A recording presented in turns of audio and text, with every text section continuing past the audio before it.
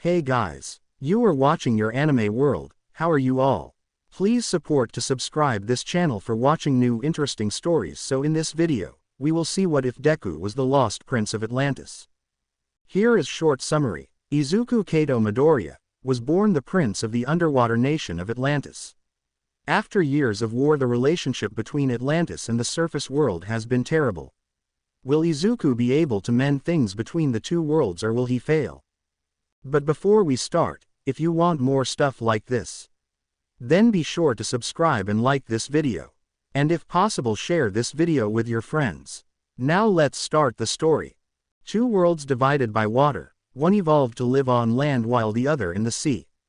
Atlanteans, as they would be called by the surface, were proud, powerful people who thrived with the help of advanced technology. As is the nature of all things, war soon broke out between the two worlds. Ultimately the Atlanteans were victorious, but it came at a cost.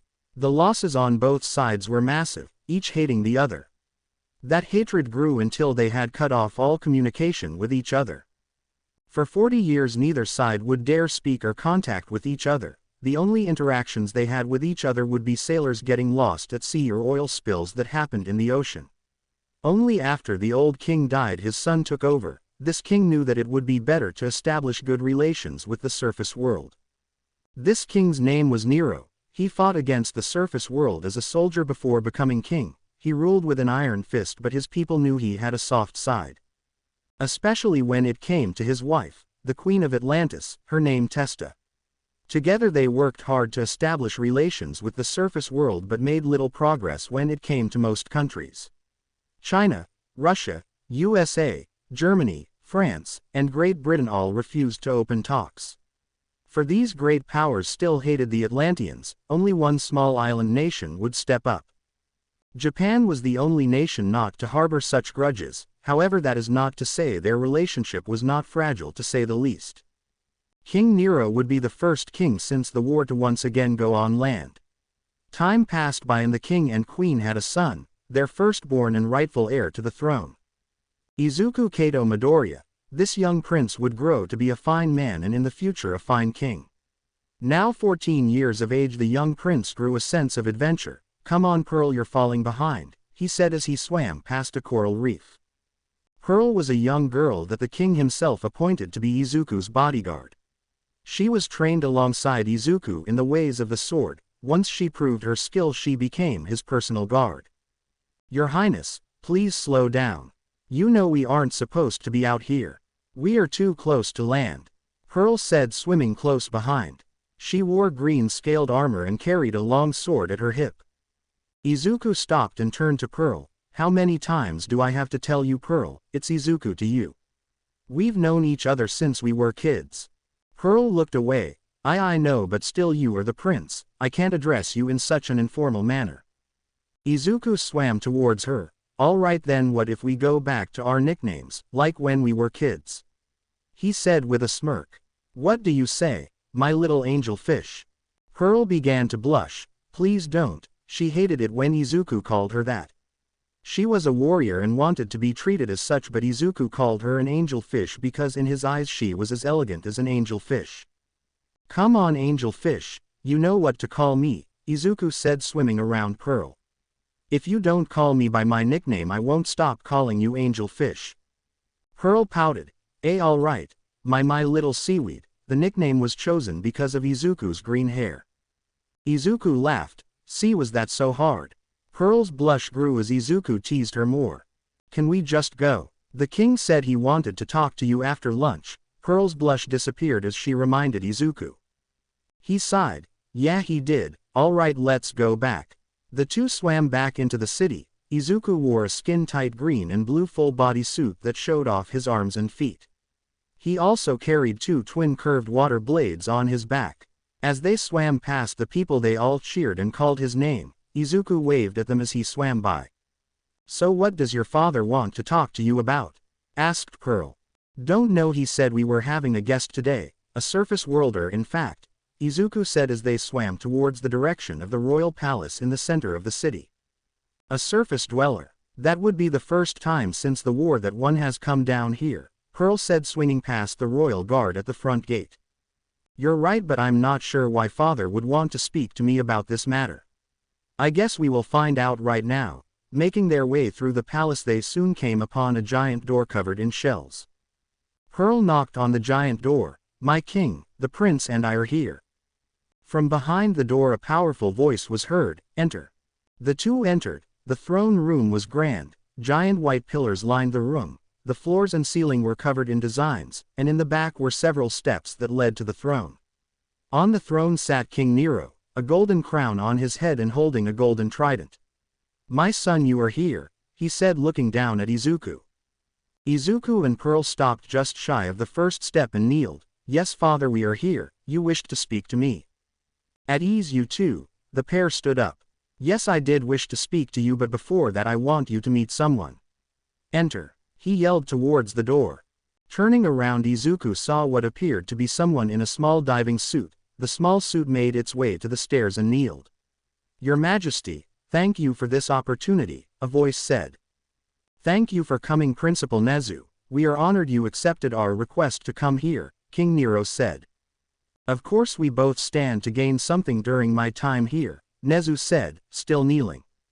I would like to introduce to you my son Prince Izuku and his bodyguard Pearl. King Nero pointed his trident to them. Nezu turned towards the two. It's an honor to meet you, Prince Izuku, you too, Lady Pearl. Izuku nodded. Thank you for coming, Nezu. We welcome you to our home. Well now, Izuku, this is the matter I wished to speak to you about. You see, Principal Nezu here actually runs a high school to develop the world's next heroes. I'm sure you've heard of these heroes. King Nero said. Yes, father, I have. The one called All Might is said to be the best there is, said Izuku.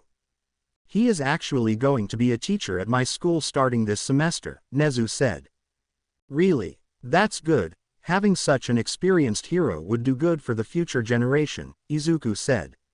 Oh, and please stand. It's hard to talk to people when they kneel. Nezu stood up. That is why he is here today, my son. I want you and Pearl to attend his school. Izuku's and Pearl's eyes went wide. I'm sorry, what? I want the two of you to go to the surface world and attend his school. This way you can learn and experience what life is like on the surface, King Nero said.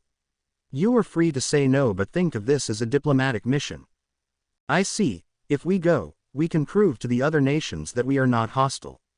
It would also help us establish a foothold in the surface world, Pearl said, thinking out loud. Izuku smiled and Nezu was surprised at this girl's intelligence. You are a smart one, aren't you? Nezu said with a smile. Pearl's face turned pink. Well, what do you say, Pearl? Do you want to attend Nezu's school? Asked Izuku. She thought about it. If that is your wish, your highness, I shall follow you wherever, Pearl said, bowing. Well, Izuku looked at his father and then to Pearl. It will help establish relations with Japan, so I don't see why not. All right, Nezu, we will go to your school. Splendid. School won't officially start for another 2 weeks, but I would like the two of you to tour the campus ahead of time so you can familiarize yourselves with the school and make accommodations, said Nezu. Izuku nodded. Very well, I'm not very picky anyway. As long as I am with my prince, then that is enough for me, said Pearl. King Nero stood up. So be it. In 2 weeks' time my son and his bodyguard Pearl shall attend to a high school. I shall return in 4 days' time, to escort you both to my school. There you shall see where you will be staying and talk with some of the teachers, Nezu said, bowing. Very well. I will have my personal guard escort you to the surface, King Nero said, standing. Nezu was escorted out of the throne room. Now, Pearl, I wish to speak with my son alone. Pearl bowed. Yes, my king. She swam out of the throne room. This left only the king and Izuku. So what is this really about, father? Izuku asked. You caught on, did you? Well, I expected nothing less. King Nero said, walking down the steps. Now in front of Izuku he placed a hand on his shoulder. There is another reason why I want you to go. I fear we may have another war brewing. Izuku's eyes went wide. Another war. But the surface world knows they wouldn't stand a chance against us if we fought again.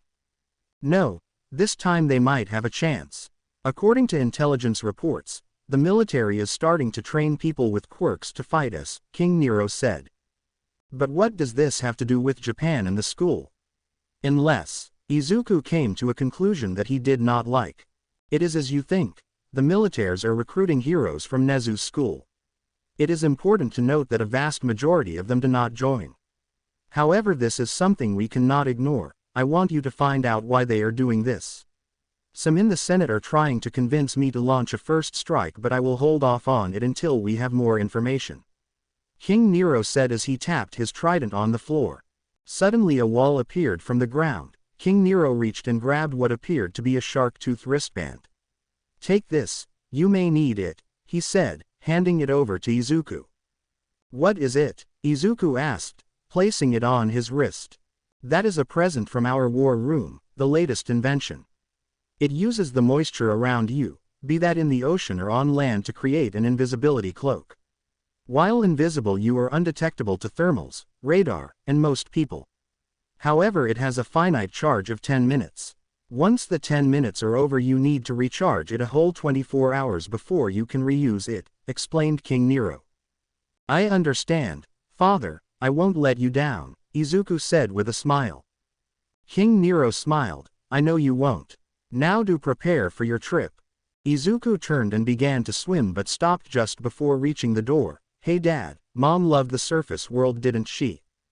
That she did. Even though she was a warrior, she always had dreams of reuniting the two worlds, King Nero said, thinking to the days when she was still alive. Then I will carry on her dreams and one day our two worlds will be one, Izuku said as he left the throne room. King Nero's eyes went wide. My son, if only your mother could see you now. She would be so proud of the man you are growing into.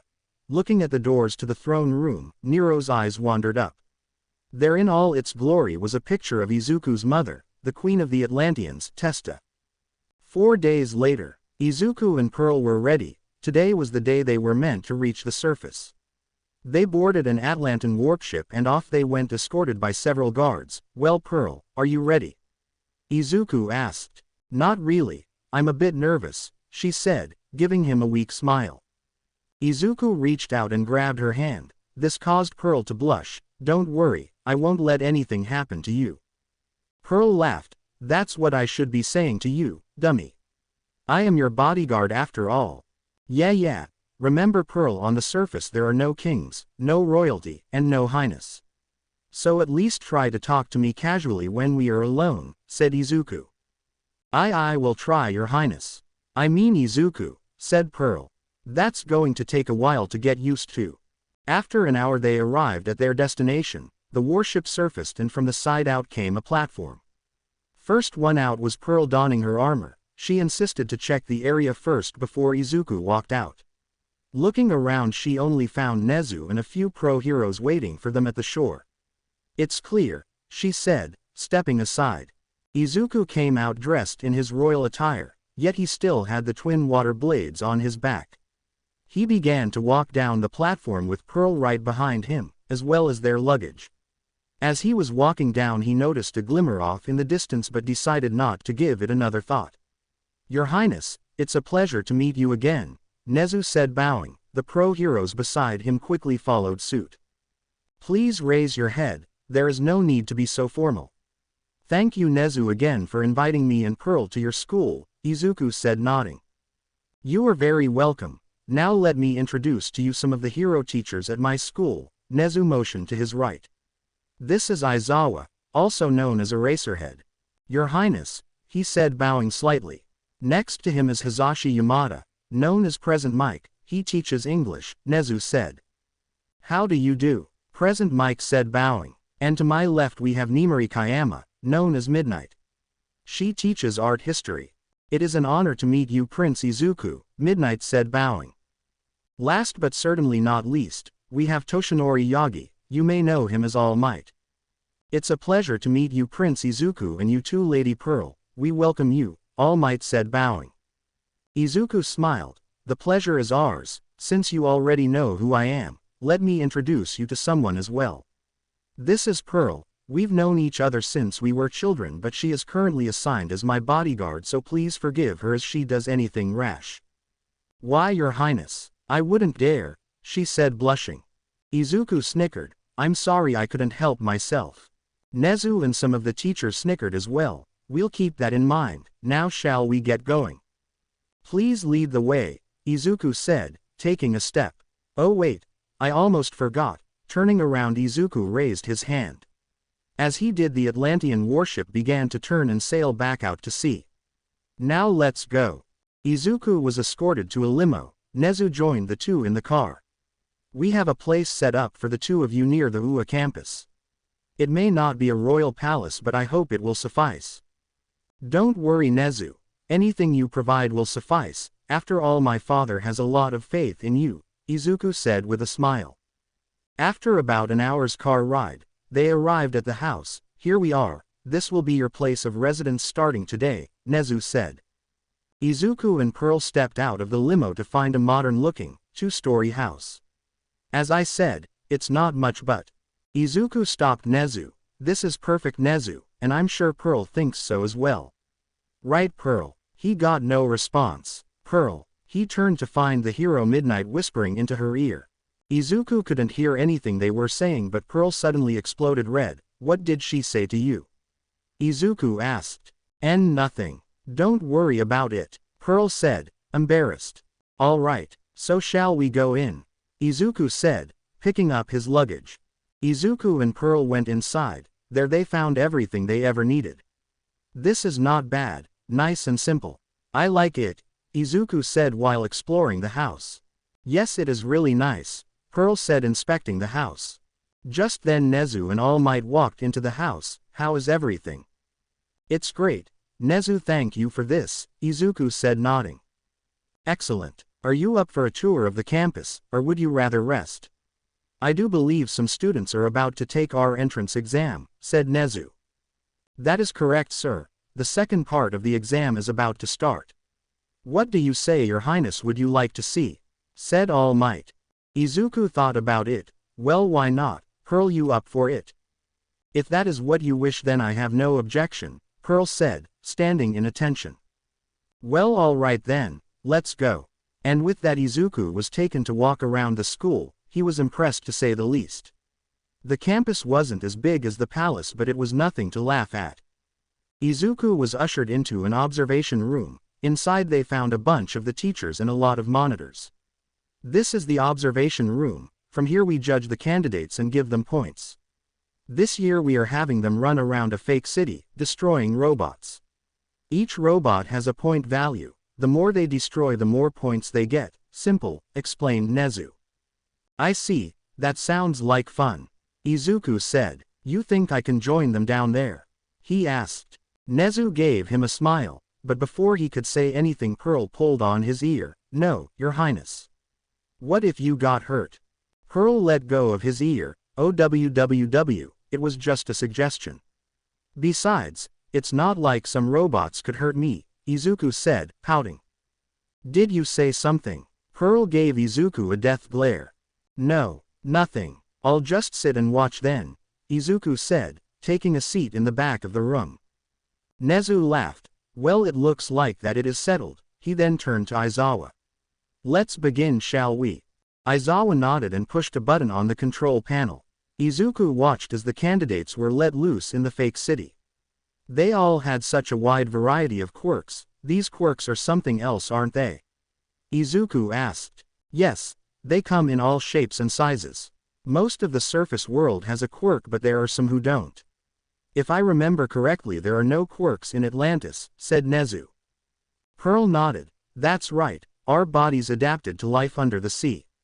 That being the case, our bodies are a lot tougher than your average human.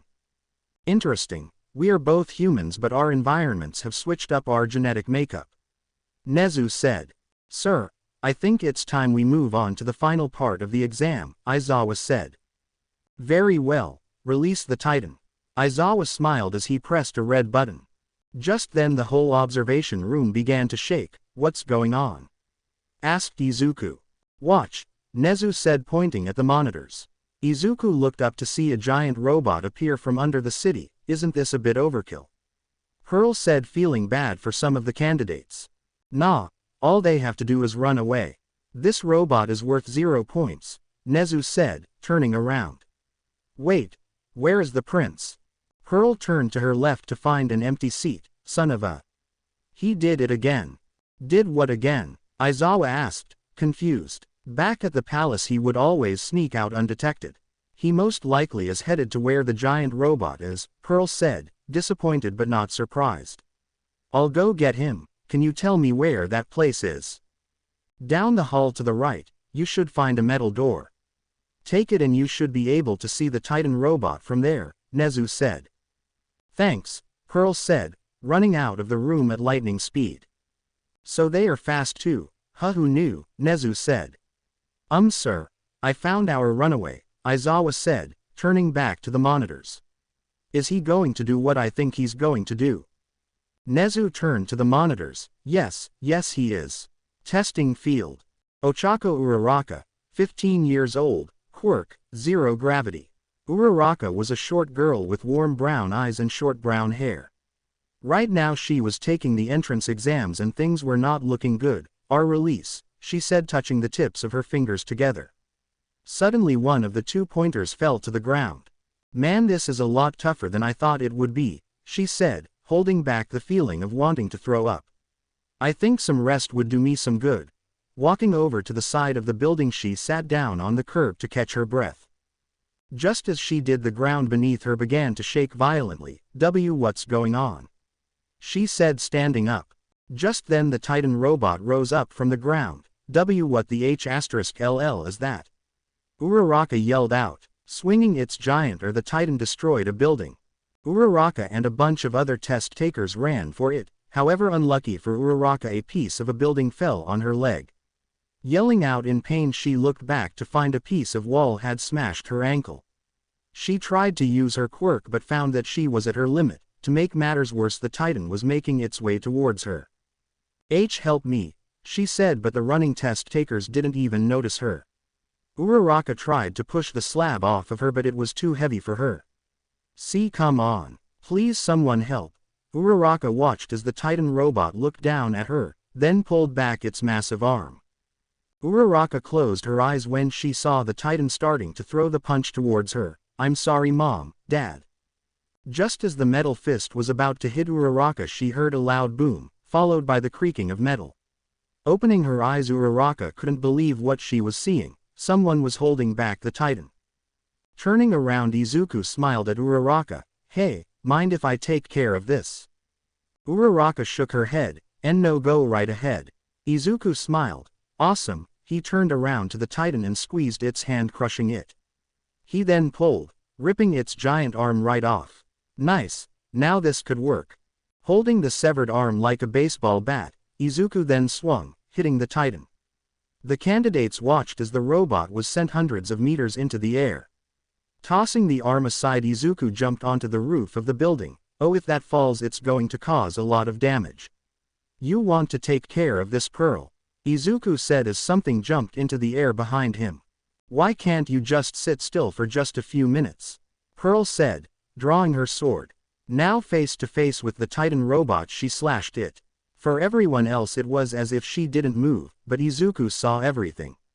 Everyone below suddenly watched as the Titan robot began to disassemble, crashing into the ground. It was nothing but a pile of scraps.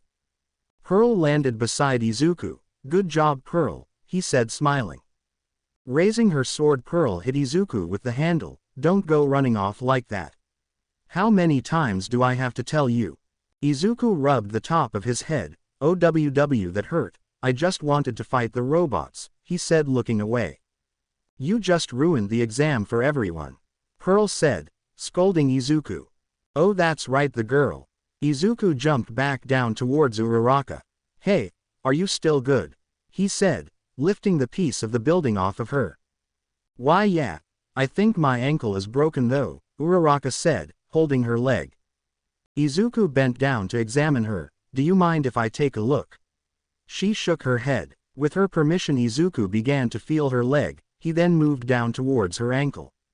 As he did, she winced in pain. Yeah, it's definitely broken. Hold on, I got just the thing. Reaching into his pocket, Izuku pulled out a small container. This is medicine. All I need to do is apply it and you should be good as new. Opening the container, Izuku poured it on Uraraka's ankle. It looked like slime, but it was blue in color. After a few seconds, the slime disappeared. There you go. Here, try applying pressure, Izuku said, offering her a hand up. Uraraka grabbed it. Now on her feet she noticed her ankle was no longer in pain. Whoa. It's all better now. Thank you. Oh, my name is Ochako Uraraka. No problem, Miss Uraraka. Just then a buzzer sounded signaling the end of the exam. Well, that's the bell. It was nice talking to you, Uraraka. Izuku turned to leave. Wait, I never got your name, she yelled out. Izuku turned around. The name is Izuku. Uraraka watched as Izuku walked out of the arena. She then saw Pearl land beside him. She could tell she was yelling at him. Uraraka was surprised when Pearl turned around and gave her a glare. What did I do? Is that his girlfriend? She must have gotten jealous. After apologizing for his actions, Izuku and Pearl made their way back to the house. As they did, Izuku got a call on his cell phone. Looking down at his face turned to one of worry. Hello. Son. It was King Nero, his father. Father. Izuku. I heard what you did, King Nero. Pearl. Izuku. Pearl. King Nero. Figured as much. Well, I saved someone in the process, Izuku. That's good, but listen, Izuku, please be careful with your actions. You are representing the entire kingdom of Atlantis. One slip-up can result in severe consequences, King Nero. Yes, sir, Izuku. Well, that aside, how was your first day on the surface, King Nero? Izuku smiled. It was awesome. Everyone here is so nice and their powers are amazing. That's good. Well, it's getting late, so do get some rest, King Nero. I will, thank you, Father, Izuku. With that, Izuku hung up. He liked talking to his father. He could be mean at times, but that just meant that he cared. Now Izuku had to deal with something. Pearl. He yelled out.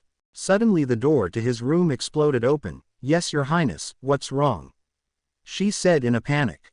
I just got off the phone with Father. Pearl's eyes went wide. You told on me. Pearl began to walk back. Oh, that. King Nero said to report if anything happened. So diligent, but I got scolded, so now it's time for a bit of payback.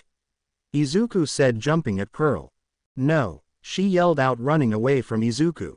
Come back here, Pearl. No, I refuse. Izuku and Pearl were starting to get adjusted to living on the surface. Only one small problem. They would regularly need to completely submerge themselves underwater to stay hydrated. Drinking water helped, but they were creatures of the sea after all, and they really needed a good swim. Today was the first day of class and Izuku was excited. Pearl, not so much. Come on, Pearl. I know we live close to the school, but still, Izuku yelled out. He was already dressed in the school's uniform. I feel ridiculous. My armor has better mobility than this, Pearl said, walking down the stairs, wearing the uniform. Both uniforms for girls and boys had a gray jacket with a white shirt and red tie. The difference being the guys had pants and the girls wore skirts. You look amazing, Pearl. Now come on or we are going to be late, Izuku said, grabbing his backpack. Pearl blushed. Do I really look good? She thought as she ran towards Izuku. Now on campus, Izuku could feel people staring at him and Pearl. Do we stand out? He asked Pearl. I don't think so. I mean, we are wearing the same uniforms as everyone else, Pearl said as they entered the main building. Izuku and Pearl were supposed to be in separate classrooms, but after some fierce protesting by Pearl, they were allowed to be in the same class, in this case class 1A. Walking down the halls they passed classrooms until they got to a giant door that said 1A. So this is the famous class 1A, Izuku said, looking at the giant door. So it seems, but does the door really have to be this big? Pearl asked. It probably has to do with people's quirks. Regardless, before we enter, Pearl, I want to go over a few things, Izuku said. I know we went over this several times. No fighting, no taking action unless you say so, prioritize myself over others, make friends, and don't address you as Your Highness, blah blah blah. I get it, Pearl said, sighing. I'm serious, Pearl, just please don't do anything rash, Pearl nodded. Well, all right then, let's go. Izuku opened the door to the classroom. Once inside, he found some of the students were already sitting down. Scanning the room, Izuku took note of everyone's faces. We have a pink-skinned girl with horns, a French guy, glasses-wearing guy, spiky blonde kid, and a guy with multiple arms. I wonder what kind of power they have. Oh hey, it's you, a voice said behind them.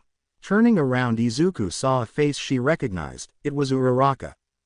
The girl from the exam, right? Ochako Uraraka, right? Izuku said with a smile. She nodded. Yup, and if I remember, your name is Izuku, right? Pearl's eye twitched when she heard someone call Izuku other than Your Highness. Yeah, that's right, so it seems you passed the exam. Congratulations. Thanks. Oh yeah, I was wondering, I didn't see you during the written exam. Did you maybe get in by recommendation? Uraraka asked. I guess you can say that, Izuku said, unsure on how to answer her. He didn't want anyone to find out he was a prince, or at least not yet. He feared if they found out, they would treat him differently. Just then a tall girl with long black hair stood up from her seat. That's impossible, me and Todoroki were the only two who received recommendations. So tell me, how did you get in? And who are you? Pearl asked. The name is Momo Yaoyorozu, daughter of Kin Yaoyorozu, who is the head of Japan's largest tech company, she said with pride. Never heard of you, or your father as a matter of fact, Pearl said simply. Momo was in shock. What? Never heard of us, have you been living under a rock? We are the biggest tech company in Japan, be that military, civilian, or commercial tech, you name it we have it. Just then Aizawa walked into the room, in a sleeping bag.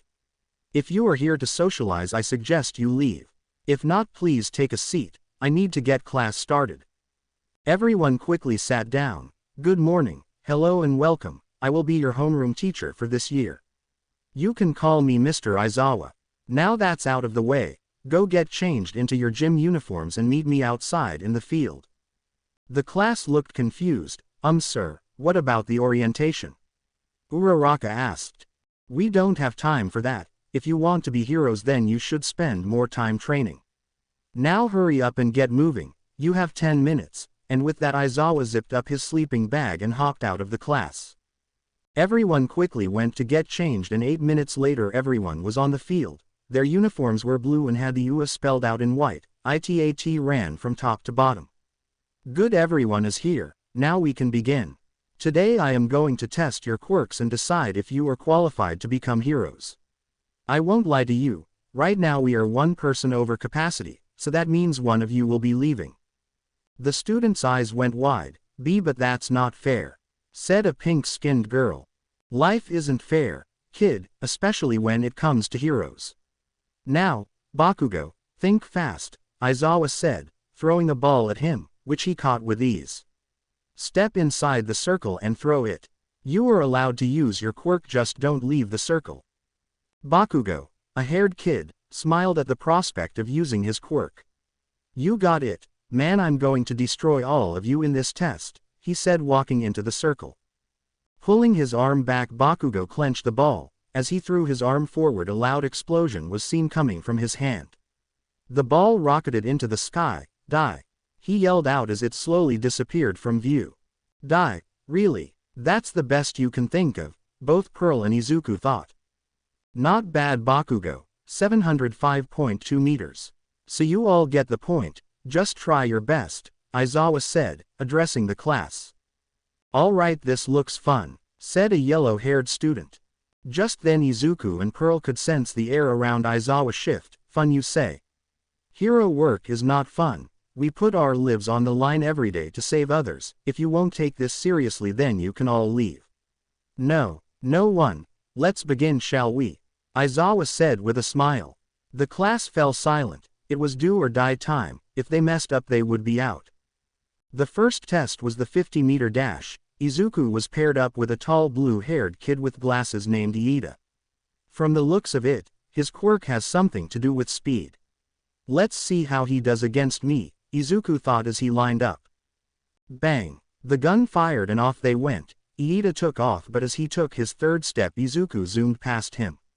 All he heard was the time, 2.4 seconds. Iida finished in 3.04 seconds. Pearl was the next to go and she got a time of 2.7 seconds, completely blowing away a small boy named Mineta. The next part was grip strength. Izuku grabbed the machine and applied pressure. However, he put a little too much power into it. 999.99 kilograms was the final reading before the machine broke. Jesus, how strong is this guy? Kirishima said, surprised. Just then the sound of another machine breaking was heard. Looking to his left, Kirishima saw Pearl holding the broken machine. We have two powerhouses in the class. Next was the standing long jump, which Izuku and Pearl cleared without a problem. The test also had sit-ups, push-ups, side steps, distance running and seated toe touches, all which they both cleared with ease. Every time those two did anything, Bakugo would glare at them. Finally it was time for the remaining people to throw the ball. One by one they went, no one got anything too impressive. Except for Uraraka, who got infinity. Alright, Pearl, you're up, Aizawa said, tossing her the ball. Yes sir, she said, walking into the circle. Gripping the ball, she threw it with all her might. She even managed to kick up dust as she threw it. Impressive, you may have just beaten the first-year record, Aizawa said, turning the device that showed the number. The whole class jaws dropped when they saw the number, 2,649 meters. They all yelled out. Izuku smiled. Here I thought it was going to be more. Gee, that's amazing. How did she do that? I didn't even see her use her quirk. Mina said, flabbergasted. Pearl went back to the line and smiled at Izuku. Beat that, she said, puffing out her chest. Last but not least, Izuku, Aizawa said, calling him over. Izuku nodded and entered the circle. Taking a deep breath, he gripped the ball. I bet you he won't throw it past the fence. Look at him, he's a wimp, Bakugo said, scoffing at Izuku. Pearl overheard and glared at him. Watch what you say, or I'll cut your tongue out. Bakugo flinched. Tisk, dumb b****, don't talk to me like that, unless you are looking for a fight. Please, you couldn't even touch me, Pearl said, scoffing. This only pissed Bakugo off. What the hell did you say? I will f***c can kill you, he said as small explosions rippled in his hands. Pearl saw him coming and swiped his legs from out under him. Now on the floor, Pearl was about to punch him in the face.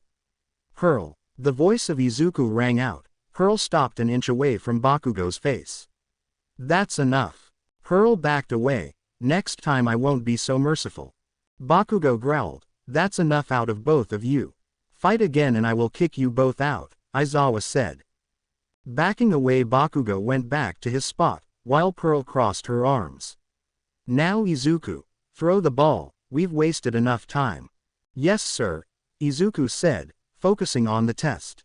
Clenching his whole arm, Izuku pulled his arm back and at full force he threw the ball.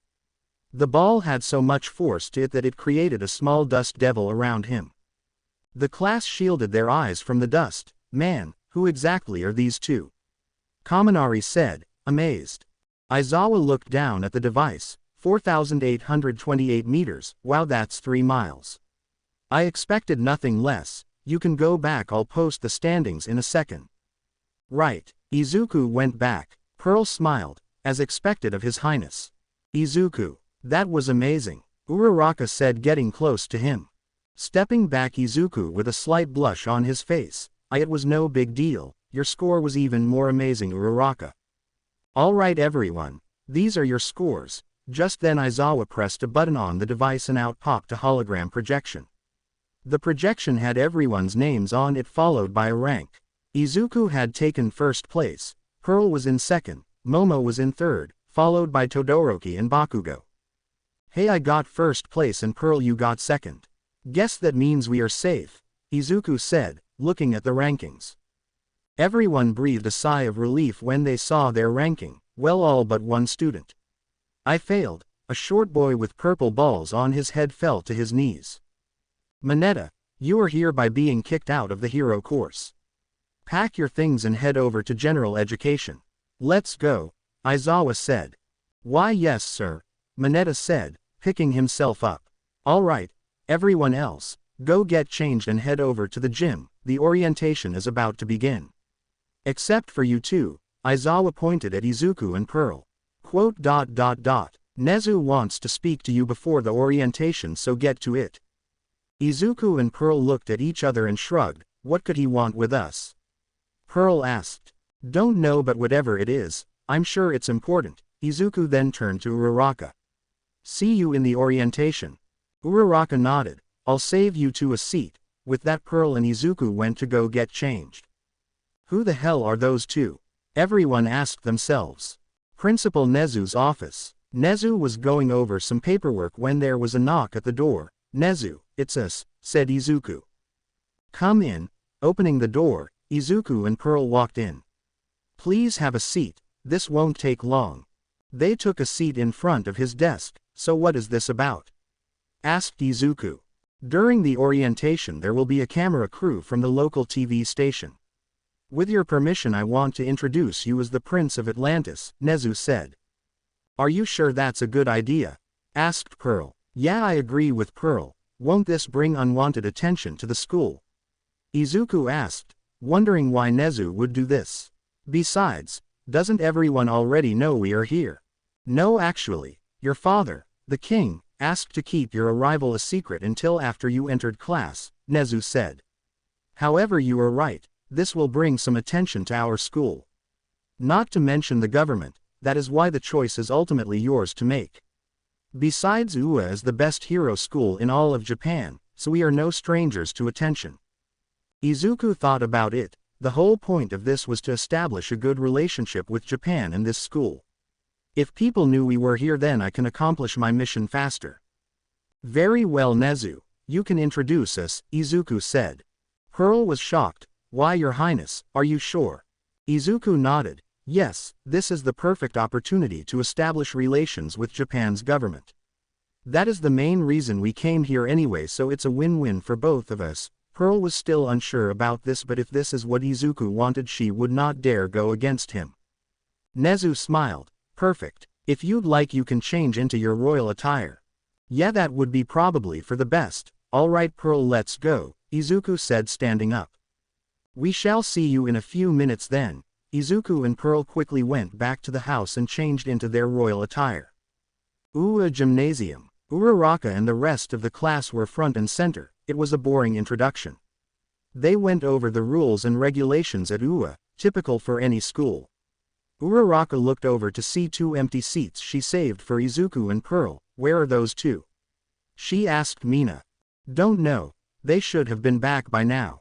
The orientation is almost over, Mina said. Just then Nezu himself stepped up to the podium. Alright, one more final thing before we let you all go. As any of you have seen, there is a camera crew with us today. This is due to the fact we have two very special guests attending the school this year. It is my honor and pleasure to introduce Izuku Kaito Midoriya, Prince of Atlantis, and his loyal bodyguard Pearl. Nezu motioned to the end of the stage, and out walked Izuku wearing his royal attire. Closely following behind was Pearl wearing her armor. Class 1A all blinked. What did he say? Did he just say Prince? Uraraka said, pointing at Izuku on stage. Yeah, he said Prince of Atlantis. No way, Mina said in disbelief. Izuku stepped to the podium. This may come as a shock to you all, but it is true, I am the Prince of Atlantis. I came here on behalf of my kingdom, to help establish relations with the surface world. I believe I can achieve this by living amongst you. I have a lot to learn about life above the sea, and I hope that you can come to me to learn about life under the sea. So I send this message to the government of Japan and any who are listening. Come and talk to me, let us not be bound by our past. I see a world where we can all prosper, and the only way to do this is together. And to my fellow classmates, I hope we can be friends, and I know Pearl does too. I look forward to the time we will be spending together. With that, Izuku bowed to the camera and walked off. The whole gym was stunned by this sudden development. Even online, the hashtag Prince Walks Among Us was quickly climbing the ranks. This announcement, however, didn't escape the ears of the government. Inside her office, Prime Minister Yui sat in her chair looking at the TV. She then pressed a button on the phone. Schedule a meeting with the prince as soon as you can. Also contact UA and have them explain why they didn't see the need to tell us this beforehand. Yes, ma'am, a voice said on the other side of the line. After so many years, why would Atlantis send the prince over to UA of all places? Regardless, we need to be careful with him here. We do not want another war with them. I will do everything in my power to make sure he leaves. No matter the cost, I will protect my people, Prime Minister Yu said. Back in UA, Izuku knew this would happen after he made his little announcement. Everyone was avoiding him. This happened in his class, in the halls, and even in the bathroom. It was now time for lunch and it was the same thing. Don't let it get to you, Izuku. They just don't know how to process the information yet, Pearl said, trying to cheer him up. I know, Pearl. Come on, let's go find a place to sit. Grabbing their trays, Izuku and Pearl sat down at an empty table. As they were enjoying their meal, a voice was heard, "Mind if we join you?" Looking up, they saw Uraraka and Iida standing in front of them. Izuku smiled. Sure, please sit. Uraraka sat beside Izuku and Iida sat beside Iida. So you're a prince, huh? Uraraka said nervously. Izuku laughed. Hey, no need to be so nervous, and yeah, I am. Sorry for not telling you sooner. Let's start over, shall we? Izuku Kaito Midoriya, Prince of Atlantis. Ochako Uraraka, just your typical high school girl, she said, introducing herself once again. Tenya Iida, brother of the pro hero Ingenium, Iida said, bowing slightly. It's nice to meet you both. As you know, this is Pearl. She can be a bit rash, so watch out, Izuku said, winking at Uraraka. Pearl smacked him over the head. How many times do I have to tell you, don't give people a bad impression of me? Uraraka laughed. Wow, you two really get along. So how long have you two been dating? She asked. Pearl choked on her food. We aren't dating, she said, blushing red. Really? The way the two of you acted, the whole class just assumed you were together, Iida said, adjusting his glasses. And no, that's not right. I am his bodyguard, nothing else. Pearl explained. It's as she says, Pearl is just my bodyguard. We have known each other since we were kids, so I guess that explains why we are so close. Why did you ask, Uraraka? Are you interested in becoming Queen of Atlantis one day? Izuku said, teasing her. Uraraka blushed red. And no. Of course not. Someone like me could never be a queen. Izuku laughed. I'm just kidding, but don't sell yourself short. You are an attractive young woman. Any guy would be happy to have you as their girlfriend. Uraraka blushed. Pearl, on the other hand, took a jab at Izuku's side. What? Nothing, Pearl said, going back to her food. The rest of the day went smoothly. After some more awkward moments, the class began to open up to Izuku and Pearl. After school, they even hung out for a while. The class asked about how Atlantis was and about its people. Izuku and Pearl were more than happy to answer their questions. If you like, then maybe one day I can take you all down to Atlantis. Really? That would be awesome, Mina said, jumping for joy. Of course, in exchange I would like you to teach us about life on the surface world, Izuku said. Oh, we can do that, easy, said a school uniform. It was Hagakure. Thanks to her quirk, she was always invisible. Then it's settled. When we get the chance, please teach us, Izuku said, nodding.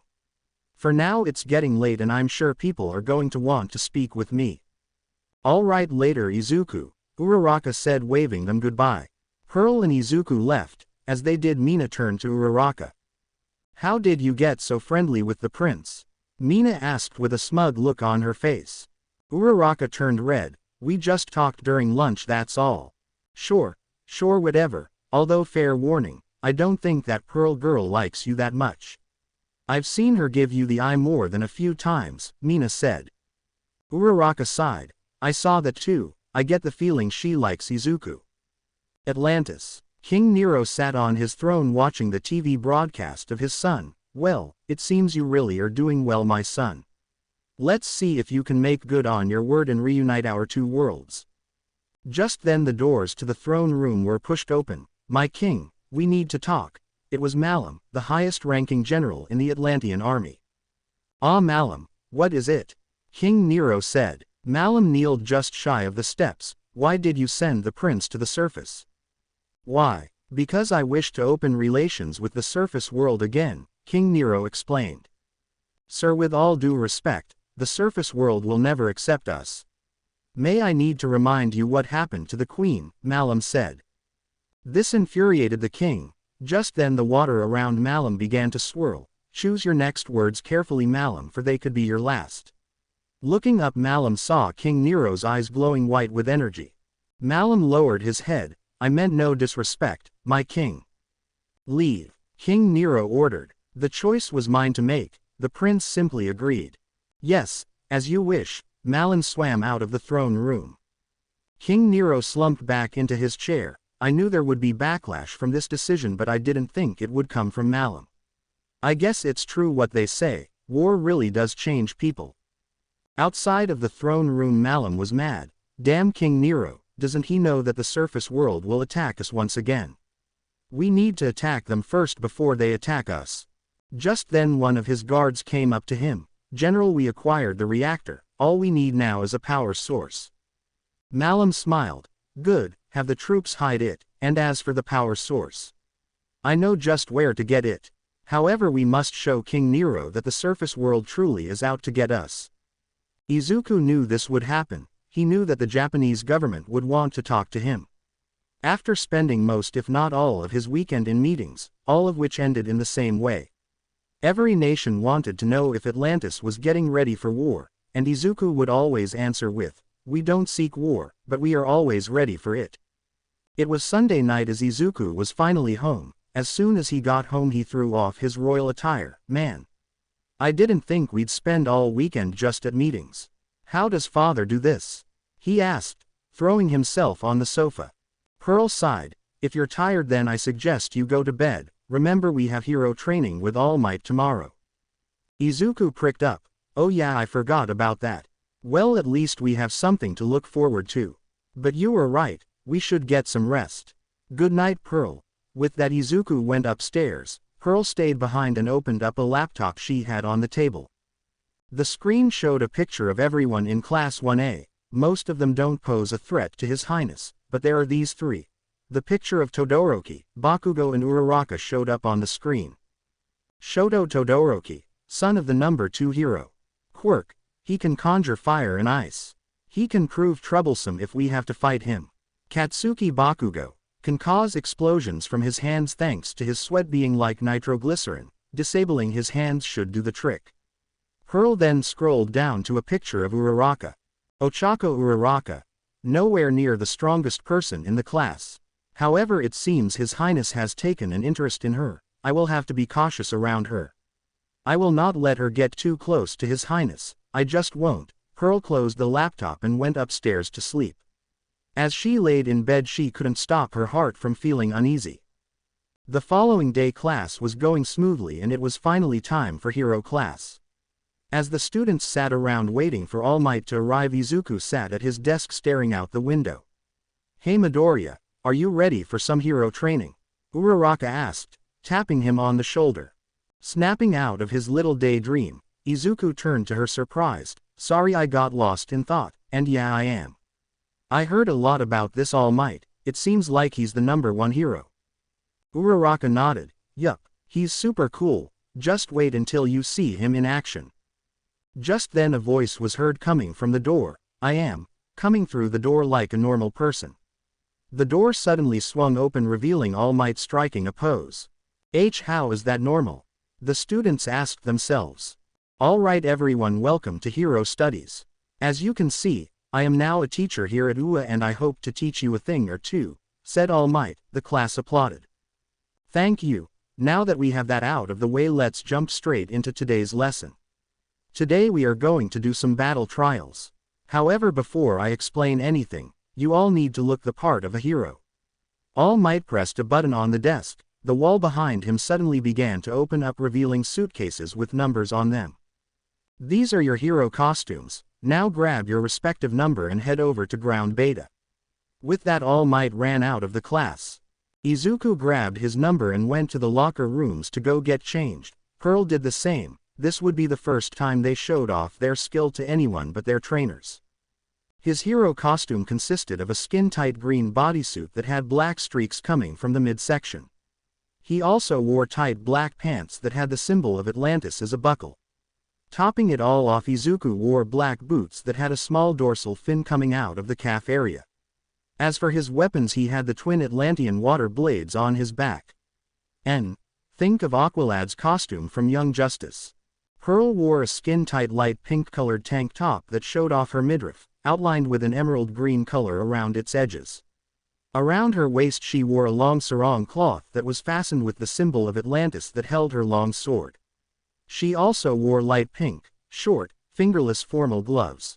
To top everything off she wore a green gem around her neck and pink boots that also had dorsal fins. Think of Aquagirl's costume, also from Young Justice. The gem was a gift from Izuku. It was given to her to celebrate the completion of her training to become his bodyguard. She cherished this gem and always looked at it when she felt sad or helpless. The class all came out wearing their costumes. Wow. You all look like pro heroes already, most impressive. All Might said looking at his students. Izuku stood off to the side still trying to get comfortable with his costume. Man, I didn't think they would make this so fast. I gave them specific measurements and told them it had to made of cloth from Atlantis. Whoa, is that you Midoriya? A voice said behind him. Turning around Izuku found Uraraka wearing her costume. Wow, you look amazing. Izuku blushed slightly. Uraraka. Wait, are you wearing a spacesuit? He said looking at her. Nice, that suit shows off her curves nicely. Wait, what the heck am I thinking? Why yeah. It looks like there was a mistake making it though. I didn't mean for it to be so skin tight. I probably look weird, don't I? She said embarrassed. Izuku shook his head. No, you look amazing in that. I think it works for you, he said with a smile. Now it was Uraraka's turn to blush. Thanks. Pearl watched as the two spoke. She scoffed and went to the front of the group to wait for instructions. You may all look the part. Now it's time to see if you have the skills. As I said in the classroom, we are going to do some battle trials in an enclosed space. There will be 2 teams of 2, one will be heroes, the other villains. The villains will be defending a bomb inside the building. The heroes will be looking for this bomb. In order to win, the heroes must touch the bomb. In order for villains to win, they can run out the clock or capture of the heroes. Now it's time to decide on the teams. All Might pulled out a box. Inside I have everyone's name. I will pull out 2 names and that will be your team. Let's start with the heroes. He reached inside and pulled out 2 slips of paper. Alright, first team will be Izuku Kaito Midoriya and Ochako Uraraka. They both looked at each other and nodded. Now for the villains, let's see Katsuki Bakugo and Pearl. The class gasped. The 2 Atlanteans were going to go head to head, Prince versus Bodyguard. Izuku smiled. It's been a while since we fought, huh Pearl? Oh yeah, and if I remember we are tied at 346 wins each. Get ready to get your butt kicked, Izuku, Pearl said with a smug look on her face. Yeah right, you only got those wins because you picked on me when I was little. Things have changed since then, said Izuku. I appreciate the enthusiasm you too, but remember this is just a trial, so please don't go overboard. All Might said as a sweat drop fell from his face. Now you each get 10 minutes to plan things out, so head over to the testing area and get ready. The rest of us will be in the observation room. Good luck. The 2 teams split up. Izuku and Uraraka were going over the building's layout. Hey Midoriya, how good of a fighter is Pearl? Uraraka asked. Izuku thought about it. She is easily top 3 in all of Atlantis. She trained since she was very little. Her whole life she's known nothing but fighting. It was until she became my bodyguard that she started to show her other side. Uraraka's eyes went wide. Wow, but you can beat her, right? Maybe. Pearl is special. She can analyze people, find out weaknesses and exploit them mid-fight, not to mention she's the best swordswoman in Atlantis. Also she is one of the best hand-to-hand fighters. I'd say we are about equal in most things, but I do have the advantage in one thing. However, I'll need your help to win. You with me? Asked Izuku. Uraraka nodded. Of course, so what's the plan? With Pearl and Bakugo, the 2 didn't say a word to each other when they were heading towards the bomb. Hey, fish girl, between you and the fish guy who's stronger? Bakugo asked. He has a name, and to answer your question, it's hard to tell. I usually don't go all out against him when we fight and neither does he. But there is one thing that I am better at. Pearl pulled out her sword. Stay here and guard the bomb. I will handle those 2. This pissed Bakugo off. Huh. No way, fish girl. I can take both of them myself, so you guard the bomb. Pearl turned to Bakugo. If you think you can take down Izuku, then you are a bigger idiot than I thought. Why you? Just as Bakugo was about to confront Pearl, a bell rang out signaling the start of the test. Knowing Izuku, he's going to come not from the entrance, he's going to look for another way in. The girl's quirk can make things float, so they are going to start from at least the 3rd floor, Pearl said, walking towards the door. Stay here or come with, I don't care, but just stay out of my way. If you want to win, then you'll do what I tell you. As she walked away from the bomb, she pulled out her sword. Tisk, acting all cocky. I'll show you all. Bakugo followed Pearl. Izuku did exactly what Pearl thought he would. With the help of Uraraka's quirk, they floated up to the 3rd floor. Once inside, Izuku pulled out his twin blades. Looks like there are a lot of turns here, perfect spot to get ambushed. Stay behind me and watch our back, Izuku instructed. Uraraka nodded. Got it. Slowly they made their way through what seemed a maze of sharp turns. Do you think those two will attack or wait at the bomb? Pearl will most definitely come for us, Bakugo not sure. He is hot-headed and rash. Don't really see him thinking things over. Just as they turned the corner, Izuku saw a hand appear from the shadows. Uraraka, look out, he said, putting his swords in front of him. The explosion caught the blades, but the shockwave knocked Izuku back into Uraraka. They both tumbled back. You okay, Uraraka? Izuku asked. Uraraka picked herself up. Yeah, I'm good, just shell-shocked. Are you good? You took the blast head on. Yeah, I'm good. My swords got the worst of it. I didn't think you'd come first. Tell me, where is Pearl? Izuku asked, looking at Bakugo. I wouldn't worry about her. I'd be more worried about you two, Bakugo said, clearing the smoke from his explosion. Something is wrong. Pearl wouldn't just leave. She has to be somewhere, but where? Unless, turning to Uraraka, he pushed her out of the way. Crossing his twin swords together, he created an X. Just then the sparks of metal hitting metal was seen. Izuku grunted as he fought against the sword. How did you get behind us? Pearl. On the other side, Pearl was seen holding her blade with one hand. You have a bad habit of not looking up, Izuku, she said, pulling her sword away. There Pearl stood, sword by her side, and behind them was Bakugo ready to blast them. Midoriya, this isn't looking good for us, Uraraka said with her back to Izuku's. I know. Do you think you can take on Bakugo? Izuku asked. And no, he would blast me before I even got close. Not to mention this place is too closed off to move around. We need more space to move around or else we are done, Uraraka said, on guard. Izuku looked around and smiled. Well, if we can't go forward or back, guess we have to make our own path. Putting the blades on his back, Izuku punched the wall beside them, shattering it. The area was soon covered in a dust cloud. Let's go, Uraraka, he said, reaching and grabbing her hand. Together they went through the hole in the wall.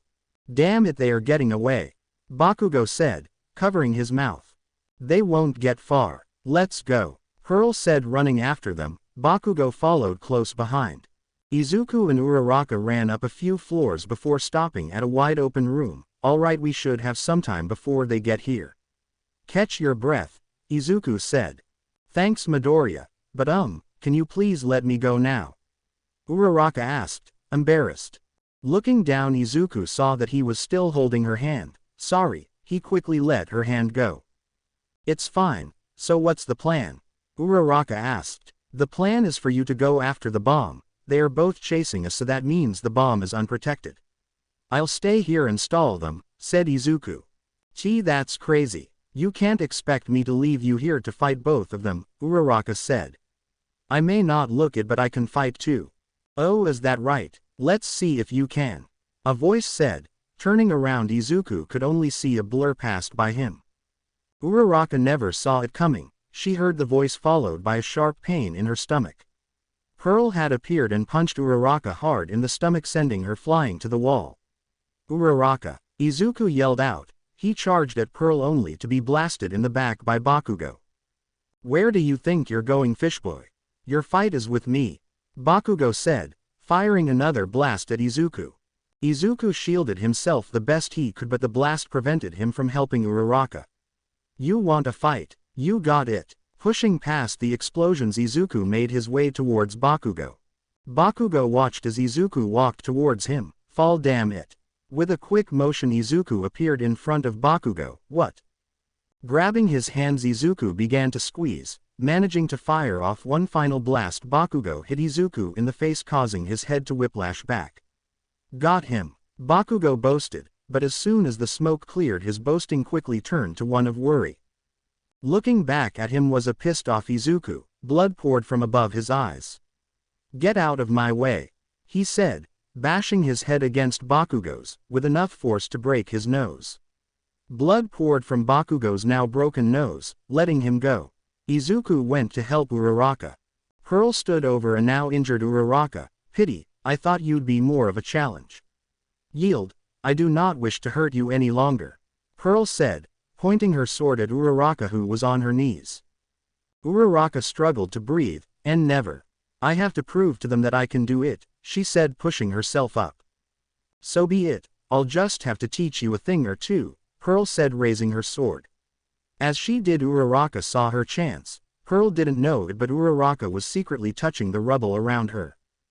Got you, Uraraka yelled out, throwing her hands forward. Several medium-sized rubble flew at Pearl, creating a dust cloud. Not expecting it, Pearl could only watch as the rubble hit her. And now who's the pitiful one? Uraraka said. Sadly, it's still you. Slicing the cloud with her sword, Pearl made the dust cloud disappear. It's game over for you, she said, bringing the sword down towards Uraraka. Uraraka's eyes grew wide. She put her arms up as a last-ditch attempt to stop the blades. Suddenly the familiar sound of metal against metal was heard. Sorry I kept you waiting, Uraraka, Izuku said, holding back the blade. Midoriya, if you're here, does that mean Bakugo is down? Uraraka asked. Izuku managed to kick Pearl away. Yeah, now go find the bomb and win this for us. Uraraka nodded. You got it. Just be careful, all right? You got it, he said as Uraraka took off towards the stairs. Now then, shall we continue this? Izuku said, looking at Pearl. Pearl smiled. Let's, after I deal with you, Izuku, I'll stop her, she said, going into her battle stance. Izuku did the same. Observation room. The class couldn't believe what they were seeing. Izuku destroyed the wall like it was nothing. He then took down Bakugo like it was nothing, and Pearl. She managed to do significant damage to Uraraka with just one hit. Sir, isn't this going too far? Asked Kirishima. Normally I would agree with you, but it seems those two weren't serious. If they wanted to really hurt Uraraka and Bakugo, they would have. Now they get to face each other. We get to see them with no restraints, All Might said, glued to the monitor. It's not every day you get to see two Atlanteans fight each other, so let's watch, said Mina. Back with Izuku and Pearl. Running at each other, they began to slash and stab at each other. Every strike was countered and dodged.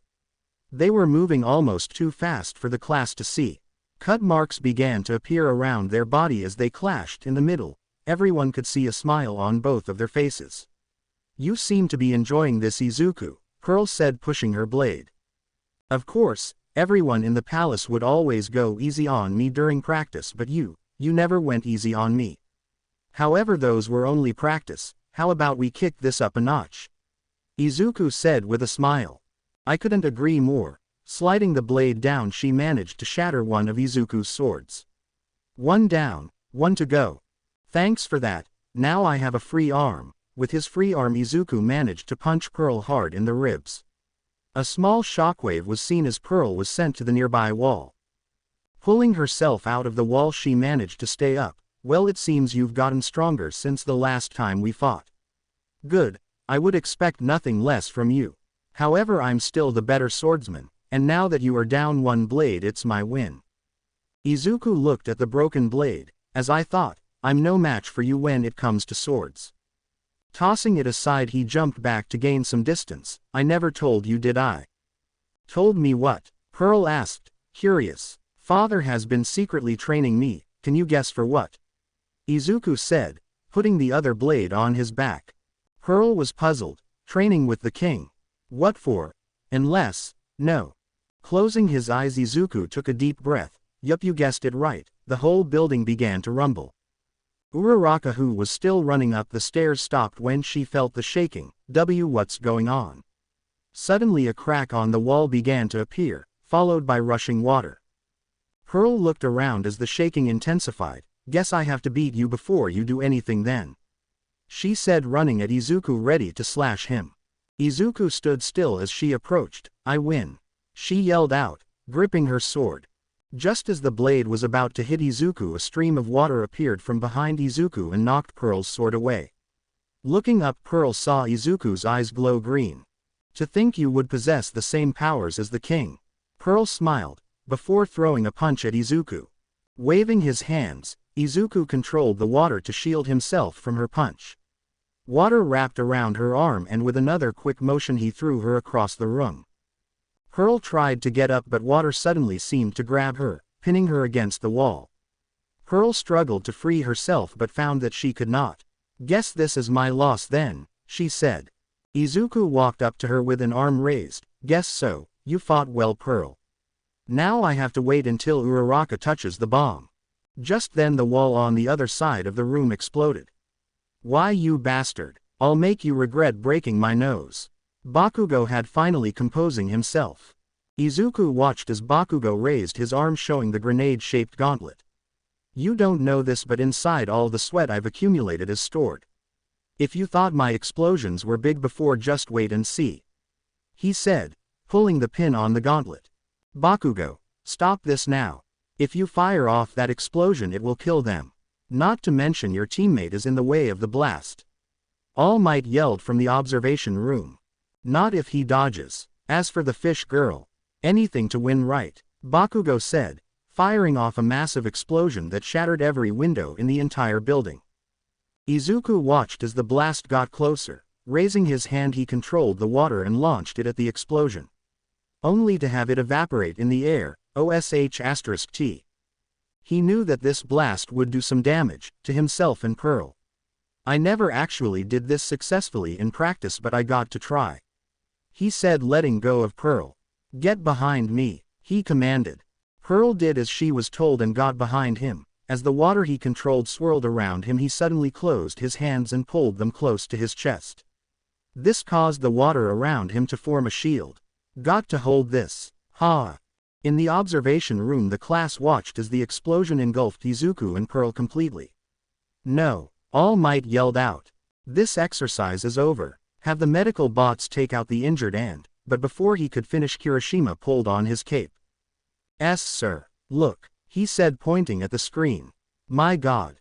As the explosion smoke faded, Izuku was seen still standing, but his eyes were now flickering with the glowing green color. I did it. Pearl, you all right? He asked as his nose began to bleed from overusing his hydrokinesis. Why, yeah, I'm fine. Just then Izuku fell to his knees. Izuku, she said, catching him before he hit the floor. Fine, just a headache from using it, he said, grabbing his head. He stopped it. How did you stop that? Bakugo screamed out, as he stomped towards him. Just then another bull was heard. Bomb has been secured, hero team wins, All Might said through the loudspeaker. Izuku smiled as he knew what this meant. She found it. Good work, Uraraka. Well done, you four. Now head up to the observation room for your evaluation. After we are done, you can head over to Recovery Girl. The green glow of Izuku's eyes began to fade away. I think that's 347 wins for me, he said, still feeling the backlash of his powers. Pearl smiled. Don't go celebrating just yet, your swordsmanship still needs some work. That means you'll be practicing with me some more. Izuku frowned. And no. Please, he tried to walk away, but Pearl grabbed him by the shoulder. Where do you think you're going, Your Highness? She asked, giving him a stare. You are going to train some more, am I clear? Izuku slumped his shoulders. Yes. Good. Now let's go to the observation room and receive our grade, Pearl said as they walked out of the building. Now in the observation room, both teams awaited their results. Amazing work, all of you. The heroes may have won, but the villains almost came out on top. Can anyone tell me who the MVP would be? All Might asked the rest of the class. Momo raised her hand. It would have to be Midoriya. His planning gave the heroes a slight tactical advantage, not to mention his strength. However, Pearl could also be a candidate. She correctly assumed Midoriya will enter from another entrance and even used Bakugo as a distraction to get the drop on the two heroes. All Might was stunned. That's correct, well done. Now let's get the next teams ready, shall we? Bakugo was quiet as the evaluation went on. Damn those two. Treating me like I'm nothing. Just wait, I will become stronger and then I'll beat you. The rest of the class went up. Izuku and Pearl watched as they displayed their power. Izuku was particularly interested in a dual-colored haired boy's power, ice power. Interesting, but the heat I felt coming off of him. He also has a fire quirk. Why isn't he using it? It was the end of the class. Alright everyone, great work. Please go get changed and head back to class. So long. All Might said, running off. As he turned the corner and out of view of the students, smoke began to appear around him. He then began to cough out blood. Damn it, I can barely teach one class. If I don't find someone to take my place. No, I can't think that way. Night Eye said he had someone lined up. The rest of the day went smoothly. Izuku and Pearl were heading home when Uraraka caught up to them. Hey Midoriya, hold up, she said out of breath. Oh Uraraka, what's wrong, are your injuries healed up? Izuku asked with concern. She nodded. Yeah, I'm all good now thanks to recovery girl. Anyways, I wanted to thank you for saving me during the test. Izuku smiled. You're welcome, but it was lucky for you. Pearl decided to hold back. She was holding back. That hit felt as if it was at full force, Uraraka said, surprised. If it was at full force, I would have killed you, said Pearl. We Atlanteans are much stronger than your normal humans, so we have to be careful. Besides, if Pearl did go all out, I would have stopped her from hurting you, Izuku said, patting Uraraka's head. Uraraka bushed. Thanks. Anyway, we should head home now. See you tomorrow, Uraraka, Izuku said as he turned around. Pearl stared at Izuku. What is this feeling? My heart is getting all weird again. Atlantis. King Nero was in a conference with his Congress and military leaders. How goes the construction of the barrier? One of his military advisors stood up. Your Majesty, the barrier is almost complete. Once we activate it, the threats to Atlantis will be greatly diminished. Good. Now anything new about the surface world? King Nero asked. Sir, our scouts are reporting large amounts of forces massing at seaports. Most notably, Japan's super-class submarine has been spotted. We believe this is the beginning of a first strike, Malum said, placing documents on the table. King Nero looked over them. I see, this is most alarming. Have the warfleet patrol the area, but do not engage. You are free to attack if and only if we are fired at first. Also send this to my son and have him talk to Japan's leaders about this. Yes, my king, Malum said as he left the conference room. Once outside he smiled. Good, now I can enact my plan. Soon all of the surface world will face the wrath of Atlantis. Izuku was furious. Why the F***ck would they do this? Pearl has never seen Izuku this mad. Izuku, please calm down. I'm sure they will explain every. He saw the papers of military forces massing at the ports and of the super-class submarine in the area. They better, he said, storming into the Parliament building. Prime Minister Yui, I sure hope you have answers for me. Prime Minister Yui was sitting down at the head of a long table. Ah, Your Highness, you're here. Please have a seat, she said, motioning to the chairs in front of Izuku. Cut the crap, why are there forces massing at your ports? And why is the super-class submarine outside the city of Atlantis? Izuku asked, slamming his hand on the table. The guards all reached for their guns. Pearl saw this and reached for her sword. However, before anything could happen, Yui put up her hand, stopping them. Calm yourself, all of you. I know this looks bad, Your Highness, but you have to understand the relationship between our two countries has never been good. You can't expect us not to take precautions, especially when you came to Ua unannounced. You may have been sent here as a distraction, and that is something we cannot rule out. Pearl's eyes widened. We came here to establish good relations. If we wanted to, we could sink Japan to the sea floor. Pearl, enough, You are out of line, Izuku said, glaring at Pearl. This is one of the few times Pearl was scared of Izuku. She backed away and kneeled. Yes, Your Highness. Please forgive my insubordination, she said, looking at the ground. Izuku took a deep breath and looked back at the Prime Minister. We came here for one thing and one thing only, we seek conversation. Yet you give us a show of force. That is not a friendly act. Yui stood up. Show of force. You dare lecture me about that? During the war you and your people slaughtered thousands of our troops. You may not have been alive to see the carnage of the war, but there are many in this room who were on the front lines. If you wish to converse, then come back when you have cooled your head. Izuku growled before turning around. Pearl, we are leaving. Let's go. He then began to walk towards the door, but stopped before leaving. You're lucky I don't consider your actions hostile. You wouldn't want the people next to you to relive the horrors of war, would you? Do not test my patience. Izuku slammed the doors behind him. Prime Minister Yui fell back into her chair and breathed a huge sigh of relief. Thank God he's gone. Have the forces leave the ports, but have the submarines stay outside Atlantis. If we can avoid a conflict with Atlantis we will, but we will not back down. Izuku got into the car without saying a word. Izuku, Pearl tried to talk to him but was quickly shut down. Do you think coming here was a mistake, Pearl? He asked as he stared out the window. Pearl thought about it. Well, if I'm being honest, no. We've learned a lot at UA, and even made some new friends. Yeah, they can get annoying sometimes, but that are good people. I see, Izuku sighed. I've seen the online posts about us. Some are calling for our arrest. Others are trying to blame the war that happened on us. Is peace between our two worlds really impossible? The Queen didn't think so, said Pearl. Yeah. Anyway, what's the week looking like at UA? Izuku asked, changing the subject. Oh, apparently we are going to a place called the USJ. There they do rescue training in different environments. The exercise is to take place in 2 days, explained Pearl. Sounds fun. I can't wait, Izuku said with a smile. Now home. Izuku threw himself on the sofa. Oh right, I almost forgot. Your new weapons came in from Atlantis, said Pearl, tossing him a box. Izuku caught it and opened it up. Whoa, these are cool.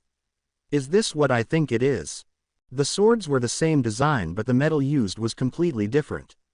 Yeah, I had the blacksmiths use Royal Atlantean metal. The same material the king's trident is made of, virtually unbreakable. I won't be breaking these anytime soon. Grabbing the swords he began to slice and stab the air. Thanks, Pearl, I owe you for this. Pearl shook her head. Think nothing of it. Now come on, let's get some rest. We got school tomorrow. Right. Good night, Pearl. With that the two went to sleep, excited for tomorrow.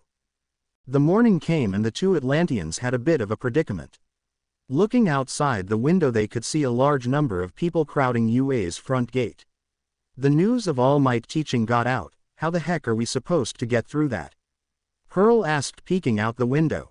Izuku thought about it. Oh right, I forgot about this, he said, raising his hand with the shark tooth wristband his father gave him. What's that? Pearl asked. Izuku pressed the shark's tooth, and to the surprise of Pearl he began to disappear. Izuku. Don't worry, Pearl, it's new tech from the war room. Father gave it to me before we left, he said it was for my protection. Izuku said, walking around invisible. That's amazing, I can't even hear your footsteps. Ah, Pearl let out a girlish screech when Izuku touched her sides. Stop. Don't do that. Izuku laughed as he deactivated the device. Well, I know it works, but will it work for two? He then extended out his hand. Here, take my hand. Pearl did as instructed and grabbed his hand. Reactivating the device, Izuku began to disappear. Still working for me. Oh Pearl, look, your body. Looking down, Pearl saw her legs and arms were starting to disappear. With this we can sneak out way past the reporters. You can see me, right? Izuku nodded. Yeah, I can see you, so I can see you since we are both invisible. Interesting. Well, whatever, let's go, he said, walking out of the house holding Pearl's hand. Pearl blushed as they both made their way past the reporters. As they did, Izuku saw the reporters swarming someone. Hey, you're in class 1A, right? So how is it being taught by the number one hero? the reporter said, stuffing a mic into Uraraka's face. Uraraka was starting to get overwhelmed. He's. Izuku saw this and changed course. Hey, is that all might? He yelled out, still invisible. The reporters and cameras all turned towards the direction of the voice. Where? Do you see him? They all asked each other. Seeing a chance, Izuku reached out and grabbed Uraraka's hand. Taken by surprise, Uraraka jumped. Shish, Uraraka, it's me, Izuku said, whispering. Midoriya. Wait, what's happening to my body? She asked as her body disappeared. It's fine, it's just an invisibility device. Come on, we can sneak past them now, Izuku said, walking towards the school. Uraraka blushed as she looked down at Izuku holding her hand. Pearl, on the other hand, kept her eyes forward.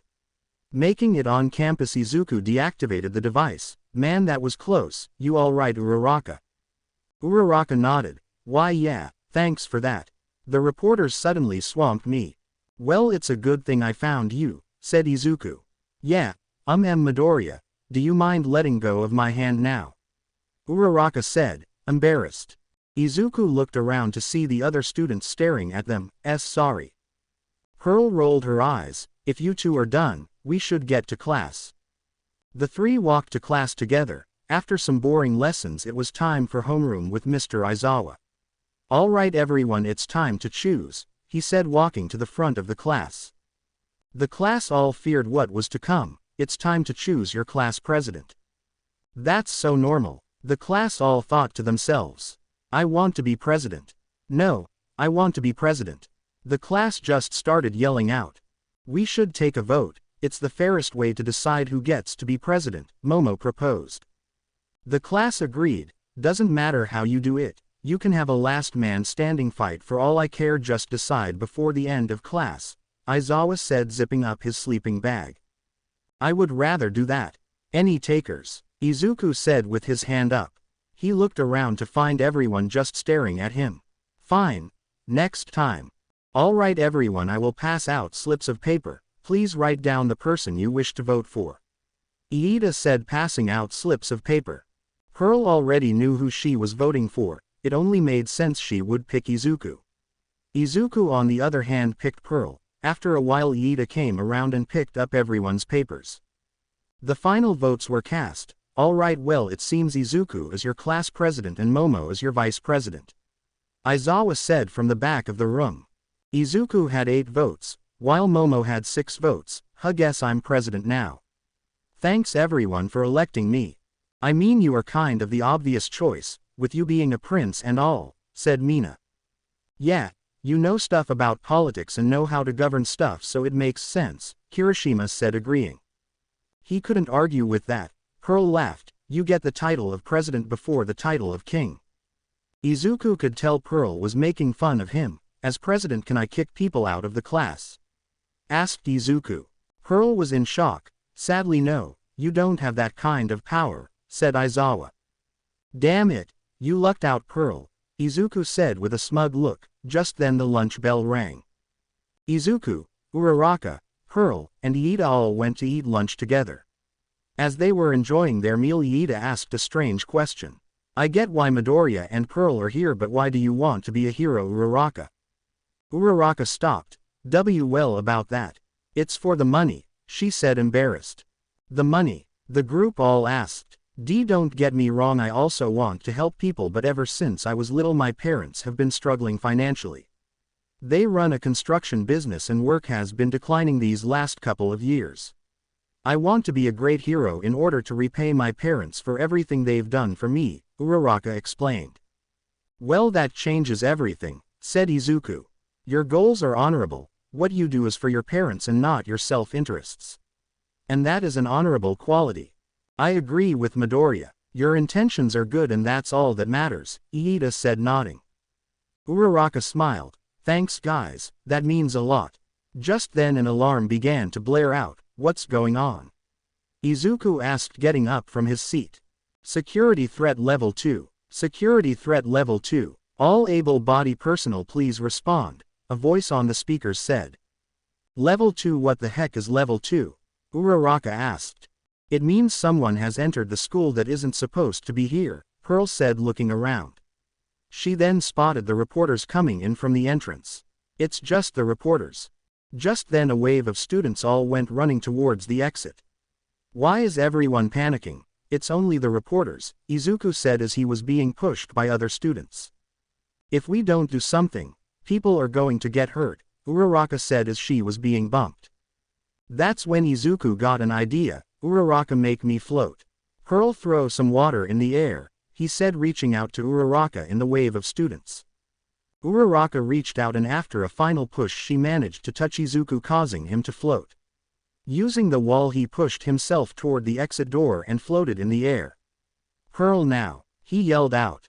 Izuku's eyes began to glow green and Pearl threw water bottles into the air. Holding out his hands, Izuku controlled the water and used it to block the exit. Everyone stopped and looked at Izuku. Everyone relax, it's just the reporters from this morning. I can see the teachers are already dealing with them, so let's all just relax and go back to eating, alright? After some muttering everyone began to walk back to their seats. Alright Uraraka, you can let me go now, said Izuku. Uraraka nodded and placed the tips of her fingers together, canceling her quirk. Izuku landed on his feet, waving his hands, he controlled the water to go back into the bottles. That was awesome, Midoriya, said Uraraka, impressed. Yes, I must agree with Uraraka, you dealt with that situation calmly and effectively. Iida said, fixing his glasses. Izuku blushed slightly, thanks guys. Anyway, let's get back to eating, I'm still really hungry. Pearl, being the bodyguard that she was, wanted an explanation as to why the security measures failed. She stuck around after school to get an explanation from Nezu. Izuku on the other hand was hanging out with his class. They decided to walk down towards a local shopping center that also had food stands. Izuku looked like a little kid on Christmas Day. What is that? He asked, pointing at a mochi stand. Oh, that's mochi. Wait, are you telling me you've never had mochi before? Uraraka said, shocked. Izuku shook his head, never, we don't have these sweets down in Atlantis. The class all froze, that's it, we are trying everything sweet, said Mina. Yeah, you have to try some ice cream too. Oh, and chocolate, said Kirishima. Well, sure, let's go, Izuku said, allowing himself to be dragged along. Stand by stand they went, buying every single sweet thing they could find. After stuffing his face, Izuku was now full. Man, those were all so good. But if I had to say, I really like that mochi and strawberry crepe. I even got some for Pearl, I know she'll love it, he said holding a bag full of sweets. Glad you liked it, Midoriya, next time we can go clothes shopping. Oh, or even the arcade, Mina said excitedly. I can't wait. Well, I think it's time I head home, Pearl must be worried sick. I'll see you all tomorrow, bye, Izuku said waving. After a short walk Izuku walked into the house. Hey Pearl, I'm back, and I brought some stuff you are going to love. Walking into the kitchen Izuku saw Pearl on the laptop. What are you doing? He asked. Pearl jumped. Oh Izuku, you scared me, I was just going over the surveillance cameras. Oh, from the incident this afternoon. So did you find anything? Izuku asked, looking over her shoulder. Not a lot, the gate is made out of reinforced steel so it's hard to knock down. Whoever this was turned the gate to ash, most likely due to a quirk. Then there's also this guy, Pearl said, pointing to the monitor. Izuku narrowed his eyes and saw a tall man wearing a black hoodie. He looks suspicious. Pearl nodded. I agree, unfortunately the cameras didn't get a good look at his face. He was clearly targeting something or someone in the school. I narrowed it down to 3 possible candidates, first being Shoto Todoroki, son of the number 2 hero. Second, would be All Might, his number 1 status makes him a good target. And lastly, me, I could be a target, Izuku said. Yeah, Prince Izuku, son of King Nero and heir to the throne of Atlantis, Pearl said looking at the mystery man. We need to be on high alert, whoever this guy is, they could pose a threat. Make sure to keep an eye out, Pearl. You've never failed me before and I don't expect you to start now, Izuku said placing the bag in front of her. What's this? Pearl asked, grabbing the bag. Sweets, the class took me out to eat some. I figured I'd bring some for you to enjoy as well. Now close that laptop, eat, and get some rest. You'll need your strength for what's to come, Izuku said, heading upstairs. Today was the day Class 1A was going to the USJ for some rescue training. Alright, everyone settle down. So as you have already heard, we are conducting hero exercises at a place called the USJ. This location is outside of school, so we are going to take a bus out. The exercise will be supervised by me and 2 other teachers. More information will be given when we arrive. Alright, go get changed and meet at the buses, Aizawa said, walking out of the class. Everyone quickly changed into their hero costumes and began to line up. The bus had enough room for everyone and then some. Now on the bus, Izuku was talking with Uraraka and Sue. So Midoriya, I've been wondering, do Atlantans have quirks? Ribbit? Sue asked. Izuku shook his head. No, actually, our bodies adapted to life in the sea, so we don't have quirks per se. However, our bodies are a lot stronger than normal humans. This is thanks to the pressure under the ocean. I see, so that's how you were able to shake off Bakugo's blasts, Uraraka said. Yup, we have pretty thick skin. No normal weapons can hurt us. Look, I'll show you. Momo, can you please make us a knife? Izuku said, turning to Momo. Sure. Momo raised her hand and sparkles of light began to appear. After a second, a sharp combat knife appeared. Here, she said, tossing it over. Thanks, Uraraka. Stab me in the chest, Izuku said, handing the knife over to her. Uraraka was stunned. What? No, this could kill you. It won't, trust me. Besides, if it could, Pearl would have stopped you, Izuku said, pointing at Pearl, who was staring right at Uraraka. Just trust me. Uraraka took a deep breath. Alright, here we go. Now the whole class stared as Uraraka brought the knife down into Izuku's chest. As the knife made contact, it shattered into pieces. See, not even a scratch, Izuku said with a smile. Whoa, that's manly, said Kirishima. If regular weapons can't hurt you, what can? Ribbit? Sue asked. Maybe if someone like All Might hit me, they might hurt me. Oh, an Atlantean steel can hurt me. Izuku reached behind his back and pulled out one of his blades. Bringing it up to his arm, Izuku sliced himself with it enough to draw blood. See? Uraraka's eyes went wide. Midoriya. Your arm. Pearl flinched as she saw Izuku cut himself. However, Izuku simply raised his hand. It's just a scratch, relax, it will heal soon. The class watched as the cut began to close up. We also heal faster than you guys, so a little scratch like that is nothing. Super strength, enhanced durability, a healing factor, unlimited stamina, can control water, and he has badass weapons. Does this mean Pearl has the same power set? Kaminari asked. More or less, I mean we are both Atlanteans, said Izuku. Look alive, everyone. We are here, Aizawa yelled out from the front of the bus. They arrived at what looked like a giant stadium. Walking in, they were greeted by someone wearing a spacesuit. Welcome everyone to the USJ. Uraraka's eyes sparkled when she saw who it was. Oh my god. It's the Pro Hero 13. She's my top 3 favorite heroes. Izuku smiled when he saw how happy Uraraka was. Pay attention guys, we are not here for fun. Wait, where's All Might? Aizawa asked. He said he was running late and will join us shortly, said 13. Well, we can't wait for him, so let's just get it started. 13, take it away, Aizawa said, standing off to the side. Alright, as some of you know, I am the Pro Hero 13. Here at the USJ you are going to learn how to handle different scenarios. We got floods, fires, earthquakes, you name it, we have it. Also, if there is anything you should take with you today, it's this: quirks are dangerous. My quirk Black Hole can beep up anything and break it down to its atoms. Very helpful for rescues, but also very deadly. Don't take your quirks so lightly. This is why we have so many rules and regulations. And remember, we are heroes to help people no matter what, said 13. The class applauded. You will be separated into groups and given different areas, so, Aizawa was explaining when he sensed something. Turning around, he looked down towards the center plaza. From the plaza a black cloud began to appear. What is that? Mina asked. Just then from the portal a man wearing several hands around his body appeared, followed by a tall muscular bird-faced looking thing. Are those more robots? Kirishima asked, stepping towards the stairs. Stop. Those aren't robots, those are real villains, Aizawa said, pulling down his goggles.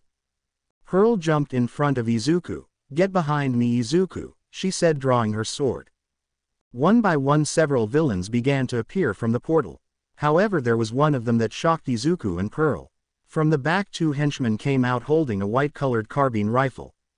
Izuku, that's... Pearl's eyes widened. There's no mistake, that's an Atlantean weapon. How does he have that? Izuku said, drawing his blades. But how? After the war we collected all Atlantean weapons the surface had. It was part of our non-aggression pact, said Pearl. I don't know, but we are going to find out how they got that. Pearl, you are authorized to use any force necessary in order to protect yourself, myself, and the class. Am I clear? Said Izuku. Pearl nodded. Yes, Your Highness. Aizawa overheard what Izuku just said. Hold on, Midoriya, you can't just order something like that. Sorry, Mr. Aizawa, but this is a much bigger problem than you can imagine. If that weapon is genuine, then this can cause a national incident. Pearl, grab that weapon. Izuku ordered. Pearl jumped down the stairs. As you wish. Pearl jumped down several flights of stairs and landed in front of all the villains. Who the heck is this chick? One of the henchmen asked. Doesn't matter, take her down. Another said, pointing their hands towards Pearl. However, before they could do anything, Pearl disappeared from sight. So, Your Highness, do I have permission to kill them? She said, appearing beside them with her sword at their throat. Aizawa's eyes went wide. I didn't even see her move. Was she holding back this entire time? Izuku smiled as he walked to the edge of the steps. Normally I would say yes, but we are on the surface, so knock them out for now. We will have the heroes deal with them. As you wish. Pearl then moved her blade from their throat and sliced the tendons on the wrists. The henchmen screamed out in pain, but soon their screams turned to silence when Pearl knocked them out. All right, who's next? She said, turning to the rest. Damn, Midoriya, call her back, I can't have students fighting villains. Aizawa said, looking at Izuku. She is performing her bodyguard duties, I see nothing wrong with this. Besides, she is also protecting the students. If you want to stop her, go do it yourself, Izuku said, motioning towards the plaza. Aizawa scowled. 13, get everyone out of here, I'll go try and stop Pearl. And you behave yourself, he said, pointing at Izuku. Izuku shrugged. Me, always. Aizawa jumped down to fight alongside Pearl. Come on everyone, we need to get out. 13 said, pointing towards the door. The class began to leave but stopped when the black mist appeared in front of the door. Sorry, but you aren't going anywhere. The mist suddenly began to take a human form. Greetings everyone, we are the League of Villains. The name is Kurogiri and you lot have the unfortunate luck of becoming our first victims in our quest to kill All Might. However, before Kurogiri could say anything else, Izuku came in swinging his swords. You talk too much, he said, but to his surprise his blades hit nothing but air. Stupid boy, physical attacks won't work on me. Wait, I know you. Yeah, you're that prince.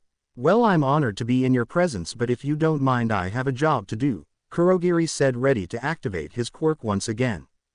Move, Midoriya, 13 yelled out. Izuku jumped into the air and landed back with his classmates. Black hole. From her fingers 13 began to beep up the mist. Foolish hero, did you honestly believe we wouldn't think of a way to counter this? Kurogiri asked as he opened a portal directly in front of 13. She tried to stop her quirk but it was too late. Kurogiri opened a portal behind 13. Her quirk ripped apart her costume and began to destroy her back. Fortunately 13 managed to close it, but not before her back was left bleeding. Run, she said, passing out from the pain. The students watched in horror as Kurogiri then turned his attention back to them. Now for the students, my job is to scatter you, and that's what I intend to do. Suddenly a giant black mist began to cover the students. Izuku saw this coming and pushed Mina and Uraraka out of the way. Midoriya. They both yelled out as himself and most of the class fell through the portal. Only Iida, Mina, Shiro, Seto, and Shoji were left at the UA entrance with the fallen 13. Pearl looked up the stairs to see Izuku get swallowed up by the mist. Izuku! She yelled out, knocking out other henchmen. Looking away, Pearl didn't see the henchmen ready to strike her. Just then Aizawa appeared, wrapping them in his capture weapon. "Watch your back, Pearl," he said, kicking them both in the face. "Where did they go?" Pearl asked frantically. "I don't know, but I'm sure they are fine. Midoriya can take care of himself. We on the other hand have to deal with these guys and go find them," Aizawa said, going back to back with Pearl. "You don't have to tell me that," Pearl said, blocking a punch from a henchman. Izuku saw nothing but black as he fell into the portal. Opening his eyes, he noticed he was now falling. He then crashed into a large body of water. Why would they send me to water?" Izuku asked himself as he floated in the water. Just then something swam towards him. "Look, there's another one. Let's get him," a shark-faced looking villain said. He was accompanied by several other henchmen. Izuku wasn't worried. The shark-faced villain opened its massive jaws and was about to bite down. However, Izuku simply grabbed its jaw, preventing him from biting down. "You just said another. That means some of my classmates are here." "Where?" Izuku asked, squeezing the shark-faced villain's jaw. Like I would ever tell you," he said through the pain. "That's fine." With his free arm, Izuku swung his fist, shattering the teeth of the shark-faced villain. "Good luck talking now." Kicking him away, Izuku then took care of the other henchmen. One by one he swam with incredible speed, knocking them out, faster than they could react. Now finished, Izuku looked around to find what seemed to be the underside of a large boat. A boat? Wait, is that? Izuku narrowed his eyes to find Sue swimming towards the boat. That's when Izuku noticed more villains behind her and took off towards her. Sue was swimming as fast as she could. "I need to get out of the water and think about my next move," Sue said as she was just about to jump out of the water. However, just behind her were some henchmen. They reached out to grab her leg only to be knocked back by a water vortex. Sue looked back to see Izuku swimming towards her. "Midoriya." Without saying a word, Izuku grabbed Sue and jumped out of the water. Landing on the boat, he put her down. "You alright, Sue?" She nodded. "Yeah, thanks, I owe you." Izuku smiled. "Don't worry about it. Was it only you and me who landed in the water?" "I think so. I really didn't get a good look, but I'm pretty sure it's only you and me, Ribbit," said Sue. "Strange. Why would they send the two people most comfortable in the water here? Unless they don't know our powers," Izuku deduced. "It makes sense. Now what's the plan, Midoriya?" Sue asked. "Let's see." However, before he could think of a plan, the boat they were on suddenly began to shake violently. Looking over the edge, Izuku and Sue saw some of the henchmen were shaking the boat, trying to overturn it. "We need to get out of here. Sue, get on my back and don't let go." "Ribbit." "Right." Sue went over and wrapped her arms around his neck. "Ready." Izuku's eyes began to glow green as he raised his hands. "Time to send these guys sky high," he said as he controlled the water, creating a massive wave around the boat. Extending out his hands, he held the wave in place. The villains turned around to see the massive wave around them. "What is this?" one of them said, panicked.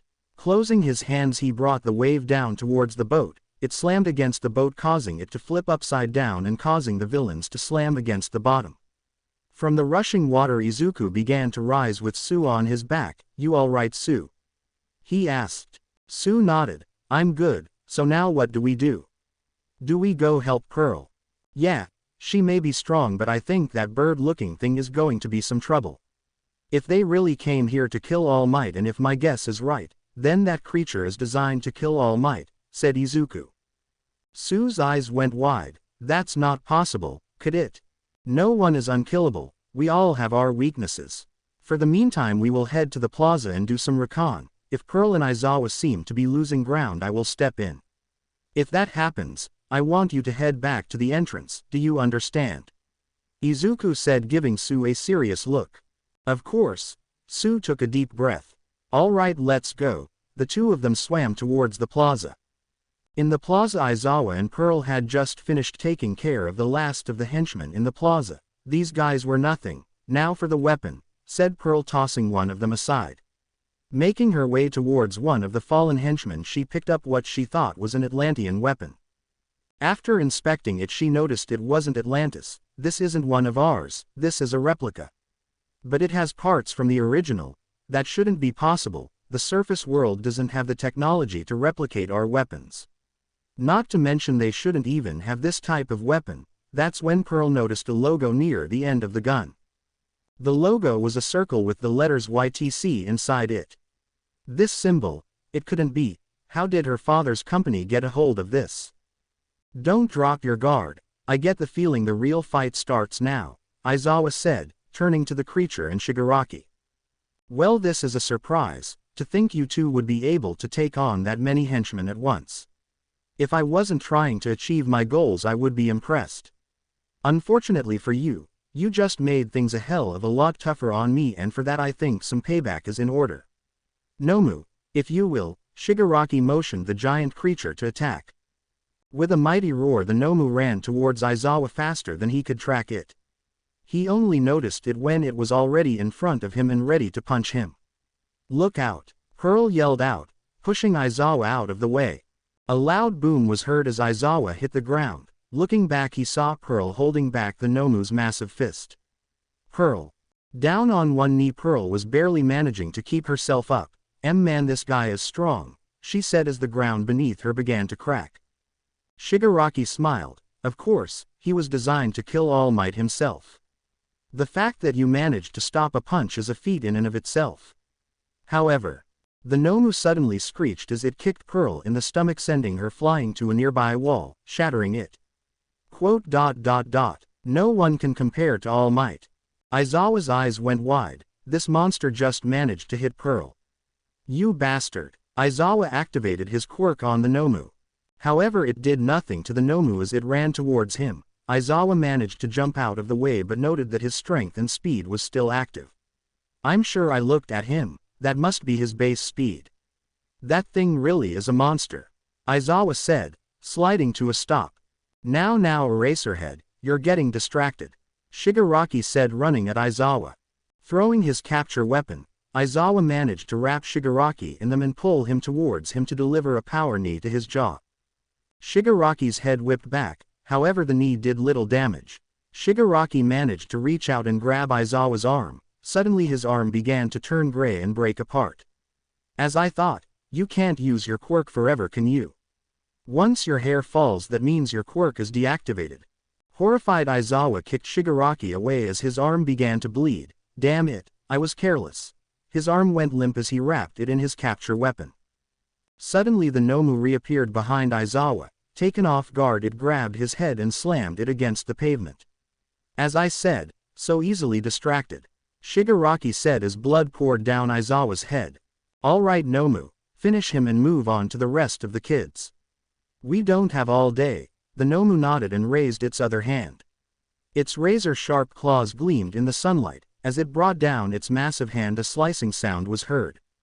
The Nomu looked at its arm to find it missing. What happened?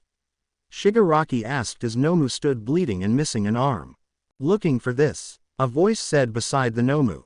Pearl stood there holding the severed hand in one hand and her sword in the other. Dropping the arm, she turned to the Nomu. Come, monster, I will kill you where you stand. Why, you bitch, my master made that for me, and you just ruined it. Shigaraki yelled at Pearl. Pearl smirked. You surface worlders really are weak. However, before she could finish, the Nomu began to regrow its arm. I stand corrected. This beast will be a worthy challenge. Nomu, kill her, Shigaraki ordered. The two ran at each other. Pearl swung her sword and the Nomu clenched its massive fist.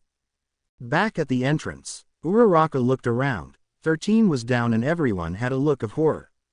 This single villain managed to separate them from the rest of the class and now threatened them. That's when Uraraka saw the metal plates in the mist. What is that?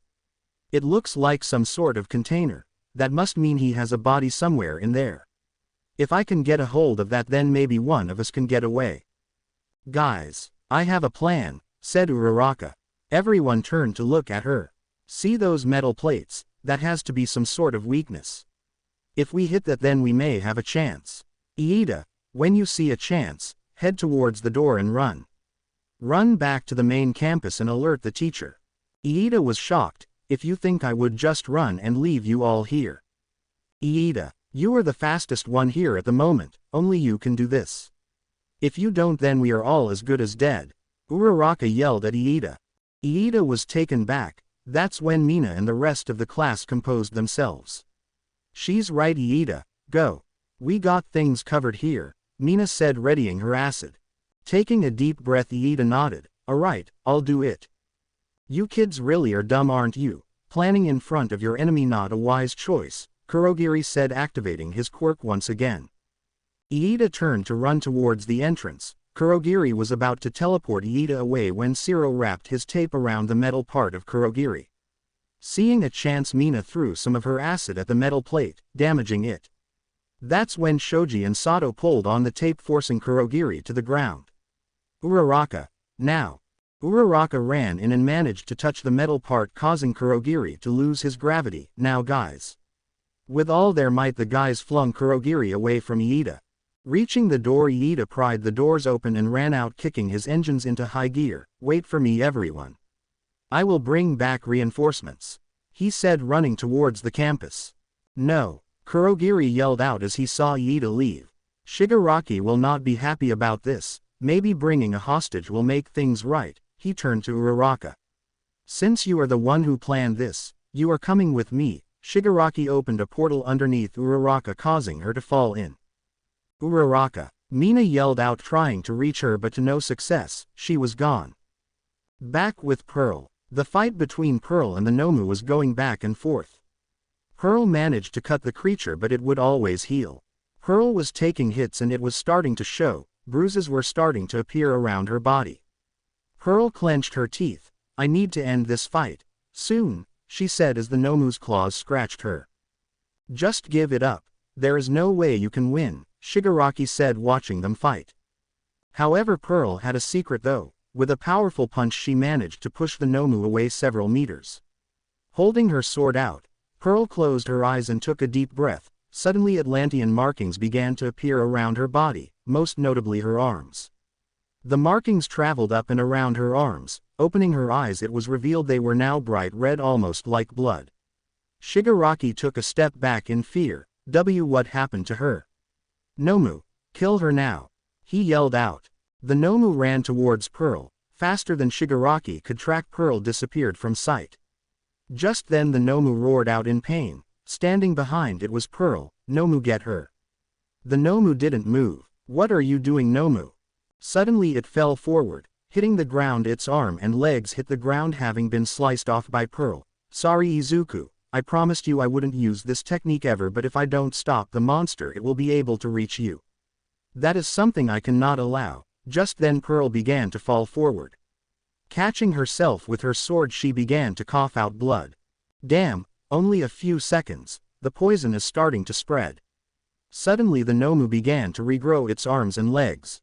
Turning around Pearl's eyes went wide. Shit, what's it going to take to finally bring this monster down? Now fully healed the two ran at each other once again but something was different, his movements they're getting faster. Stronger. What's going on? Is it responding to my movements? Gritting her teeth Pearl began to hack and slash at the Nomu, but every time she would open up a new wound it would simply heal as if nothing ever happened. Using her sword to block its attacks, Pearl could feel the poison coursing through her body. Every punch she took only future spread the poison, shortening her time limit. Just then Kurogiri teleported beside Shigaraki. Shigaraki, I have bad news. One of the kids managed to get out. He's going to alert the teachers any moment now. Shigaraki began to scratch his neck. Damn it, that's game. If you weren't our way out Kurogiri, I would have killed you by now. Oh well, time to leave, we can't risk getting caught by the heroes. Mid-fight Pearl caught what he just said, just like that. They are going to leave. Pearl dodged a punch. No, they can't leave, I won't let them leave just like that. Kicking the Nomu away, Pearl began to run towards Shigaraki. I will make sure you can never hurt anyone anymore, she said swinging her sword. However, just as it was about to reach Shigaraki, a black mist portal opened up in front of him. From the portal out came Uraraka. What? Pearl stopped her attack just centimeters away from Uraraka's neck. Pulling her sword back Pearl looked on in horror as she just almost killed a classmate. Just then Pearl's heart began to pound hard. Grabbing her chest she began to cough out blood. Shit, the time limit. The markings around her body began to fade before completely disappearing. While she was down, the Nomu managed to get back up. Taking Pearl by surprise, it jammed its massive claws into Pearl's side. Uraraka watched in horror as the claws dug into her. Pearl. Uraraka yelled out. Pulling back its claws, blood began to pour down her side. Looking down, Pearl let go of her sword as she fell to the ground. Good job, Nomu. We will at least leave one body for All Might to cry over. Kill her and let's get out of here. The Nomu raised its bloody claws and prepared the final attack to end Pearl. However, before it could, someone came in, punching the creature across the face with so much force that it created a mini shock wave. The Nomu went flying, as well as Kurogiri and Shigaraki were knocked back just by the wind pressure. Uraraka was free as the shock wave knocked the mist away. You went and used it, didn't you, Pearl? I told you never to use that technique. It puts an immense strain on your body and leaves you weak after a few seconds. Izuku kneeled down beside Pearl and touched her shoulder. Why, Your Highness? Pearl's voice was growing weak. Rest now. I will deal with it myself. Uraraka, can I leave her in your care? Izuku asked, his eyes flashing green. Uraraka nodded. Yeah, of course. Just be careful, please. Don't worry about me, but I fear I won't be able to hold back against him, Izuku said with a smile. Uraraka quickly used her quirk on Pearl. Just then Sue appeared and grabbed Aizawa, who was still on the ground unconscious. Seeing that everyone was safe, Izuku reached behind him and pulled out his twin blades. Oh look, another one. Nomu, kill him. Shigaraki ordered. The Nomu roared as it ran towards Izuku. Pulling its arm back, it punched Izuku so hard that it broke the ground underneath them. As the dust cloud settled, Shigaraki was in shock when he saw Izuku still standing. Izuku's head was now slightly turned. As the Nomu pulled its hand back, Izuku spit out a bit of blood before looking back at the Nomu. My turn. Jumping into the air, Izuku gripped his weapon and punched the Nomu in the face so hard that it scrunched its face in. The Nomu went flying back into a mountain inside the USJ, causing the whole place to shake. Everyone inside felt the shaking and wondered what it could be. Shigaraki was in shock, first the girl and now him. Just then several water cyclones began to appear from the lake. Izuku was using his powers to control the water in the lake. I am going to make you pay in blood for what you did to her, he said as his eyes burned green in color. That's when the Nomu reappeared and stood beside Shigaraki. You are welcome to try, but with Nomu on my side you won't be able to touch me. Izuku readied his twin swords. We'll just see about that. Shigaraki's eyes twitched. Nomu, you are to hold nothing back. If you don't kill this brat in the next 5 minutes, I will turn you to ash. The two titans ran at each other. As this was happening, Iida had just made it to the school. Rushing in, he went straight to the main office. Bursting through the door, he found All Might and Nezu talking over some tea. Villains. Attacking. USJ. Need help. All Might's eyes went wide. Nezu, have every available teacher go to the USJ. I will go on ahead, he said, standing up. Nezu nodded and quickly made his way towards the loudspeaker. All Might took off running towards the USJ at top speed, but there was a problem. Damn it, I've almost reached my limit. If I don't get there soon, no, I can't think that way. My students need me and I won't fail them. Just outside Atlantis's borders, Japan's super-class submarine known as Typhoon was holding a perimeter just outside the border. Any word from command? Asked one of the sailors. The sub's commander shook his head. Not yet, we will continue to monitor the situation as need be, but for now we are to do nothing. Just then a loud thunk was heard outside the sub. What was that? Asked the commander. Suddenly all the lights turned red and alarms began to blare. Sir. Weapon systems are coming online. What? That shouldn't be possible. The commander rushed over to a console. Computer. Manual override. Authorization code Omega Foxtrot 18462. Manual override rejected. Commencing firing sequence in 20 seconds. The commander's eyes went wide. What are we targeting? Sir, it seems we are targeting. Oh no, the sailor couldn't believe it. We are targeting the Atlantean Royal Palace. Contact Atlantis. Tell them we have no control over our weapon systems and have them evacuate. The commander ordered. Sir, the radios are not working. We can't warn them. The sailor replied. God help us, we are about to start a war. Sweat poured down the commander's face. Target locked, firing in 3, 2, 1, a hatch opened up from the top of the sub and out came a ballistic missile. As it fired, the power inside the sub completely died, causing it to sink to the sea floor. In the Atlantean royal palace, King Nero was in the throne room going over some paperwork. Suddenly Malum bursted through the door, followed by several guards. Your Majesty, we need to get you out of here. King Nero was surprised. Malum, what is going on? The Japanese, they just launched an unprovoked attack on Atlantis. They are targeting the palace. We need to leave, now, said Malum. Just then the palace began to shake. That's the palace defenses, are they not enough? No, we have most of them offline to install the shield. If we don't leave now the palace will be destroyed, Malum said, trying to convince the king to leave. How long until it hits? King Nero asked. About 5 minutes, one of the guards responded.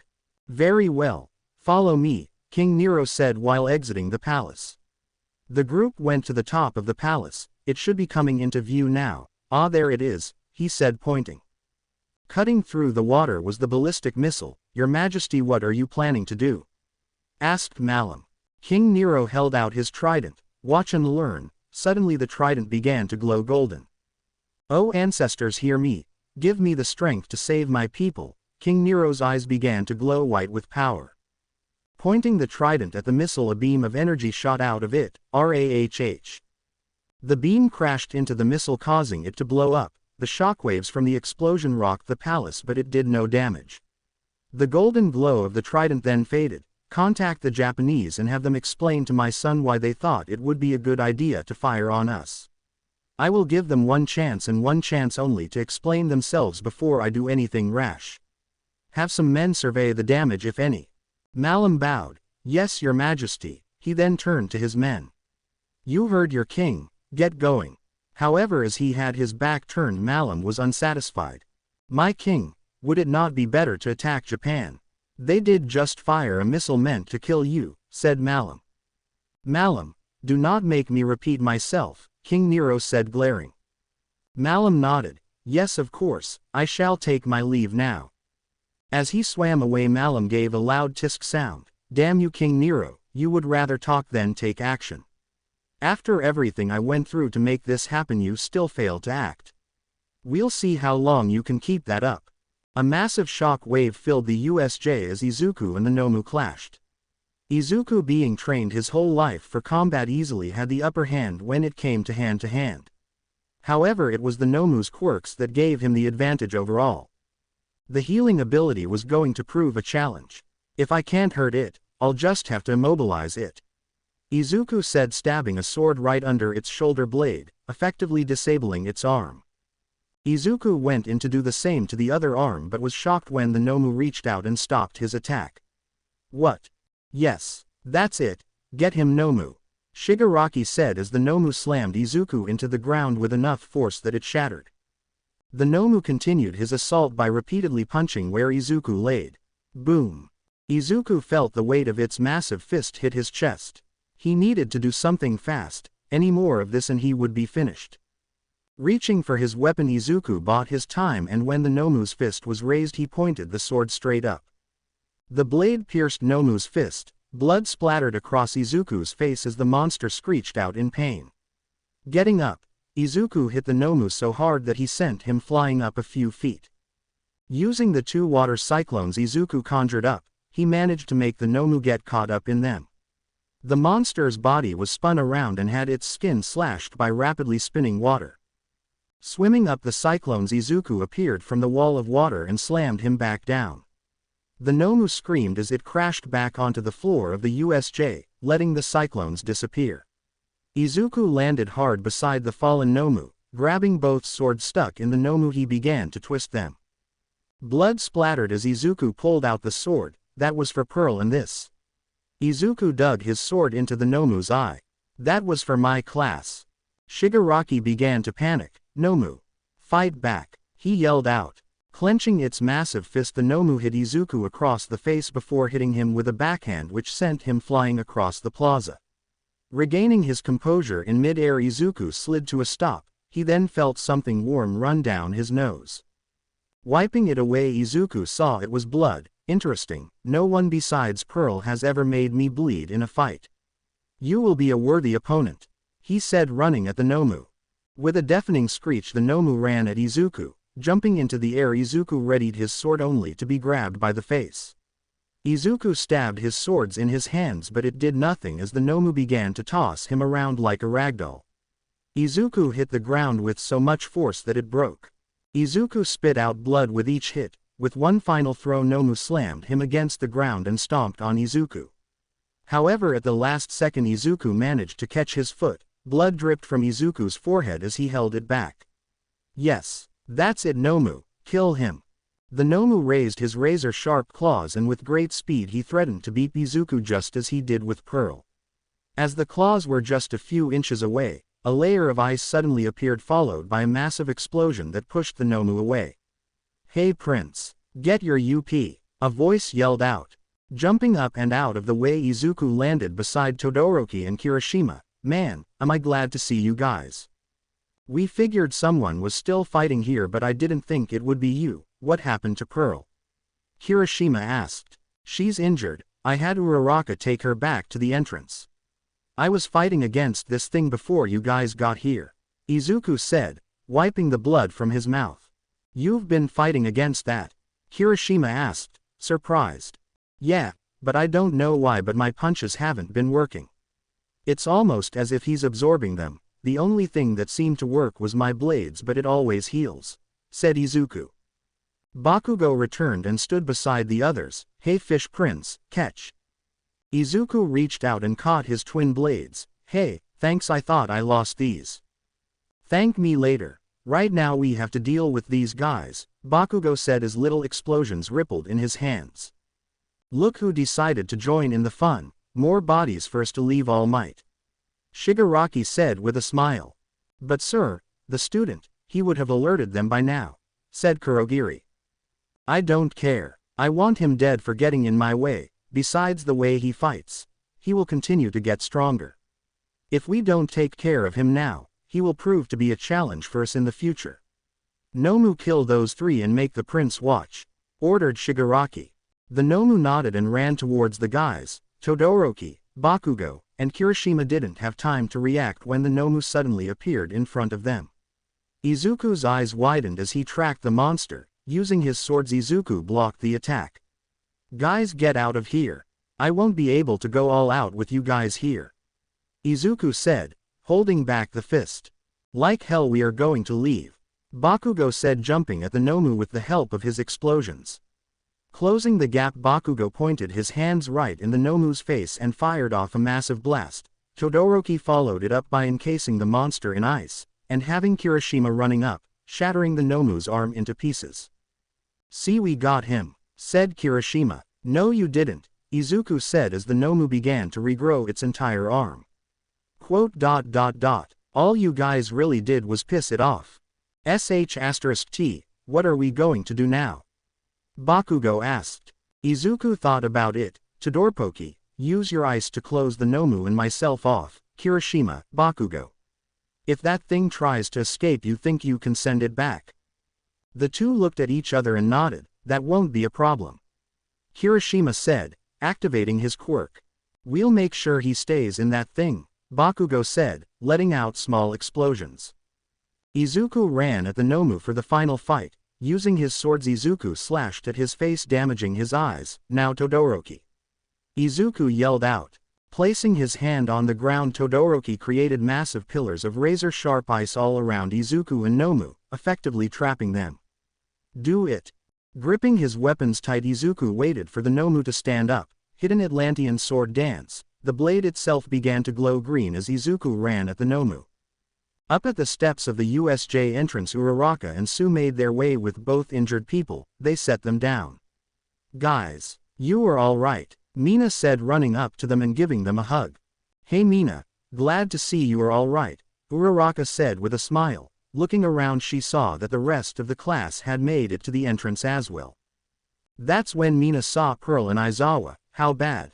Bad, very bad. They need medical attention and fast, Ribbit, said Sue.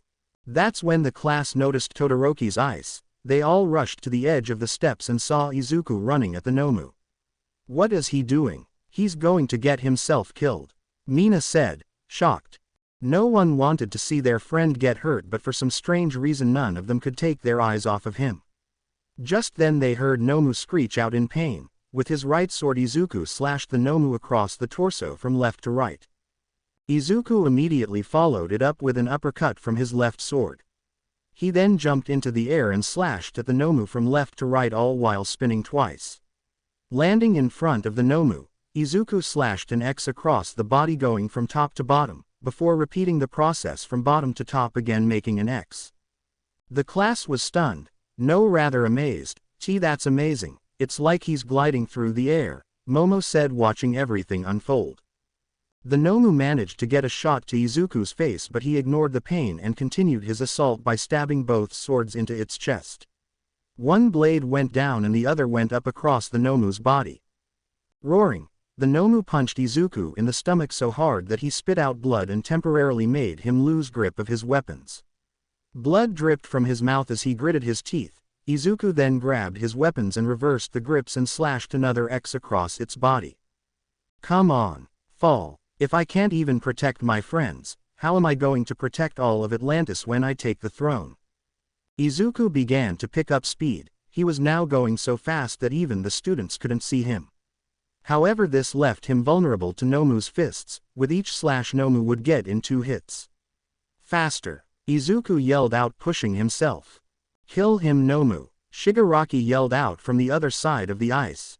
Timing it perfectly, Nomu grabbed Izuku's right sword before snapping it in 2. Pieces of his swords flew in every direction, but Izuku didn't care. This is it, he yelled out, thrusting his right sword directly towards the Nomu's heart. The Nomu, now in possession of the broken left blade, gripped the weapon and thrusted it towards Izuku. Ha! Izuku yelled out as his sword pierced the Nomu's heart. The Nomu fell silent as Izuku's sword destroyed its heart. Got you, said Izuku, pulling out the sword. Taking a few steps back, the Nomu collapsed, finally defeated. Izuku breathing was heavy as he looked towards the sky. He did it. Did Midoriya really take that thing down? Momo asked. Uraraka nodded. Yeah, he did. That's when she noticed something. Her eyes widened as she saw what it was. Oh no. With the amount of adrenaline coursing in his veins, Izuku didn't even feel it, at least not yet. But there lodged into his abdomen was the broken piece of sword the Nomu had. Izuku looked down at the puddle of blood forming underneath his feet. Shit. Just then the walls of ice on either side came crumbling down. Bakugo, Todoroki, and Kirishima all ran inside to see Izuku with the broken sword stuck in his abdomen. Midoriya, they all yelled out, running to his aid. Izuku fell to his knees as they tried to hold him up. Hey guys, man, this hurts, he said, coughing out blood. On the other side of the ice, Shigaraki and Kurogiri appeared. No, no, no, no, no. This isn't what was supposed to happen. We were supposed to kill All Might. Shigaraki said frantically, scratching his neck. Sir, we should leave while we have the chance, Kurogiri suggested. Shigaraki stopped his scratching. No, this is perfect actually. Look at him, he looks like he is about to drop dead. We can kill him now. With him out of the way, the others won't stand a chance. You're right, now that he's weak we can take him. Very well, let's do this, said Kurogiri. The two villains ran at the students, as a look of horror filled their eyes. Todoroki. Ice. Now, Bakugo yelled out. Stepping on the ground, Todoroki created ice spikes that rocketed towards the villains. However, Kurogiri created a portal in which the ice went through and came out behind them. Damn it, we can't stop them, Kirishima said. That's when Izuku forced himself to stand. Guys, run, I'll hold them off as long as I can. No, we are staying here. If you're so willing to sacrifice your life for us, then we have to do the same, Kirishima said, facing down the villains. Spiky Hair is right, we ain't leaving. Besides, those henchmen back in the broken building were nothing. These guys might be worth fighting, Bakugo said with a smile. Todoroki simply smiled. Well, at least the four of us idiots will go down fighting. Just as they were about to fight, the doors to the USJ exploded open. Fear not, my students, for everything is going to be all right now. Why? Because I am here, All Might said, ripping his tie off.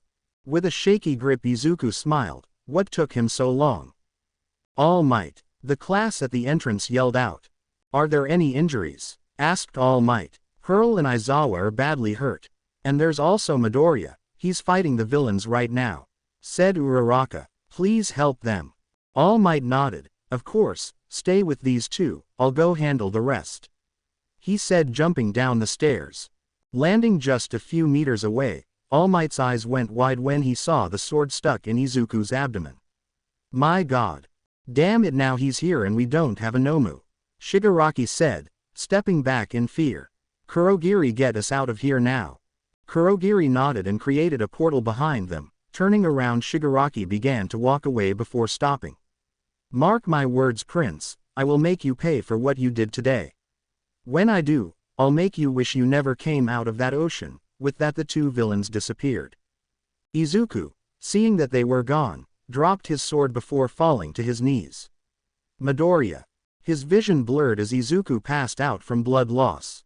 The other heroes soon arrived and checked on everyone. Besides Midoriya, Pearl, and Aizawa, there were no major injuries. The police showed up and took all the henchmen to jail. They even took the corpse of the Nomu with them. After taking statements, the class waited for a bus to come pick them up. That's when they saw both Izuku and Pearl getting taken into an ambulance. Are they going to be all right? Uraraka asked. One of the police officers, Noamasa, turned to the kids. He will be just fine. The sword jammed into him didn't seem to hit anything vital, but we won't know for sure until they examine him more. Pearl, on the other hand, is a different case. She sustained severe injuries to her body, most notably her sides. She will be in intensive care, but I think she will recover. The class felt relief. Oh, thank goodness. If anything happened to them, how would we explain that to the king? That's when it hit them. How would we explain that? Questions for later. Right now they needed help. After pulling the sword out and some kisses from Recovery Girl, Izuku was now healed and was resting at UA's nurse's office. The class went to go see him and were happy to see him moving and talking. So how are you feeling, Midoriya? Asked Iida.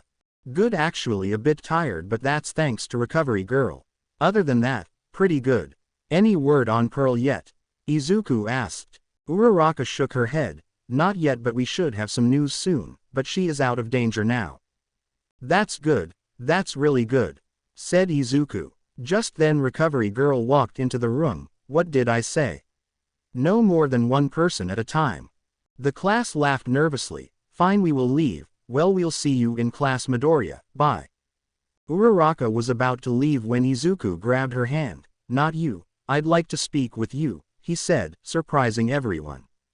Uraraka looked back towards the class. Go on without me, I'll catch up. They nodded and closed the door. So what's up? What did you want to talk about? It's just that, I'd like to thank you for staying with Pearl, Izuku said, bowing his head slightly. Don't worry about it, she's my friend too, as much as she says otherwise, Uraraka said, waving her hands up in front of her. Still, I'd like to thank you for that. So if there's anything I can do for you, anything at all, just tell me and it shall be done, said Izuku. Uraraka had the perfect opportunity. Here was Izuku, Prince of Atlantis, offering her whatever she wanted. After giving it some thought, she had her answer. Well, if it's not too much trouble, do you think you can train me? Train you? Izuku asked, confused. Yeah, I was so helpless when the mist guy took me. If I learn from you, I don't think that will happen again, said Uraraka. Izuku then began to laugh. Here, I thought you would ask for gold coins or something. All right, I'll train you, but are you sure that's all you want? It seems too little for what you did for me. Thanks. And yeah, I'm happy just with that, Uraraka said, smiling. Very well, but if you ever need anything, just let me know, all right? Uraraka nodded. Good, now let's get out of here. Getting up, Izuku had his entire abdomen wrapped in bandages. Uraraka waited for him outside while he was changing. Once they were done, they both began to walk away and outside the school. Midoriya, how did you defeat the Nomu? For what the guys told us, it could regenerate from almost anything. Asked Uraraka. Oh, that. Izuku looked away. That's a secret. Sorry, but I can't tell you, said Izuku. Uraraka looked at him puzzled. Oh. Alright then, we'll just say it was brute strength. As the two were walking away from the campus, several black SUVs appeared. Within seconds they were surrounded by men wearing black suits. Izuku did not know what was going on and put his arm up shielding Uraraka. What is the meaning of this? He asked as several men wearing black suits surrounded them. Prince Izuku, you are to come with us. We have orders to take you to the Parliament building. We have a situation on our hands that involves you in Atlantis, one of the men said. What, Atlantis? What is going on? He asked. We are not at liberty to discuss that at the moment, but if you come with us we will explain everything, said another man. Midoriya, if this involves Atlantis then you have to go, said Uraraka. Izuku nodded. Very well, I'll go. He then turned to Uraraka. Sorry to ask you again, but can you check on Pearl for me? Of course, I'll call you if she wakes up. With that, Izuku was escorted into one of the SUVs. After a while, Izuku finally arrived at the Parliament building and was quickly taken into Prime Minister Yui's office. Ah, Prince Izuku, thank you for coming on such a short notice, and after such an awful event, said Yui standing behind her desk. It's fine, so what's going on? You wouldn't drag me out here for anything. I am still recovering, you know, Izuku said, taking a seat. Before I tell you, please, for both our sakes, listen to everything I am about to say. Izuku could hear the desperation in her voice. All right, I will, Izuku said, now feeling a bit anxious. At 2:45 p.m., the Japanese sub known as Typhoon launched an unauthorized ballistic missile at the Atlantean Royal Palace. Izuku's eyes went wide. Izuku stood up. What? The submarine was just outside Atlantis's borders when the crew lost control of all weapon systems. The crew did everything it could to stop the launch, but something didn't let them. Currently the sub sits at the ocean floor. We tried to send a rescue team, but Atlantean forces currently have it surrounded and are stopping from making any sort of rescue. The Prime Minister put her head down. You claim that it lost control. Do you have any proof of this? Izuku asked firmly. And no, not currently. We need to retrieve the sub's black box in order to determine what happened, said Yui. And you can't because of our forces. Very well, let me speak to my father for a second. Do you have any water handy? Asked Izuku. Yes, of course. Yui pulled out a bottle of water and slid it towards Izuku. Taking the bottle, Izuku spilled the water. He then reached and grabbed the shark tooth wristband and placed it in the water. As soon as it made contact with the water, the wristband began to glow, and from the water a beam of light shined. Then the image of King Nero appeared. Izuku kneeled. Father. The projection then spoke. Son, are you aware of the situation? Izuku nodded. Yes, father, I am with Prime Minister Yui now. Your Majesty, Yui said, kneeling. Please stand and explain, both of you, said King Nero. Izuku and Yui stood. Now, I would like to hear your explanation, Prime Minister Yui. Yes, as I told the prince.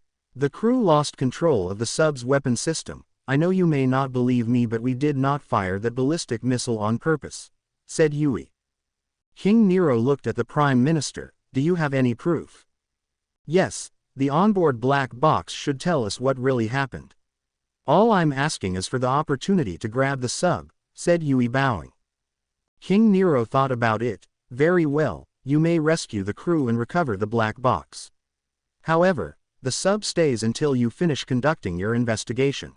Yui's eyes went wide. Your Majesty, with all due respect, that's a nuclear sub. The JSDF will not just simply leave it there.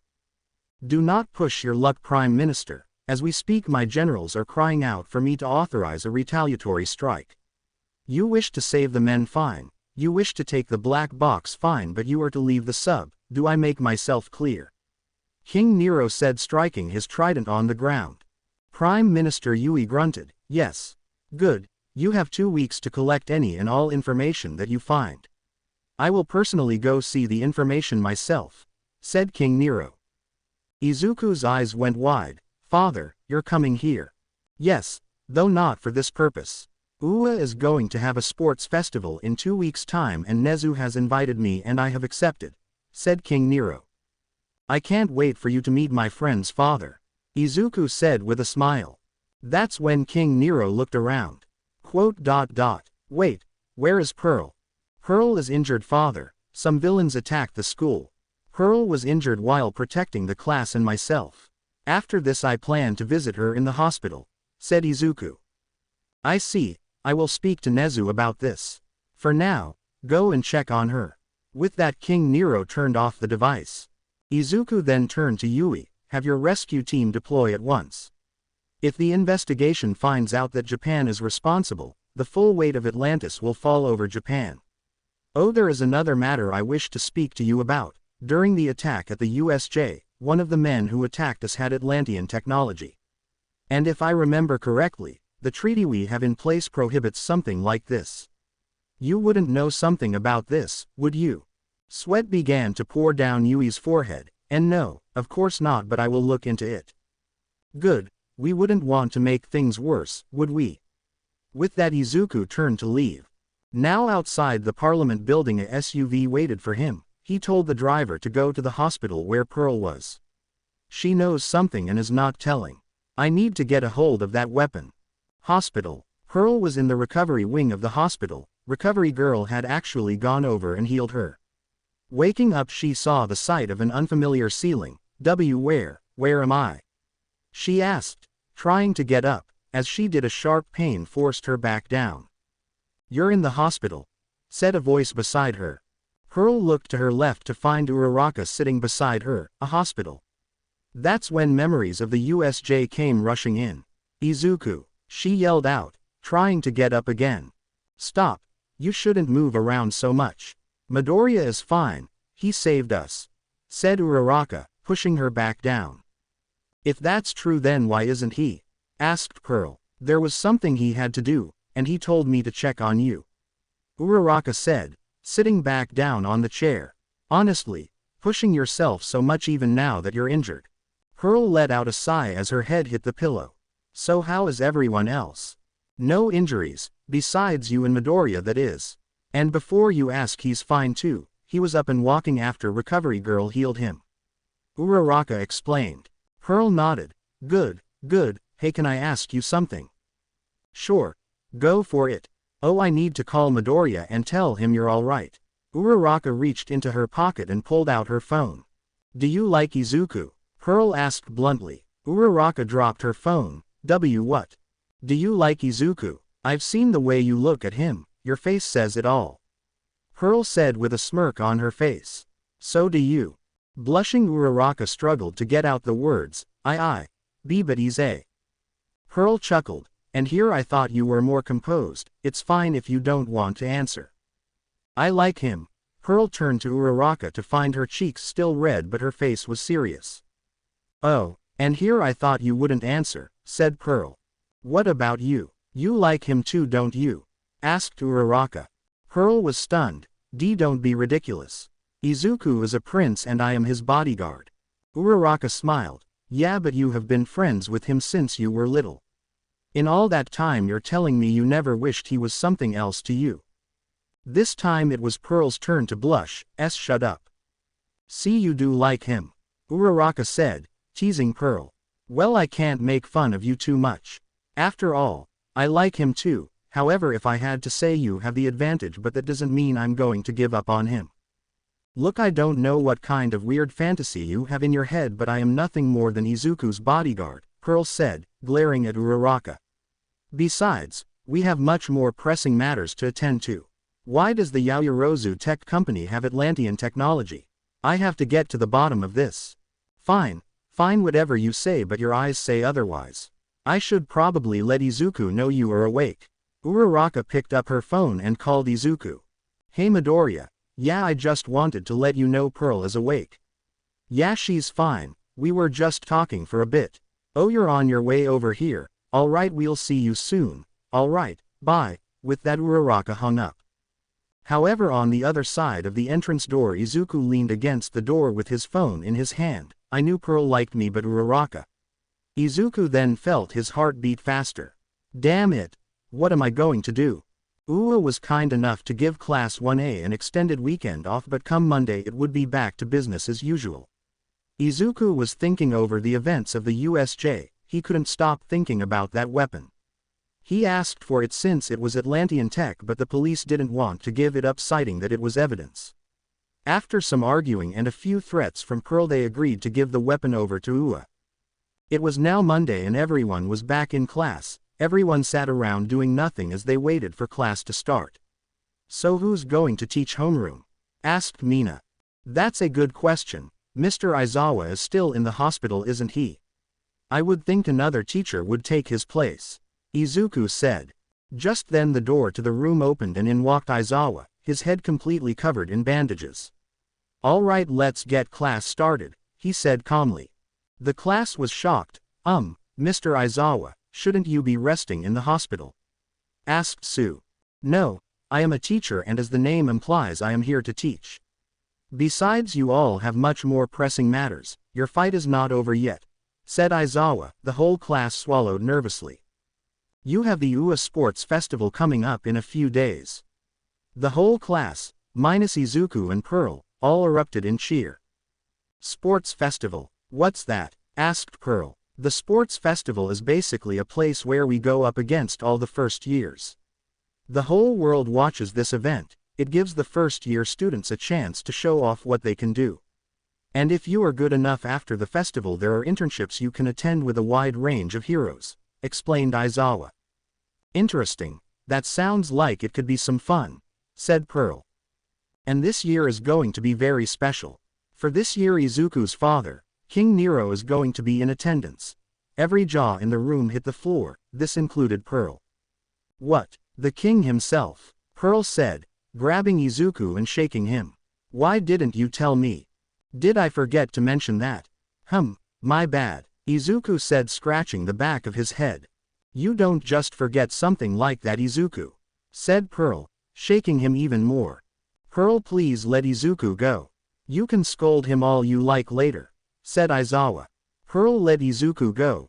Good, now the festival starts in 2 weeks' time. And before you all ask, yes, there will be increased security. Not only for your sakes, but since we have a VIP guest coming in also. Nezu wants to show that Ua will not back down. Think of it as a show of force for all the villains out there. With that, Aizawa got class started. A few hours later the final bell rang. So Midoriya, when are we going to train? Uraraka asked. Eager, I see, Izuku said, grabbing his bag. Uraraka nodded. Yup, I'm going to win this sports festival no matter what, she said, punching the air. Izuku smiled. I'd better watch out then.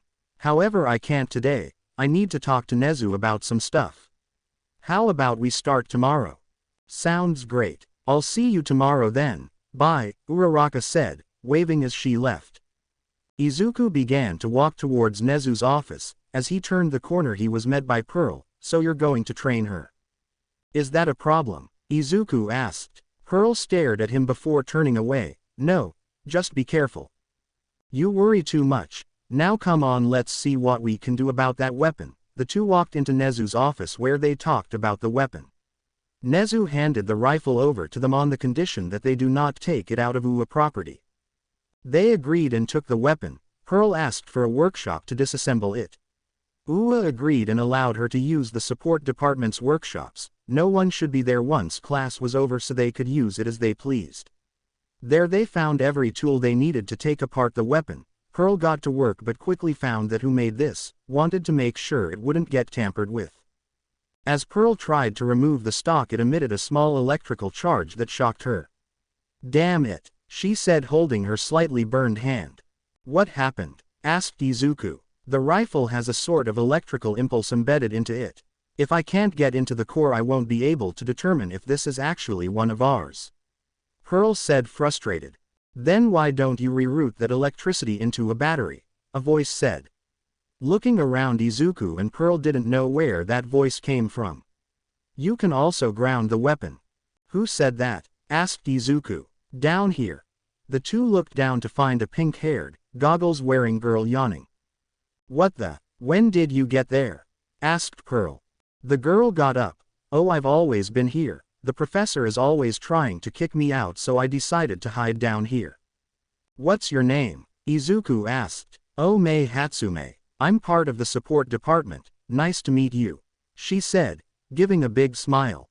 Hatsume wore a black tank top and with her workshop coveralls tied around her waist. Hatsume. Well, do you think you can help Pearl with this? Said Izuku. Pearl was shocked. Izuku. We can't. If this turns out to be the real deal, she could rebuild it. Oh, if that's what you're worried about, don't worry. This is already a complete baby, and as an inventor it is a mortal sin to steal babies. Hatsume said, going over the weapon. Babies. What are you talking about? Pearl asked, confused. That's when Izuku whispered to Pearl, come on, I know you are distrusting of the surface worlders, but please at least try. You need the help, don't you? Besides, you never know, she could prove to be an ally later on. Pearl sighed. Fine, Hatsume was it. Would you like to help me? Hatsume smiled. Of course. Let's get right to work. The two girls got to work. Izuku, on the other hand, not knowing what the heck was going on, decided to go home and work out for a bit. As he walked the empty halls of UA, he walked past the teacher's lounge. So what are you going to do, All Might? Izuku recognized Nezu's voice. I have to find someone to succeed me. If I don't, All Might stayed silent. Nezu sighed. I know what you mean. Do you have anyone in mind? There is someone. Sir Night-Eye says he has someone in mind, a third year. But the decision is up to me. Truth be told, I was thinking maybe a first year. It would give me the perfect opportunity to help train them, said All Might. Just then the two heard a noise coming from the door. It sounded like the vibration of a phone. All Might quickly got up and opened the door. There he found no one. Huh, I could have sworn I heard something out here. As he closed the door, Izuku stood hugging the wall. He activated the cloaking device just in time. I should probably go. I don't want to get caught snooping around. In a rush, Izuku took off. Once home, he deactivated the device. The next day after school, Izuku was never one to break his promises, so as he promised he would train Uraraka. Izuku was given permission to use one of the school's gyms to train her. Pearl wanted to join them, but she still had work to do on the weapon. They were still trying to get to the core. Izuku explained that finding out if that weapon was real was much more important. After some arguing, Pearl relented and went back to the support department. Now in Gamma Gym, Izuku was blocking punches from Uraraka. Come on, Uraraka, keep your elbows up. If you keep them down, you lose power. In your swings, he said, continuing to block. Uraraka tried to hit Izuku with a hard right jab, but she threw the punch too wide. Izuku sidestepped her and tripped her up. Uraraka fell, but before she did, she managed to catch Izuku by the shirt. Dragging him down with her, they fell to the floor. Uraraka laid on top of Izuku. Her hands were beside his head and her breathing was heavy. Is that a win for me? Izuku chuckled. Sure, that's one for you. Now do you mind getting off of me? This position is, how should I say this, risque. Uraraka blushed as it finally clicked. She quickly got off of him. Sorry. A slight blush also appeared on Izuku's face as he got up. Don't worry about it, now let's take a break. Water, he said, grabbing 2 bottles of water. Thanks. So why isn't Pearl here? She's usually by your side, Uraraka asked. Oh, she had other things to do. Anyway, you are doing great for your first day of training, said Izuku. Uraraka smiled. You think so? I thought I was doing rather bad. No, you seem to have a natural talent for martial arts. Given enough time, I'm sure you could be just as good as me or even Pearl, said Izuku. That's not to mention you can do some awesome things with your quirk. Uraraka blushed thanks to all the compliments she was getting. Thanks, so you ready to get back to it? I should be asking you that. Alright, let's go, from the beginning. Izuku put up his hands. 1, 2, 1, 2. If you can master the basics, then we move on to more advanced stuff. said Izuku. Right, Uraraka continued to punch. Unbeknownst to them, Pearl was actually watching them from the roof. She snuck out to check on Izuku. They are getting closer. Pearl's focus turned to Uraraka. Quote. I should tell the king about her. With that, Pearl jumped off the roof. As she did, Izuku looked up. Was someone watching us? Izuku would continue to train Uraraka in the days leading up to the sports festival, and every day Pearl noticed the relationship between Izuku and Uraraka growing. At first she thought it was nothing more than friendship or even admiration, but Pearl soon saw that twinkle in Uraraka's eyes. Pearl knew it all too well. Those were the eyes of someone in love. The day before the sports festival, Izuku decided to give Uraraka the day off so she could rest up and get ready for the sports festival. Today was also the day that Pearl and Hatsume finally managed to take apart the weapon to inspect its core. So are we ready? Izuku asked. Pearl nodded. Yes, whoever made this, they wanted to make sure that no one got into it. Hatsume was going to start smashing it to get inside. Well, we were running out of options. I've never seen anything like this. This rifle is complex without belief. One wrong move and we would have short-circuited the whole thing. Hatsume said, removing her goggles. Thanks again for helping, Pearl, Izuku said. Don't worry about it. I got to work with this, which made everything worth it. Now let's finally get to the center of this thing, Hatsume said with a smile. The two nodded. Carefully cutting some wire, Pearl began to lift the cover. What they saw would shock both Atlanteans. There in the center of the rifle was the core. It was a shiny small blue ball of energy, Izuku. Yeah, there's no doubt. Izuku reached in and grabbed the core. This is Atlantean tech. So what exactly is that? Asked Hatsume. Something that will cause trouble. Pearl, did you record everything? Izuku asked. Yes, I have all the evidence we need, said Pearl. Good. Izuku began to squeeze the core. Just then cracks began to appear. Crushing it with all his might, Izuku shattered the core. It crumbled into little shards. The light faded as Izuku let go of the core. Hatsume couldn't believe it. Why? This poor baby, she said, devastated that Izuku would just destroy it. Trust me, this is for the best. Pearl, when my father arrives, show him this evidence. He will decide what we do. Izuku said, turning away. Also, save those pieces. We might find a need for them later. Pearl nodded. Of course. Hatsume, please listen. You can't tell anyone about this. If anyone finds out about this, people's lives will be at stake. Do you understand? Izuku said. His voice was serious and cold. Hatsume nodded. Why, yeah, sure, no problem. Good, then I suggest we leave this lab and get ready for the sports festival tomorrow. The three left the support department. However, as Izuku and Pearl walked home, the same question played inside their minds. How did YTC get a hold of one of their cores? We need to talk to Momo about this. The day of the sports festival. It was early in the morning when Izuku and Pearl went to the beach to greet King Nero. They were accompanied by Nezu and All Might. The sun was barely starting to rise above the horizon when an Atlantean warship began to rise from the ocean. He's here. Izuku straightened up as he saw the side of the warship open and a long platform began to appear. Just then the door opened and out came King Nero's personal guard. It consisted of the best warriors Atlantis had to offer. This included Malum. The guards set foot on the sand. At ease, men. The beach is secure, I guarantee it, said Pearl. Nodding, they then turned their attention to the ship. Stepping out was King Nero himself. As soon as he stepped out, the winds changed and both All Might and Nezu felt it. Reaching the sand, everyone on it kneeled. Father, welcome. I trust your journey here was pleasing, said Izuku, kneeling. It was. Please all of you stand, he ordered, and everyone obeyed. He then stopped in front of Izuku and smiled. How are you, Izuku? I'm good, father. Busy but good, Izuku said. King Nero nodded. And what about you, Pearl? I hope you've been keeping him out of trouble. Pearl nodded. I have, your majesty, but there have been times that he's caused some trouble. Pearl, Izuku yelled out, embarrassed. King Nero began to laugh. As always, you've always been a troublemaker. Just like your mother. Nezu, I do hope my son is taking his studies seriously. Of course, your majesty. In fact, the prince is one of our top students. said Nezu. He has also displayed great leadership and courage. He is a hero in the making. All Might added. Ah, you must be All Might. I've heard a lot of great things about you.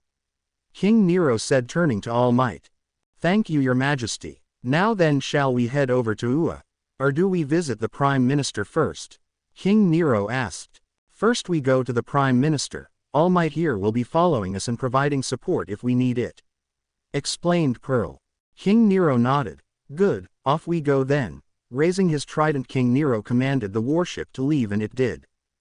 Getting into SUVs, King Nero and Izuku were escorted to the Parliament building. Once they arrived, they were greeted by Prime Minister Yui herself. King Nero, you honor us with your presence, Yui said, bowing. The honor is mine, Prime Minister Yui, said King Nero. Shall we talk inside? We have much to discuss. King Nero nodded and followed Yui inside. Once at her office, King Nero ordered his guards to wait outside.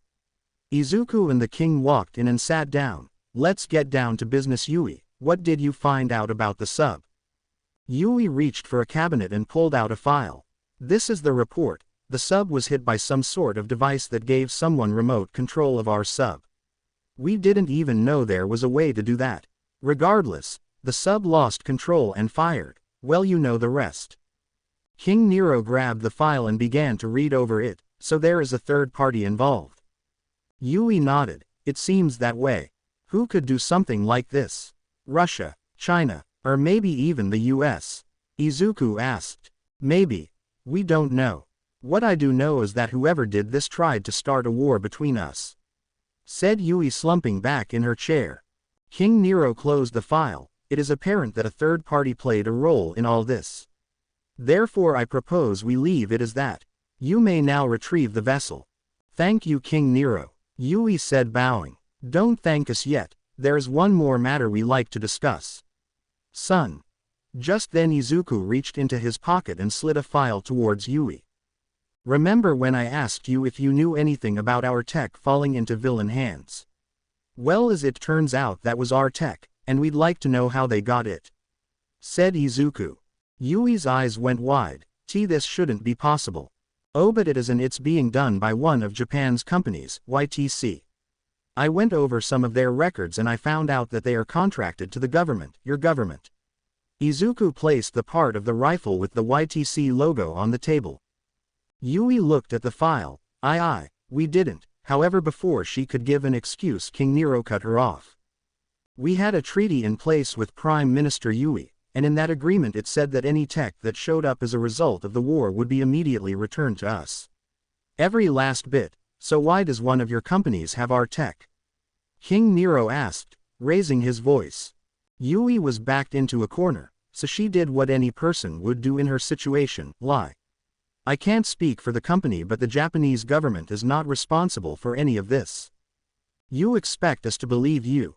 Asked King Nero. While it is true that YTC is connected to the government, they mostly provide us with security, not weapons, Yui said, putting down the file. King Nero narrowed his eyes. He stood up. Very well, but know this, Yui. If another one of these weapons shows up, I will hold all of Japan responsible. Let's go, son. We have a festival to get to. As they left the room, Yui immediately pressed a button on her desk. Just then a phone popped up. Picking it up, she began to dial a number. After 2 rings, someone answered. Kin, we have a problem. What is it? Asked Kin, head of YTC and Momo's father. The prince has one of your weapons. If he digs any deeper, he's going to uncover the truth. We need to do something, and fast, said Prime Minister Yui. That is problematic. Very well. My daughter informed me that the king and prince are going to be participating in UA's sports festival. My associate and I can take care of him then, Kin said over the phone. Yui's eyes went wide. You're not suggesting what I think you're suggesting, daughter. You. I am. It's best to eliminate the problem rather than beat around the bush. Besides, our mutual friend also wants him gone, Kin said, spinning around in his chair. Yui sighed. Can it be traced back to us? No. All I need is your approval, said Kin. Yui closed her eyes. Very well, go ahead. If this goes south, Kin, we will wash our hands clean of you. Kin nodded. I understand. Standing up, Kin walked towards a bookshelf he had in his office. Pulling on one of the books, the whole shelf began to move, exposing a hidden room. Walking in the room, there was nothing but a single pillar and a phone on that pillar. Picking the phone, it automatically began to dial a number. After 2 rings, the person picked up. It's me. It's time. The person on the other side of the line smiled. Good, which one? The prince. If you can't go for the king, said Kin. Very well. After this day, His Highness will lose either one of 2 things. His life or his son. King Nero and Izuku arrived at the school, where they informed them that the festival will start in 1 hour. Izuku and Pearl quickly went off to get ready for the festival. King Nero was escorted into the stadium, where they had a VIP guest place set up for him. Izuku and the rest of Class 1A were in the waiting room waiting for their class to be called up.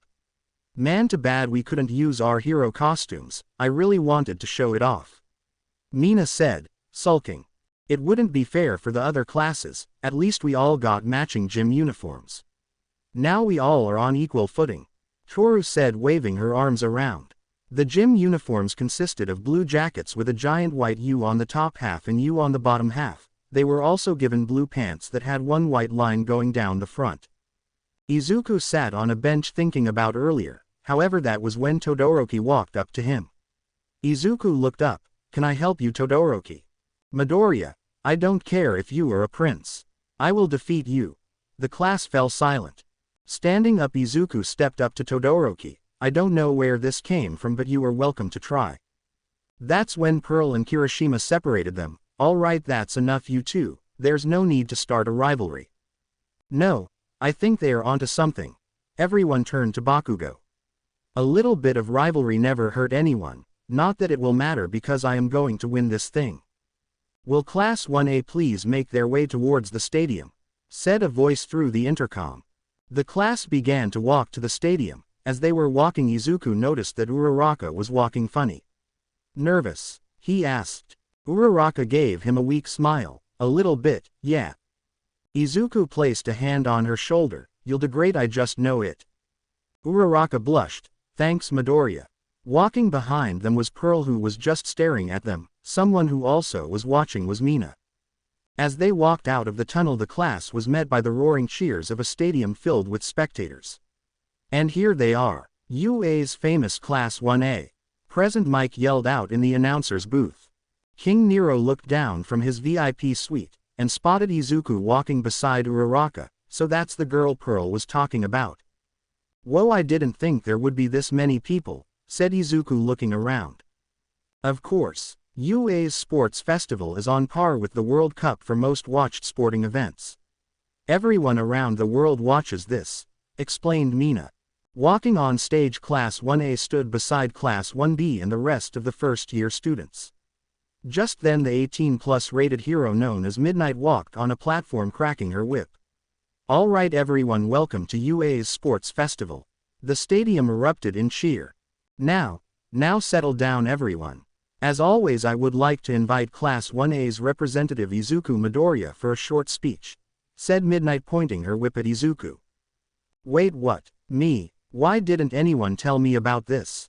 Izuku said, walking up to the stage. Izuku stooped behind the mic. We are gathered here today to show off what we can do. All around campus I've heard that Class 1A and 1B are the best, however I see differently. Every single person in the first-year class has the potential to become heroes. It doesn't matter what class you are in, it doesn't matter if you come from a wealthy family, or even royal lineage, all that matters is if you have the heart to become a hero. Anyone in the school, heck even people watching this at home, has that potential. So let's make this festival one that no one will ever forget. The crowd once again erupted into cheer. Walking down the stage, Izuku was given a round of applause by his classmates. That was awesome, Midoriya, said Uraraka. Thanks, it's the best I can come up with, Izuku said. He then looked up to where his father was. Looking down at him was King Nero, smiling and giving him an approving nod. Thank you, Midoriya, for that amazing speech. Now let's kick this party off with the first event. Midnight pointed to the giant jumbotron. On screen were several events on a wheel. With a crack of her whip, the wheel began to spin, After a good 10 seconds it stopped. And there you have it. The first event for the UA Sports Festival is the obstacle race. All classes will be competing in this event, but make no mistake, only the first 42 students to cross the finish line will move on to the next round. Now will everyone please make your way towards the starting line, instructed Midnight. All the classes lined up in a corridor that led outside the stadium. Izuku turned to Pearl. No holding back, Pearl, right now we are competing. Pearl nodded. I wouldn't have it any other way. Izuku then turned to Uraraka. You ready? Always, she said, her face filled with determination. Ready, set, go. Present, Mike yelled out. As everyone was about to take off, a giant wall of ice appeared in front of them. Sorry everyone, but I got something to prove, said Todoroki, running ahead of the pack. It looks like Shoto Todoroki has decided to sabotage his classmates in order to gain an advantage. Present, Mike commentated. As he was running, Todoroki began to hear cracks. Looking back, he saw his ice shatter into pieces. What? From the ice shards out jumped Izuku and Pearl. Those two just punched through the ice like it was nothing. The stadium erupted in cheer. This is going to be more difficult than I thought, said Todoroki, facing down a massive robot. Izuku and Pearl had broken through the ice and landed looking up towards Todoroki. What do you say, Pearl? Want to see who gets across the finish line first? Asked Izuku. You're on. Ready, go. The two Atlanteans launched themselves forward with so much force that they broke the ground beneath them. Look at them go. Present, Mike yelled out. Those two look unstoppable, but how will they fare against the giant robots? After running for a few seconds, the two stopped in front of several massive robots. Todoroki was already there, freezing over one of them. Robots, huh? Alright, this should be easy, Izuku said, running up to one of them and lifting it off the ground. The stadium was in awe as Izuku lifted the giant robot and then threw it several hundred feet into the air. The whole first-year class stopped as they saw the giant robot fall back toward the ground. We should get out of here, Hiroshima said as the robot threatened to crush them. However, before it could, Pearl appeared and caught the robot. You did that on purpose, didn't you, Izuku? Pearl asked, holding up the giant robot. Izuku looked back, smiling. I knew you would catch it. Besides, this is a competition and you need to do anything and everything to win, he said, taking off past the giant robots. The whole first-year class glared at Izuku. Cheater. Pearl grunted as she tossed the robot towards the others, breaking them. Get back here, Izuku, she yelled out, running after him. Izuku ran toward the second obstacle, which was a giant pitfall that had tall stone towers and ropes going across them. What should I do? I could jump over it, but if I overshoot it I could fall. Maybe the ropes. You think too much, Izuku, a voice yelled out behind him.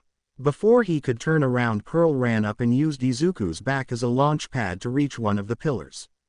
Izuku went face first into the dirt. Looking up, he saw Pearl jumping from pillar to pillar.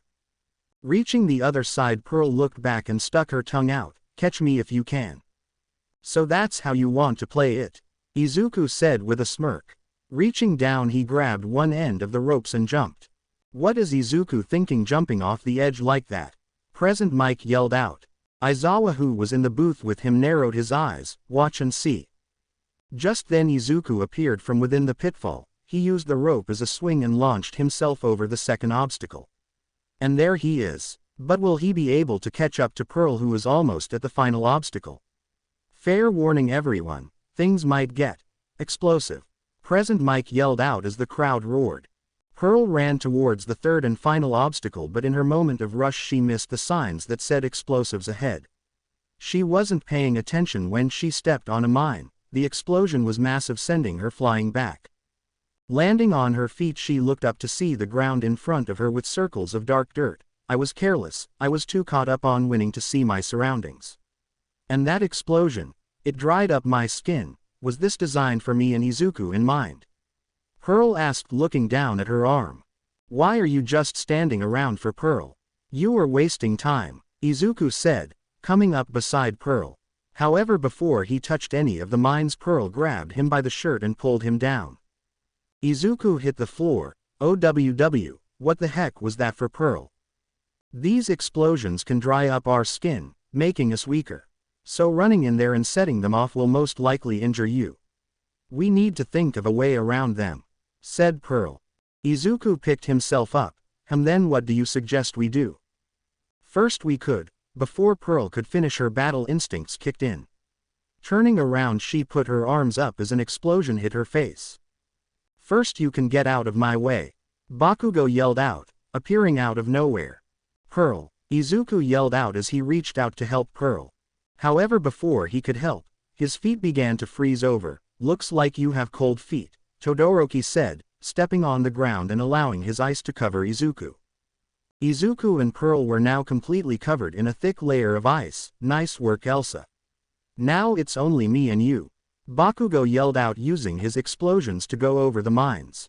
Todoroki narrowed his eyes. I worried this might help the others, but that doesn't matter anymore. Only winning does, he said, covering the ground with a layer of ice and gliding over it. As the two ran back, the two Atlanteans were frozen in place. This has taken a turn for the worst for these two Atlanteans. How will they break out of this? King Nero sighed as his son and most powerful female warrior were trapped. Something wrong, King Nero? Asked Nezu, sitting beside the king. No, it's just, they always do this, said King Nero, placing his hand on his head. Do what? Asked Nezu, confused. Show off. Just wait and see, said King Nero. Nezu turned back to the screen and saw cracks on the ice appear. Oh. Back at the third obstacle, the green glow of Izuku's eyes was seen coming out of the ice. Within seconds Izuku broke free. Man, that was uncalled for, he said, stepping on pieces of ice.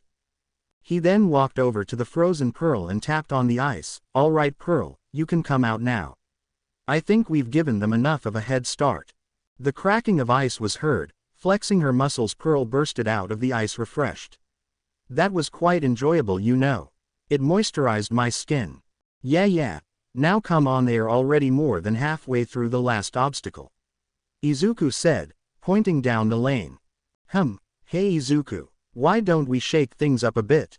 Pearl said with a smirk. Izuku smiled back. Tectonic. The two Atlanteans nodded and stood side by side. They jumped into the air and stomped on the ground with so much force that it broke. Cracks started to appear in front of them and spread over the minefield, uprooting the mines and leaving the ground shattered. Bakugo and Todoroki were neck and neck as they ran down the lane. I am going to win this, Elsa, so stay out of my way, Bakugo said, firing off explosions. Todoroki stayed silent as he continued to glide over the ice. Just then they heard a loud boom. Stopping, they turned around to find the ground breaking apart and heading straight for them. With no time to react, the two students fell into the broken earth. Those two just broke the very ground just by stomping it, Present Mike yelled out. Bakugo and Todoroki laid on the broken ground with bruises on their body. What the heck was that? Bakugo yelled out. As they looked up, they saw Izuku and Pearl jumping from side to side over the broken ground. Looking down in mid-air, Izuku gave a peace sign before disappearing from sight. Bakugo was pissed. Wyu. Get back here, he yelled, using his explosion to get out of the broken earth. Todoroki used his ice to push himself up and out. However, by the time they got up, Izuku and Pearl were already in the final stretch of the race. The two ran side by side as they entered the last 50 meters. Who's going to win? It's too close to call, folks, Present Mike said, yelling as the crowd watched the screen. Izuku looked at Pearl and smiled. Looks like I'm going to win. Is that what you think? Not if I have something to say about it, Pearl said, reaching out and attacking Izuku. Izuku's eyes went wide as he blocked her attack. Sneaky Pearl, if that's how you want to play. The two went back and forth trying to attack each other, hoping that the other would trip up or land a hit. In the final 10 meters, Izuku turned to see the finish line. Grabbing her fist, he pulled her close. Pearl was now a few inches away from his face. What are you? She said, blushing. Izuku leaned in and whispered, I heard what you and Uraraka talked about. Pearl's eyes went wide, and in that moment of surprise she slowed down. What? Izuku took this chance to pass Pearl and cross the finish line. Pearl was close behind but ultimately finished second. The crowd cheered for Izuku as he looked around at the crowd. And Midoriya has won the first stage of the UA Sports Festival. Present Mike yelled out. Izuku smiled as he waved at the crowd. He then looked up to where his father was. King Nero gave a small smile and nodded. Izuku, Pearl called out to him. Did you really hear what me and Uraraka talked about? She asked in a serious voice. He didn't even turn around. Oh, that, I made it up. I honestly have no idea what you two talked about. Why you? Did you really not hear anything? Pearl asked, slightly blushing. Izuku saw the blush. Really, I didn't hear anything. But whatever it was, you clearly want to keep it a secret, so I won't pry. He then looked up at the scoreboard to see others crossing the finish line. Midoriya, you got first place, congratulations. Uraraka said, walking up to him out of breath. He smiled. Thanks, you didn't do too bad, 17th. Why yeah, but it's still pretty bad, Uraraka said, rubbing the back of her head. 17 out of 42. That's nothing to be discouraged about. Come on, let's find out what the next event is going to be, he said, walking over to where Midnight was. King Nero looked down at the girl with the brown hazelnut-colored hair. So she's the one Pearl was talking about. I want to meet her. Back on the field, the 42 that crossed the finish line were now standing in front of Midnight in her podium. Congratulations everyone for making it to the second round. I know the crowd is ready for more, so why don't we find out what you will be doing? She said, cracking her whip. On the screen the wheel once again turned and after a few seconds it stopped. Midnight smiled, and for the next event we have the cavalry battle. This is a team-based event. You are allowed up to 4 people, but your team should have at least 2 people. Each student will be given a point value depending on where they placed on the last event. The higher you scored, the higher points you get. Izuku nodded. Makes sense. So how many points will I be worth? 500. Or maybe 1000. Quote. This time around first place will be worth 10 million points. Midnight announced. Izuku's eyes went wide. What? That's when he could feel it. Turning around he found everyone glaring at him and his 10 million points. This is going to be bad, isn't it? You have 15 minutes to form teams. Good luck everyone. Midnight said, cracking her whip. The 42 students went straight to finding their teams. However, Izuku was having trouble finding team members. The huge amount of points on his back made him less desirable since everyone would be targeting him. Don't worry about it, Izuku. I'll be on your team, Pearl said, patting his back. Izuku sighed. Thanks, Pearl. Let's see if we can find at least one more person. Just then someone tapped on Izuku's shoulder. Turning around he found Uraraka. Hey Midoriya, let's team up, she said with a smile. Izuku grabbed her hands. Really? You know I have a huge target on my back, right? Uraraka blushed. I know. Besides, it's better to team up with people you like, right? Thanks, Uraraka. With the 3 of us I know we will win easily, Izuku said, smiling. Hey, got room for one more? Asked Hatsume, appearing out of nowhere. Izuku jumped at her sudden appearance. Jesus, where did you come from? And yeah, we got room. You want in? Hatsume nodded. Yeah, I even got some of my babies we can use to get us out of a tight spot. She pulled out a jetpack and a few small smoke pellet bombs. Oh, this can actually help us. Good work, Hatsume, said Pearl. Cool, so we got our 4. Let's kick some everyone, Izuku said, cracking his knuckles. After the 15 minutes were done they got into formation. Izuku was on top while Pearl took the vanguard spot while Uraraka and Hatsume were the rearguard. Each person on top was given headbands with the total amount of points they were worth. The way you win is by holding on to your points or stealing your opponent's points. The top 4 with the most points will move on to the final round. But don't worry if you lose your points early, you always steal them back. This event will be 15 minutes, so are we ready to get started? Asked Midnight. Every competitor nodded. Good, then the second event. Begin. A loud buzzer sound was heard. As soon as it started everyone began to run at Izuku and his team. Hey Fish Prince, those points are mine, Bakugo yelled out atop of his team. Get ready everyone, Izuku said as he saw everyone running towards them. The teams were getting in close and they still weren't moving. Hey Midoriya, shouldn't we move? Uraraka asked as Bakugo let out explosions. Izuku narrowed his eyes. Not yet. Now Pearl was starting to get nervous. Izuku. Let them get a bit closer. Don't move yet, he said as the others were now a few meters away. Midoriya, those points are mine. I have to prove to him that I can win without using his power. Todoroki said, as his teammate Momo created a spear for him to throw. Now, Hatsume, Izuku yelled out. Nodding, Hatsume threw the smoke pellets up. Izuku caught them and scattered them around the arena, completely covering it in black smoke. Every inch of the area was now covered in a thick smoke. Bakugo's team stopped. Cheap tricks. But I still remember where you were, he said, reaching out and fired a massive explosion into the smoke. The explosion pushed the smoke away and it was revealed that Izuku was gone. What? You should really look behind you, Izuku said, appearing from the black smoke behind Bakugo.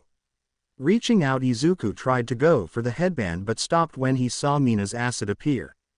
Izuku, fall back. They are on guard now. As long as we keep your points we should be fine, Pearl suggested. Izuku nodded. Fine, another time then. Best of luck, Bakugo. His team then slipped back into the smoke. Bakugo gritted his teeth. After them. He yelled out. In the smoke Izuku couldn't see where they were going. We can't see a thing, said Hatsume. That's good. If we can't see them then they can't see us, Pearl said, leading the pack. Yeah, but what do we do once the smoke clears? Asked Uraraka. Izuku thought about it. Uraraka, how long can you use your quirk? If I use it on everyone here, maybe 10 minutes, said Uraraka.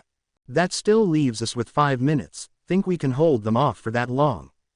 Asked Hatsume. My jetpack is still a prototype, so it might not work. Only one way to find out, Uraraka, use your quirk on us. If you start to feel nauseous let us know and we'll land, instructed Izuku. Uraraka nodded. Right. She then began to touch everyone, making them float. The crowd looked at the black smoke when all of a sudden Izuku's team emerged. And there we have Mr. 10 Million himself. Present, Mike said. It looks like they are taking advantage of Uraraka's quirk and Hatsume's inventions to help them. However, none of those will last forever, Aizawa commented. The smoke cleared and Izuku's team was nowhere to be found. Where are they?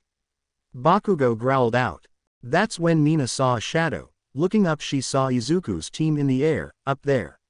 She yelled out. Bakugo looked up. Damn you. Stay here and get ready to catch me, he said, using his explosions to fly into the air. Get over here. Looking down, Izuku smirked. Look who decided to join us. Unfortunately for you, we aren't taking any guests at the moment. Come back later. Bakugo was suddenly kicked down back to the ground by Pearl. All bark, no bite. Bakugo's team caught him before he hit the ground. Damn it. He was about to jump back up when Kirishima stopped him. No, don't. We should concentrate on getting other people's points, said Kirishima. He's right, we can focus on them when they come down. For now let's go after the others, suggested Mina. Tisk, fine, let's go, but once they come down we'll get them, Bakugo said, turning away. Above the ground Izuku saw the other teams looking for someone else to take the points from. Looks like they are leaving us alone, for now at least. Just wait until we land, then it will be a free-for-all, Uraraka said. I agree, but for now, we need to think of a game plan for when we land, said Pearl. Izuku nodded. Don't worry, we'll be just fine. Pearl, remember what we did during the obstacle race? Yeah, oh, I get what you're trying to do, Pearl said with a smile. Exactly, Uraraka, when you were at your limit stop your quirk. Hatsume, once you feel us falling, turn off the jetpack. And Pearl, smash, Izuku said. 12 minutes later, Uraraka was on the edge of throwing up. Midoriya, I think that's it for me. Izuku nodded. Got it, thanks Uraraka, you did great keeping it up for this long. Pearl, are you ready? Always, she said with a smile. Hatsume, now, Izuku yelled out. And we are falling, Hatsume said, turning the jetpack off. As they fell from the sky, Bakugo and the other teams took notice. Bakugo, they are coming down, Kirishima yelled out. Bakugo smiled. Good, I was getting tired of taking these extras headbands. Get us close, I am going straight for those points. Momo was busy making shields when she looked up to see Izuku's team falling. Todoroki, they are coming. Todoroki looked up. Perfect, once they land we attack. We need to get close. Leave that to me, said Iida. I have a special move I've been saving up. However, it's only a one-time thing, so make sure to grab that headband. Izuku's team began to pick up speed as they fell to the earth. Get ready, Pearl. On the ground, Bakugo's team watched as Izuku was now a few meters off the ground. He's mine. He yelled out as an explosion fired off from his hand. Iida revved his engines. Once I use this I'll be basically useless, so make sure you get it, Todoroki. Right, ready when you are. Iida waited as Izuku was a few feet off the ground. Now, Recipro burst. Pearl now, Izuku yelled out. Pearl tightened the muscles in her leg and with all the momentum behind her she stomped on the ground. The tiles lining the floor of the arena were upended as the ground began to ripple and break like an earthquake. Iida was in mid-run when he noticed the ground ripple and break apart. Oh no! Bakugo's team was also running at Izuku when the ground began to break apart. What? This looks like the same move those two did during the obstacle course. Present Mike yelled out. Aizawa smiled underneath all the bandages. Smart, they knew they would be at a disadvantage when they landed, so they decided to reshape the battlefield. At the epicenter, Izuku's team emerged. Everyone all right? He asked. I'm good, said Hatsume. Be barely hanging in there, Uraraka said, holding back the urge to throw up. I could have held back just a bit. Oh well, it got the job done regardless, Pearl said, looking around at the damage she did. Nah, this is fine. Now that everyone is disoriented we should be fine now. However, Izuku spoke too soon. Suddenly there was a crackle in the air. Turning around, Izuku blocked a lightning attack. The attack hit his forearm and was enough to leave a small burn mark. This is. Just then multiple bolts of lightning began to rain down. We need to move, he yelled out. The girls quickly jumped around and dodged the bolts of lightning. Where are these coming from? Asked Hatsume. Midoriya, up there, Uraraka said, pointing up. Izuku looked up to see a pillar of ice. Todoroki. Atop the pillar, Kaminari pointed his fingers at Izuku's team. This is the perfect sniper spot. At the very last second, Todoroki saw the attack coming and used his ice. However, Iida was no longer able to fight thanks to his engines overheating. We need to get down there. Time's about to run out, he said as ice began to appear around his body. On the ground, Izuku's team continued to dodge. However, it wasn't just Todoroki's team that survived the attack. Fish face, Bakugo yelled out as his team ran through the debris.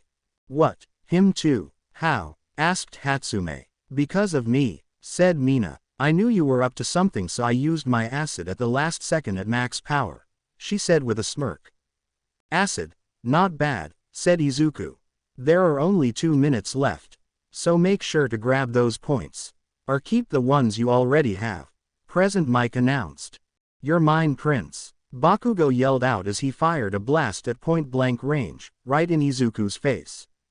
From the smoke, Izuku's hand appeared. Grabbing Bakugo's face, he began to squeeze. Nice try, but you're no match for me. Oh, that's right, I think I'll take your points.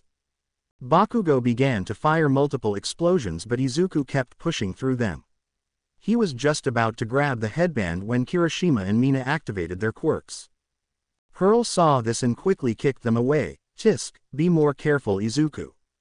Sorry, got caught up in it. Let's fall back, we just need to hold out for 1 more minute, said Izuku. However, as they were backing away, Izuku's team was suddenly hit by ice shards. Looks like Todoroki is back, said Uraraka. Making their move, Todoroki created a slide from atop the pillar. Those points are ours. Izuku looked up to see Todoroki's team sliding down the ice. Oh, this is fun, Izuku said with a smile. The two teams crashed into each other. Izuku and Todoroki caught each other's fists. Looks like you got me right where you want me, Todoroki. What's your next move? Now, you freeze, Todoroki said as he began to freeze Izuku's arm. Oh, but don't you remember? Izuku's eyes then turned green. I can control water, and guess what ice is made of? The ice on Izuku's arm began to fall off. Say, why don't you use your fire? It would certainly work on me. Todoroki gritted his teeth. I refuse. I will never use his power. Shame. If you used your fire, this might have been more of a fight. Izuku said as he began to overpower Todoroki. Momo saw that he was losing and quickly made a metal pole, with the intention to use it against Izuku. However, before she could, Pearl managed to kick the pole right out of her hands. For a split second Todoroki considered using his fire. He even conjured small flames but quickly stopped. Not today. Our score will be settled some other time, and right now, you're all out of it, Pearl said as a buzzer rang out. Time's up. Present Mike yelled out. Izuku quickly got off. Midoriya. We won, Uraraka said, wrapping him in a hug. For a second Izuku stood shocked. Why yeah, we did, and it was all thanks to you three. Uraraka finally saw what she was doing and let Izuku go. Sorry about that, I got a little excited. Don't be, we worked hard to move on to the final event, said Izuku. Come on, let's go find out what the last event is going to be. The group nodded and began to walk over to where Midnight was, and there you have it. The top 4 teams will move on to the final event, which will be. Midnight pointed to the Jumbotron. Then the words Battle Tournament appeared. A fan favorite returns.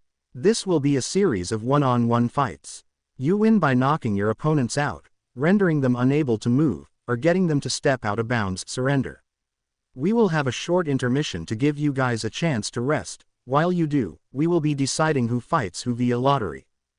The students all went over to the stands where they were separated into their classes.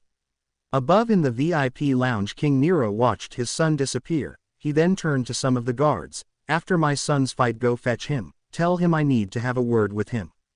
Oh, and tell him to bring the girl, the one with the brown hair. On a tall building about 5 miles away, a task force made of men in black tactical armor made it to the roof to see the stadium where the sports festival was taking place. This is Alpha, we are in position. We will need 10 minutes to get everything set up. Over, the commander said into his radio. Roger that, Alpha. Just make sure you don't miss, you'll only get one shot at this.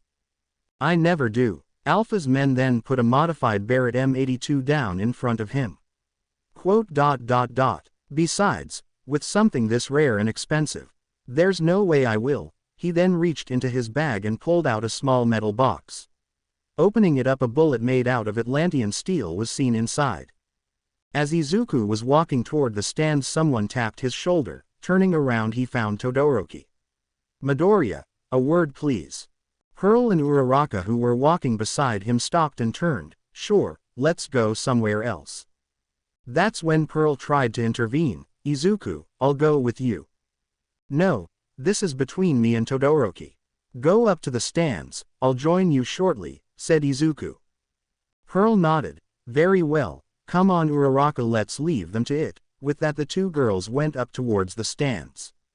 Izuku and Todoroki turned the corner and found an empty hallway that led outside. So what do you want to talk about? You almost made me use it, said Todoroki. Use what? Asked Izuku, confused. Todoroki looked down at his arm. My other side, his quirk, his fire. I swore I'd never use his quirk. Why not? If you had used it, you could have won easily, said Izuku, crossing his arms. Because of what he did to my mother. You see, my father's obsession had always been to beat All Might. But he knew he couldn't do it, so he had to make someone who could, explained Todoroki. Izuku's eyes went wide. He paid off a family with an ice quirk and forced her to bear his children. My mother, after years of abuse, finally snapped, resulting in this. Todoroki touched his scarred face. I see. Well, for what it's worth, I am sorry you had to go through that. But that doesn't excuse your behavior, and quite honestly, it's pathetic, said Izuku. Todoroki was surprised. What? You're only using half of your power, half-assing it, while your classmates and other students are giving it their all. You're selfish, Todoroki. You think the world revolves around you, but it doesn't. The world won't wait for you to work out your personal grudges. Either give it your all or get out the way, Izuku said, glaring at Todoroki. Todoroki scoffed. I wouldn't expect a prince to understand. Why would you? You've been handed everything up to this point. You've never experienced pain or loss like I have. Izuku snapped. Throwing a punch, he cracked the wall just behind Todoroki's face. Listen, Todoroki. Don't you ever assume you know me, cause you don't. You don't know what I've been through. You say I never experienced pain like yours, but I bet you have at least one good memory with your mother. While I don't, my mother died while I was still a baby. So don't you ever talk about pain or loss, cause you don't know what it's like. Removing his fist from the wall, Izuku turned his back on Todoroki. You don't want to use your fire, fine, not that I really care, but know this. If you give it half your effort, you'll only get half the reward. I'll see you in the ring. Todoroki stood stunned. Izuku on the other hand kept his head down as he walked through the halls. After composing himself, he walked towards the bleachers where he found Uraraka and Pearl sitting apart from each other with a space in between them for him. Hey Midoriya, over here. Uraraka called out. Making his way down, he sat in between the two. Everything all right, Izuku? You seem a bit tense, asked Pearl. Izuku gave her a smile. Yeah, I'm fine, don't worry about it. Have they drawn the matches yet? No, they are about to though. Look, check out the board, Pearl said, motioning to the brackets. Each student's name began to show up, showing who they would be fighting. Izuku was going to fight Shinso. Who the heck is that? Izuku asked. Must be someone from one of the other classes, deduced Uraraka. Then it was Pearl's name to show up, and to her surprise she was fighting Momo. This should be interesting. Last but not least, Uraraka was fighting Bakugo. Ah hell, well, there goes my chances of winning, Uraraka said, slumping her shoulders. Just use what I've taught you and you'll be fine, said Izuku, trying to cheer her up. Thanks Midoriya, I'll try, but Bakugo is strong, said Uraraka. Yes, but strength isn't everything. You must also use your head when in battle, said Pearl. That is also true, you're smart, I'm sure you'll figure something out, Izuku said, making Uraraka blush slightly. All right, let's not keep everyone waiting, let's get this final event started, yelled out Present Mike. The crowd erupted in cheer. That's what I like to hear. So will Izuku and Shinso please make your way down to the field? Izuku got up from his seat. Well, that's me, wish me luck guys. His class wished him luck, but as he was leaving he was stopped by Ojiro. Midoriya, a word of warning, careful with his quirk. I don't know what it is, but I can tell you, whatever it is, I can't remember what I did during the cavalry battle. That's why I chose to withdraw. Interesting, thanks for the heads up, but I should be just fine, trust me. And with that Izuku walked away from Ojiro. As Izuku walked into the field he was welcomed by the sound of cheering, and there he is folks. The prince from another land, Izuku Kaito Midoriya, versus Hiroshi Shinso from General Ed. The fighting arena was big, and each fighter stood across each other. Alright boys, you know the rules. I want a clean, fair fight. Remember, this is a no-holds-bar fight, so give it your all. Ready? Midnight asked, pointing to each of them. They both nodded. Go. Izuku wasted no time and rushed at Shinso, however to his surprise Shinso didn't move. Must be nice, being a prince and all. Having everything handed to you, not having to work for anything. Izuku stopped dead in his tracks and narrowed his eyes. You heard me, fish boy. You, the prince of a nation, has never lifted a finger to get what he wants. What did you say? Izuku yelled out, stomping angrily towards Shinso. However, before he could reach him Shinso smiled. Idiot. Izuku stopped as his eyes went wide. Good, you're now under the influence of my quirk. Turn around and walk off the edge, ordered Shinso. And to the surprise of everyone, Izuku obeyed. Pearl got up from her seat. Izuku. Damn it, I tried to warn him. That quirk, he has the power to control people's minds, said Ojiro. The crowd watched as Izuku began to walk towards the edge. No, Midoriya, snap out of it. Uraraka yelled out. Even with his class yelling at him, Izuku was still walking towards the edge of the arena. King Nero looked on at his son. How are you going to get out of this one, Izuku? Izuku was now a few steps away from the edge of the arena and he showed no signs of slowing down. Damn it, Ojiro tried to warn me but I didn't listen. This is what I get for not listening. Oh well, time to stop messing around. Just as he was about to cross over the arena, Izuku stopped. Shinso was shocked. What? I told you to walk off the edge. Izuku didn't move. Didn't you hear me? I ordered you to walk off the edge. Oh, I heard you. I just don't want to do it. Izuku said, turning around with his eyes glowing green. It took me a while there to break free of your mind control. Lucky for me, I've had extensive mental training. Not for this, but it works nonetheless. Shinso took a step back. Impossible. Now, as long as I keep this up, your quirk won't be able to work on me. Izuku said, running at Shinso. Shinso tried to fight back but he proved no match for Izuku's extensive training. Shinso threw a punch only to have Izuku duck under it and spring up with a hard uppercut. The hit managed to send Shinso flying into the air, while in mid-air Izuku appeared and spin-kicked Shinso out of the arena. Izuku landed back on the arena to the sound of roaring applause. He let the green glow of his eyes die out, and the winner via ring out as Izuku Kaito Midoriya. Midnight announced. However, instead of walking off the stage, Izuku walked over to where Shinso was. Need a hand? Shinso looked up to see Izuku standing in front of him. Smiling, he grabbed his hand and pushed himself up. Thanks. Sorry about what I said earlier. Don't worry about it. My guess is that your quirk needs the other person to answer in order for it to work. Insulting me was a good strategy. Say, why aren't you in the hero course? With that quirk you can definitely be a hero, said Izuku. Shinso's eyes went wide. Why, you really think so? Izuku nodded. Of course. You'd be amazing with crowd control, not to mention capturing villains. I appreciate that, but the entrance exam was tailored to those with strong physical quirks, Shinso said, looking down. Yeah, that's kind of messed up. A hero's worth shouldn't be determined by how strong their quirk is. Keep working hard and I'm sure you'll be able to be an amazing hero someday. Izuku said with a smile. Shinso nodded. Now come on, let's get out of here, the other fighters are going to be here soon. Izuku went back up to where his class was. Hey Midoriya. Awesome work out there, Uraraka said. Thanks, not going to lie, he almost got me there, Izuku said, embarrassed. Just then Izuku was hit on the head. Looking up he saw Pearl. That was pathetic, Izuku. You should have been able to fight off his mind control faster than that. Izuku hid behind Uraraka. But I wanted to let things play out. You almost lost, she yelled out. Do you know how embarrassing that would have been for Atlantis? That's when Uraraka spoke up. See, come on Pearl, in the end he won, right? I'm sure Midoriya won't make the same mistake again, right? From behind Uraraka, Izuku appeared, nodding his head. Yes. Never again.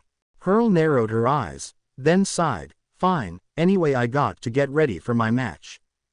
Good luck Pearl, said Uraraka. Thanks, but I won't need it, said Pearl as she made her way down towards the arena. Izuku and Uraraka sat on the benches as Pearl emerged from the tunnel. So Pearl versus Momo. This seems a bit unfair, don't you think? Asked Kaminari. Pearl is strong, that much is for sure, but she does one fatal flaw. The same goes for me actually, said Izuku as the two girls readied themselves for the fight. Really? Do you think Momo knows this weakness? Asked Jiro. Izuku nodded. Maybe, there's always the possibility, but that's not the only thing that has me worried. If her company knows about Atlantean steel, can she replicate it with her quirk? Down in the arena Pearl and Momo readied themselves. Ready. Go. Midnight yelled out. Pearl ran at Momo. This took Momo by surprise. With little time to react she created a shield and put it up. Pearl jumped into the air and punched down right at the shield, denting it. Quick thinking, but how long can you keep it up? Asked Pearl as she twisted her body and kicked the shield right out of Momo's hands. Pearl then landed and took a swipe at Momo's legs. Falling back, Momo managed to put her arm out and use it as a stand to kick upward towards Pearl. This took Pearl by surprise. Whoa, I didn't think you knew martial arts. Momo slid to a stop. It was part of my training. I didn't get into UA by recommendation for nothing. Good. I thought this would be a boring fight. Let's see just how good you are. The two girls ran at each other once again, but this time Momo had a plan. As she ran at Pearl, she managed to create a sword and swing it down right at Pearl. Pearl put up her arm and blocked the attack. The sword shattered as it made contact. But this is what Momo wanted. She continued to create swords, and every time Pearl would let the swords hit her, knowing full well that they would shatter. What is Momo doing? She's doing the same attack over and over again. Can't she see it's not working? Said Jiro from the stands.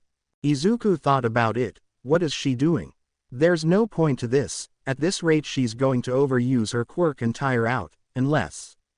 Back with the fight, Pearl was getting tired of the repetitiveness. This is getting boring, she said, punching and shattering one of the swords. However, this time Pearl put more power behind her punch. She shattered the sword, but she also managed to tag Momo in the stomach, sending her back. Momo was pushed back several meters. She finally came to a stop just inches from the edge of the arena. Holding onto her stomach, Momo looked up at Pearl. All right, it's time. Clapping her hands together, Momo began to create another sword. Pearl rolled her eyes. Not this again. Come on Momo, can't you think of something better? She said, standing there not moving. Momo smirked as she raised the sword and began to bring it down towards Pearl. From the stands, Izuku narrowed his eyes. Something about that sword gave him a weird impression. That's when he put two and two together. Izuku suddenly got up from his seat. Pearl. Dodge. Pearl heard Izuku and dodged out of the way, but the sword still managed to scratch her. Jumping back, Pearl had a cut across her cheek. Pearl placed her fingers on the cut and noticed blood running down it. Midoriya, what's wrong? Asked Uraraka. Izuku gritted his teeth. That sword, it's made of Atlantean steel. It's one of the few metals that could cut our skin. Uraraka's eyes went wide. Then that means Pearl is in trouble. They have to stop the match. No, Pearl is a warrior, and as such she is ready to die at a moment's notice. Besides, she won't lose. Did you forget? She's Atlantis's best female warrior. She won't lose, Izuku said, looking back at Pearl. Pearl smiled as she wiped the blood off of her face. I knew it. This confirms everything. Since you know the atomic configuration of our metal, it must mean your company has some of our weapons. Momo gripped the weapon. And what of it? You do know that you having that weapon, our metal, is a clear violation of the treaty we put into place, said Pearl. Momo was shocked. What? Pearl's voice then turned serious. That's not all. Now that we have proof of this, Atlantis can now legally declare war on Japan for violation of the treaty. And no, my father said this was just a rare earth metal. I had no idea this was Atlantean, honestly. Momo's hands began to shake. We will deal with that later. Right now we have an event to finish. Now come on, show me what you got, Pearl said, running at Momo. Momo swung the sword around, but Pearl dodged with ease. If Momo wanted any hope of winning, she had to change things up. And change things up she did. With her free hand she began to create a canister. She then proceeded to throw the canister at Pearl, which exploded on impact, causing a white foam-like substance to appear around her, which hardened with contact with the air. I've heard stories of you Atlanteans, and in each story they say you are prone to drying out. Sodium hydroxide, it basically beeps the moisture out of the air. Pearl was completely covered in the substance, however from the foam cracks began to form. Suddenly the hardened foam exploded outwards and out came Pearl. What? It didn't work. Momo yelled out, surprised, as Pearl ran at her. Momo thrusted the sword forward. Pearl didn't even move as she caught the blade with her bare hand. Blood began to run down the blade as Pearl gripped it. Nice trick with the chemical bomb, it definitely did some damage. Pearl then brought her non-injured hand down right on the blade, with so much force that it shattered. While it is true this metal can hurt us, it doesn't mean we can't break it. Momo watched as the pieces of metal hit the floor. Looking up, she was met by Pearl's fist hitting her square in the nose. Momo's body flew out of bounds as blood trailed down Momo's now injured nose. And the winner is Pearl, announced Midnight. The crowd erupted in cheer. Pearl looked up to see Izuku clapping for her. She nodded and walked over to Momo to help her. We have a lot to talk about, but for now, let's get you patched up, she said, picking Momo up and helping her towards Recovery Girl. King Nero and Malum watched as Pearl exited the arena. Your Majesty, that weapon. I know, it seems our suspicions were correct. The surface world knows of our metal and weapons, said King Nero. Shall I inform the war fleet? Asked Malum. Not yet, we shall try to talk this out first, but that's when Malum snapped. But your majesty, they have openly broken our treaties, we can't allow this. That's when the king snapped. Malum, I have spoken, you dare defy me. Nezu was shocked at the king's demeanor. Malum quickly backed away and kneeled. No, your majesty, please forgive me. King Nero waved his hand. Get back to your post. If I need you or want your opinion, I will ask for it. Malum went back to his post without saying another word. King Nero then turned to Nezu. Sorry you had to see me snap like that, Principal Nezu. Nezu waved his little paw. Please don't apologize. Running a high school is hard enough. I can only imagine running a whole country. Down at the arena, the rest of the students were battling it out. Izuku was predicting who would win correctly every time. Now, however, it was Uraraka's turn to fight Bakugo. Izuku tried to give her some pointers, but she refused, saying that she wanted to do this on her own. Izuku sat with Pearl as they watched their two classmates walk onto the arena. So, do you think she has a chance? Asked Pearl. Maybe, if she plays her cards right, said Izuku. She better have a plan or this is going to get ugly fast, Pearl thought. And here they are, the final battle in the elimination round. The hero that defies gravity and the bad man with the explosive temper. Announced Present Mike. The crowd cheered. Are both fighters ready? Asked Midnight. They both nodded. Ready. Begin. With a crack of her whip, the fight was on. I need to get in close, thought Uraraka as she ran at Bakugo. Bakugo stood in place as Uraraka closed the distance. You never stood a chance, he said, pointing his hand at her and firing off an explosion. The blast knocked Uraraka back, but managed to stay standing. Uraraka slid to a stop and looked up at Bakugo. With that one blast, her gym uniform began to show signs of being burned. Damn it. Hey, round cheeks, give it up. You don't stand a chance against me, Bakugo said, letting explosions ripple on his hands. Uraraka took a deep breath and stood up straight. Sorry, but no, but if you'd like to make me give up, then you're going to have to get over here. Bakugo's face turned to one of rage. Fine, but you asked for this. With the help of his explosions, he rocketed towards Uraraka at a high rate of speed. Die. He yelled out, firing off a massive blast at point-blank range. The explosion covered the area where Uraraka stood. Pearl watched on in disappointment. Well, this fight is over. Shame, really. I thought she would put up more of a fight. Izuku smirked. Pearl, since when have your battle senses dwindled? Pearl quickly looked at Izuku and then back down towards the fight. Through the smoke she saw movement. Well, I stand corrected. From within the smoke, Uraraka appeared and ran around Bakugo to try and hit him from the side. Uraraka reached out, but Bakugo twisted his body. Nice try, but you're too slow. Just as he was about to use his quirk, Uraraka closed her eyes and lifted her hands. In that split second, it was as if her hands were like waves flowing in the air. Grabbing his forearm, she lightly pushed off and spun around to his side, dodging his blast. Bakugo was in shock. How did you do that? Pearl's eyes went wide. Izuku, you didn't. Izuku smirked. Oh, but I did. I was surprised how fast she managed to learn it. She has a natural talent for martial arts. Granted, I could only teach her basic stuff, but given time, I do believe she can be the first ever human to master it. Not only that, but I also taught her our breathing technique too. Pearl couldn't believe it. Izuku, that breathing technique is only meant for underwater use. Who knows what it will do if it's used on the surface? Especially for someone who's not Atlantean. The king leaned forward in his chair. Izuku, you taught her our martial arts. From behind, Malum gripped his weapon as he saw Uraraka pull off the move. How dare she, a surface worlder, use our techniques? This will not stand. At the arena, Uraraka opened her eyes and smiled. A little trick I learned, thanks to Midoriya's training. Bakugo gritted his teeth. Midoriya this, Midoriya that, it's all everyone talks about. Just because he's a prince, he is suddenly better than everyone, better than me. To hell with that, I am going to show everyone that I am better. I'll do that by beating the crap out of you. Bakugo once again launched himself towards Uraraka. however this time she used her quirk on herself and jumped up.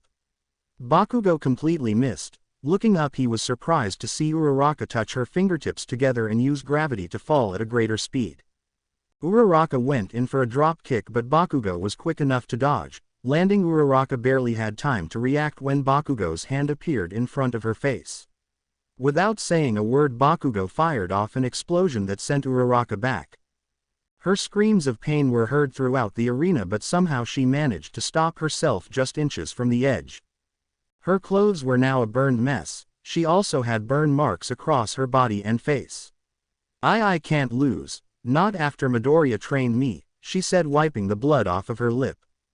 Uraraka once again charged in. Bakugo rolled his eyes. This stupid move again. How dumb do you think I am? He asked, pointing his hand towards her. Bakugo lunged forward in an effort to tag Uraraka. However, at the last second Uraraka used her gym jacket as a distraction. Bakugo missed and in the smoke Uraraka began to enact her plan. This smoke won't save you, he said, pushing the smoke away. As it cleared he looked to his right to see Uraraka standing there. There you are, this fight is over, he yelled out, rocketing towards her, ready to finish the fight. However, as he got closer he saw a smirk appear on her face. Got you, she said, touching her fingertips together. Bakugo's eyes went wide, as he looked around in a panic. What did you do? He asked. Look as he might, he did not find what she used her quirk for. That is until he heard a rumbling coming from above him. Looking up he saw several tons of rock and debris he created thanks to his quirk. As they fell they threatened to bury Bakugo. From the stands Izuku smiled. Good plan, it would have worked on anyone else but Bakugo. Uraraka watched as Bakugo raised both his hands up and fired a massive wide-range blast towards the rocks, completely destroying them. Uraraka's breathing suddenly became erratic. She fell to one knee and began to gasp for air. This must be the effects of the breathing technique Midoriya warned me about. However, as she looked up, Bakugo appeared in front of her with his hands pointed right at her. This is over, he said, firing a blast. This time Uraraka didn't have time to react as the blast burned her body. However, even after the direct hit, Bakugo wasn't done. He then began to let out several smaller blasts right at Uraraka.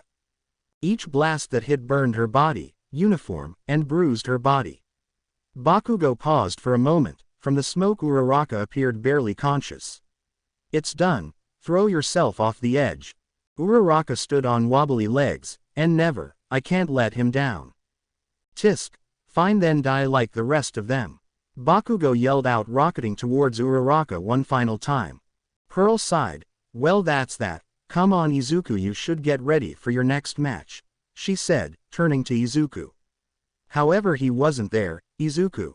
Uraraka didn't even put up her hands to block. Bakugo's explosion hit its target.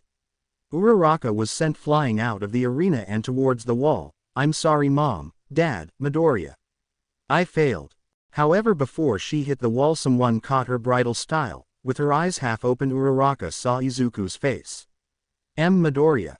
He looked down and smiled. It's all right Uraraka, you did your best. This is a fight you can be proud of. You showed everyone that you can go toe-to-toe with the best of them. A tear fell from Uraraka's face as she drifted off to sleep. Izuku then began to turn and walk away from the arena to get Uraraka the medical attention she needed. Bakugo watched them leave, and the winner is Bakugo. Congratulations to everyone who moved on to the next round, but don't get too comfortable. The next round kicks off with two of the most explosive fighters this year. Izuku Kaito Midoriya vs Shoto Todoroki. The crowd erupted in cheer as they heard the next fight coming up. Arriving at the nurse's office, Izuku placed Uraraka on one of the beds per Recovery Girl's instructions. My word, that Bakugo kid really did a number on her. How could he be so cruel?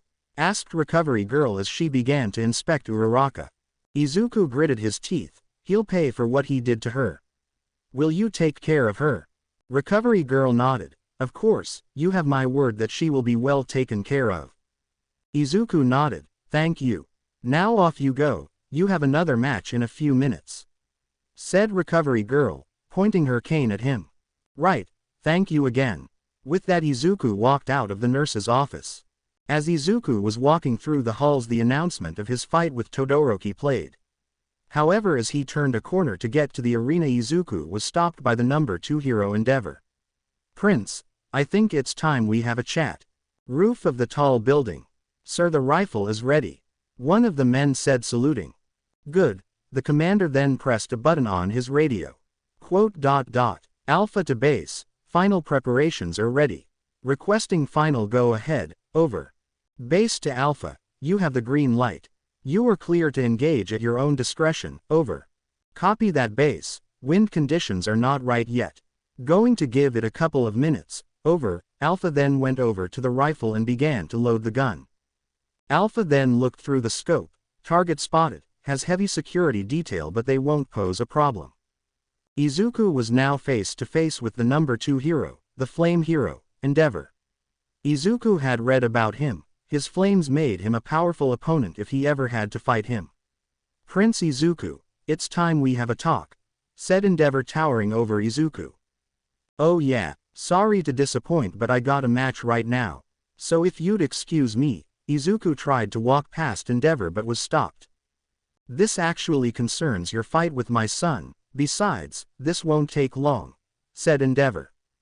Izuku sighed and decided to humor him. "Fine, what is it?" "It's about my son Shoto. You see, I made him to be the number 1 hero. For he has both the powers of fire and ice. He has so much potential, yet he refuses to use my fire." Izuku interrupted, "Your fire? But it's Todoroki's power." Endeavor glared at Izuku. "Right, his fire. He is like a child. What I ask from you is that you force him to use it. That way he will realize how foolish he is being and come to his senses. Do that for me and I can help you establish a connection with the surface world. So what do you say?" Izuku thought about it. As enticing as that proposition is, I will have to refuse. However, I'll make him use his fire, but not for your reason. I'll make him use it because he won't have a choice. With that, Izuku turned his back on Endeavor and began to walk toward the arena. As Izuku walked out of the tunnel, he was met by cheers, and here he is, the underwater prince. "Izuku Kaito Midoriya," announced Midnight. Izuku walked into the fighting stage to see Todoroki already on the other side. "This fight is sure to blow us away, everyone, so don't blink," yelled out Present Mike. Midnight pointed at the two. "Are both fighters ready?" They both nodded. "Begin." Todoroki wasted little time and created a wave of ice and launched it at Izuku. Izuku saw it coming and quickly jumped out of the way. However, as he landed, he was met by several flying ice spikes. The spikes hit but shattered on impact. With pieces of broken ice around him, Izuku smiled. "Tickles."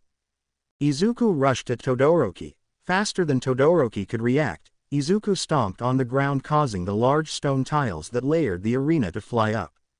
Izuku quickly jumped up as well and began to kick the stone tiles at Todoroki. Todoroki's eyes widened as he created a wall of ice in front of him, stopping several of the stone tiles, but not all of them. After the 6th tile, Todoroki's ice began to weaken. Then came the 7th. The tile smashed into the ice, completely shattering it. Damn it.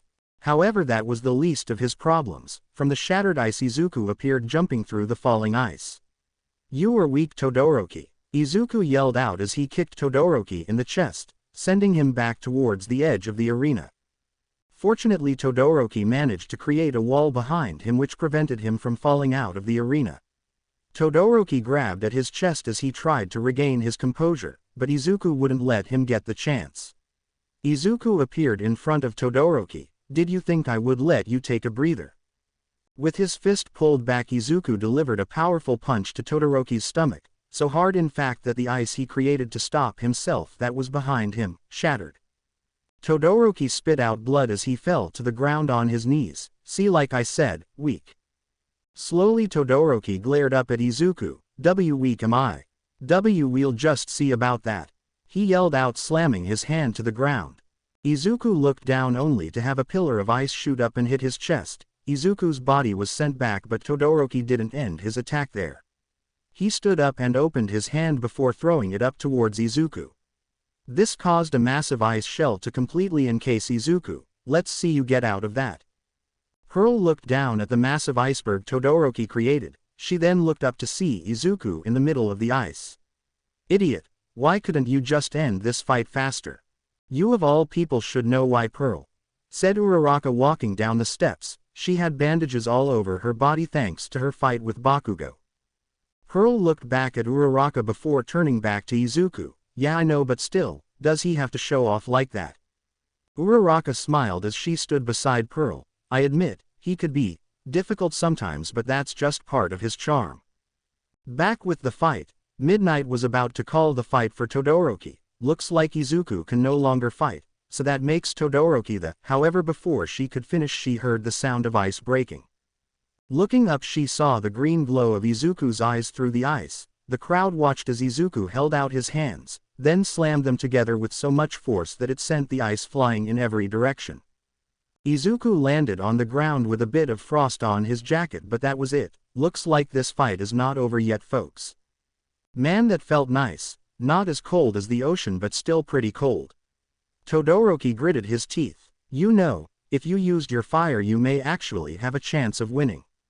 Never. I will never use his fire. I will show him that I can win without his fire.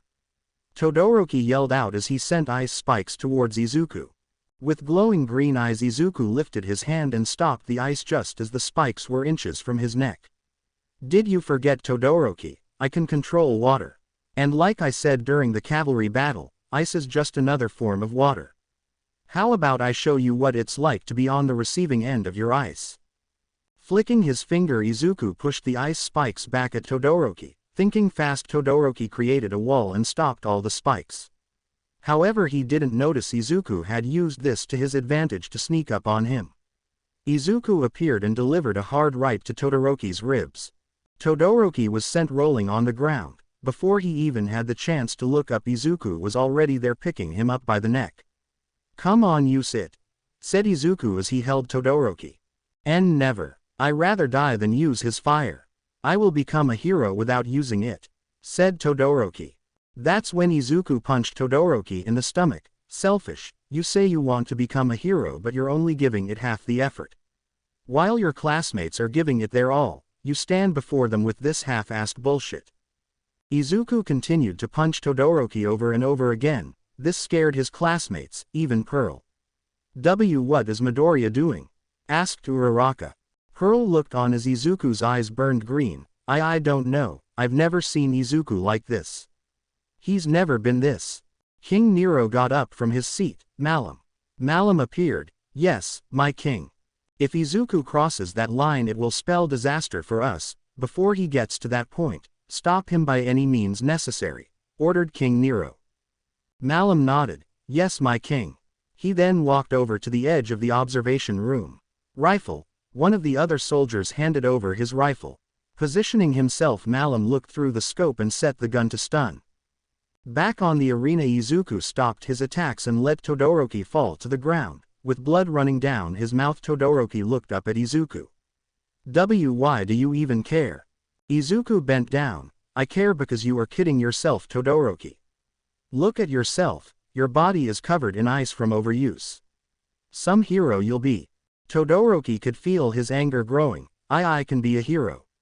I will show you. I'll show him, he yelled out, getting up and punching Izuku across the face.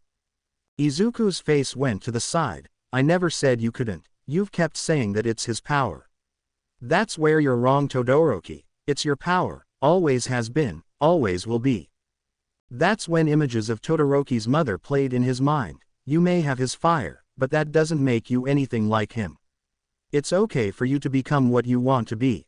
With his fist still on Izuku's face, Todoroki let out a yell before flames appeared from his left side, including his fist. Izuku quickly jumped back as the flames grew. He also noticed a cinder mark on his face where the fist was. Like a raging inferno, Todoroki let out his fire. The entire stadium was in awe. This is why you did everything, isn't it? You wanted me to see that this fire wasn't his, but mine.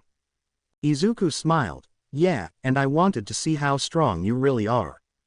Todoroki chuckled. Then I hope I don't disappoint, he yelled out, letting his fire burn brighter. Izuku charged at Todoroki, but this time he was ready. Lifting his left arm up, Todoroki let his fire burn. The fire completely engulfed Izuku, but he pushed through it. From the flames he appeared throwing a punch, but this time Todoroki dodged. It seems fire really is your weakness. That punch was a lot slower than last time, said Todoroki as Izuku appeared with no shirt. Izuku looked down at his skin and noticed that it was starting to dry out, effectively making him slower and vulnerable. I knew this was going to happen, but I didn't think your flames were this hot. Guess I have to end this fight now. Something we can agree on, but I am going to be the one to win, said Todoroki, slamming his left hand on the ground and covering the entire arena in fire. Izuku was completely engulfed in fire. He looked around for an escape but found nothing. To make matters worse, he could feel his strength leaving his body. Falling to one knee, Izuku had to think of something fast, and need to hydrate. But how? There's no water. That's when Izuku had an idea, a very stupid idea. Blood is 55% plasma, and of that, 90% is water. Izuku lifted his hand and punched himself in the nose, breaking it and causing blood to run down. And not enough, he then began to bash his face onto the cement floor. With blood running down his forehead and nose, he began to collect it and smother it on his face and arms. And somehow it worked. His body began to absorb the water from the blood. This won't last. I have to end this now. With what little strength he had left, Izuku jumped into the air and punched the ground, causing it to break apart. Todoroki watched as his flames were pushed away. This trick won't work again. From the fire and debris, Izuku appeared, jumping from tile to tile, heading straight towards Todoroki. Seeing him coming, Todoroki created several ice spikes and launched them at Izuku. However, this time Izuku wasn't playing around. With glowing green eyes, Izuku slashed downwards with his arms, doing so causing the ice to split apart. Todoroki's eyes widened as he saw Izuku head his direction covered in blood. He tried to use his fire once again but didn't have enough time to activate it.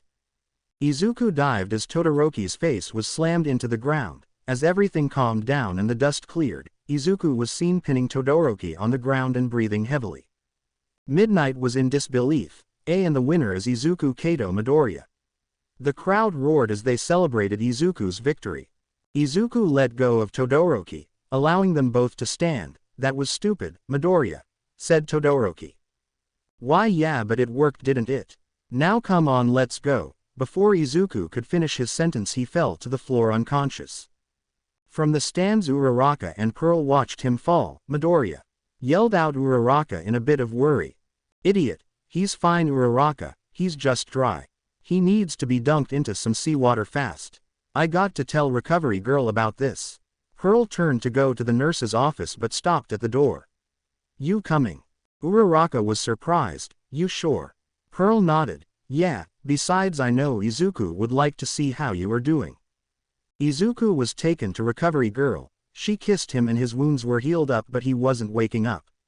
That's when Pearl and Uraraka walked in and explained what needed to be done. After securing a tank and some salt, they placed Izuku into the tank and almost immediately he woke up. Huh, where am I? You were with Recovery Girl, said Pearl with an angry look on her face. Oh, looks like I overdid it, said Izuku, rubbing the back of his neck. No shit, if you weren't injured right now I would have smacked you by now, said Pearl, hitting the tank he was in. Lucky for you, Recovery Girl has already warned me against that. How are you feeling, Midoriya? Asked Uraraka. Oh Uraraka, I see you're all good now.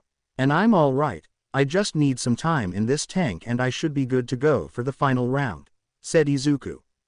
Uraraka smiled. That's good to hear.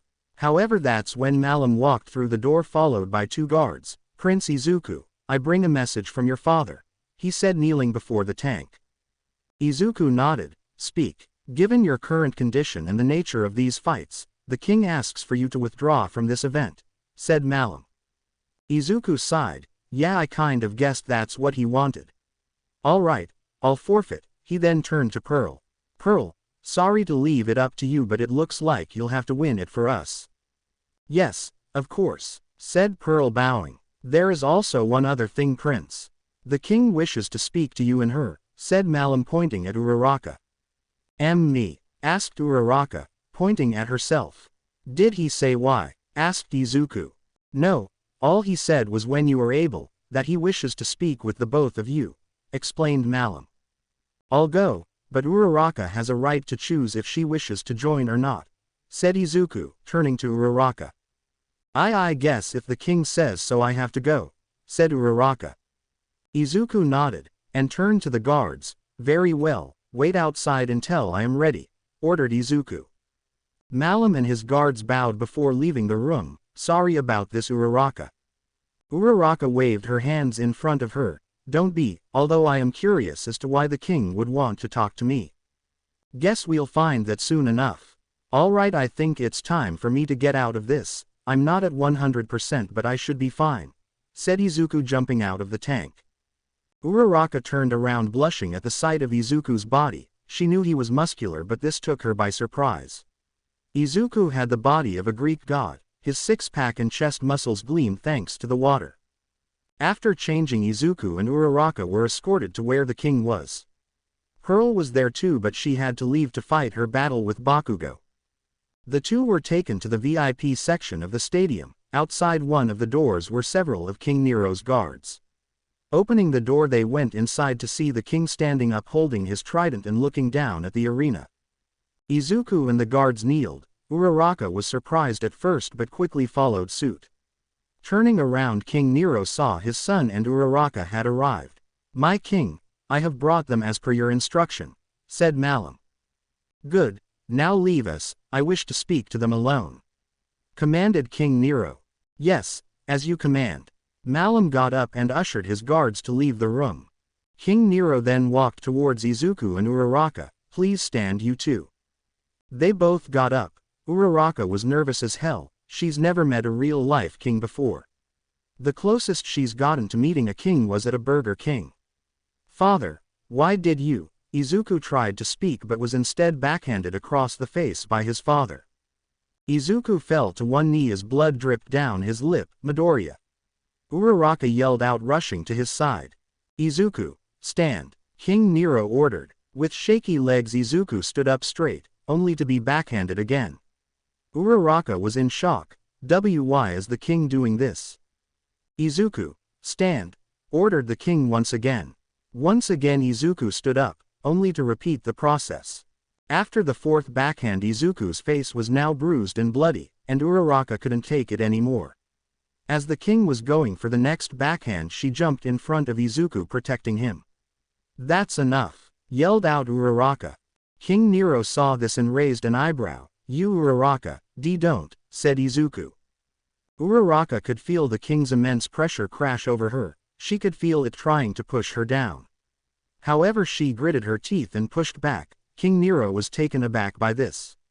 At the same time, flashbacks of his late wife began to play in his mind.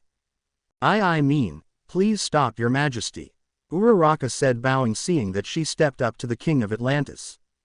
King Nero looked back at Izuku. You know why I did this, right, Izuku? Izuku nodded as he wiped the blood from his lip. Why, yes, sir. What you did could have ended our relationship with the surface world. Whatever the reason may have been, beating him to that extent is inexcusable, explained King Nero. Izuku looked away in shame. Yes, sir. And you? He said, directed at Uraraka. Uraraka jumped back. Why, yes, your majesty. Never in my long life has anyone spoken to me in such a manner. Not even my closest friends would speak to me in that manner. Uraraka swallowed a lump in her throat. Yet you stood up to me, for Izuku's sake. Father, she was, Izuku tried to explain but was stopped by King Nero. King Nero smiled. Pearl was right, you really are something else. Uraraka's eyes went wide. Pearl has told me that you are a bit of a klutz, but that you are also extremely determined, focused, and have a somewhat intimidating aura.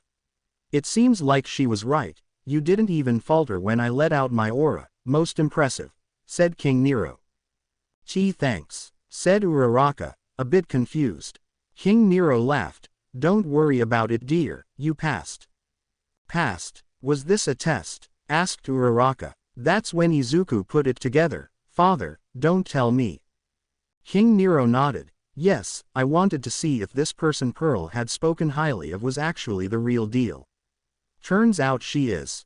Please father, don't do that again, said Izuku, letting out a sigh. I was only looking out for your well-being, Izuku, said King Nero. Uraraka couldn't help but let out a small chuckle. Sorry, I just never expected the king of Atlantis to be such a doting father.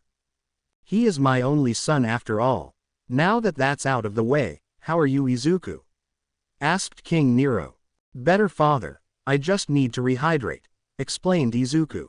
Good, and you, Ochako, was it? I hope you are doing well also. That fight you had was pretty rough, asked the king.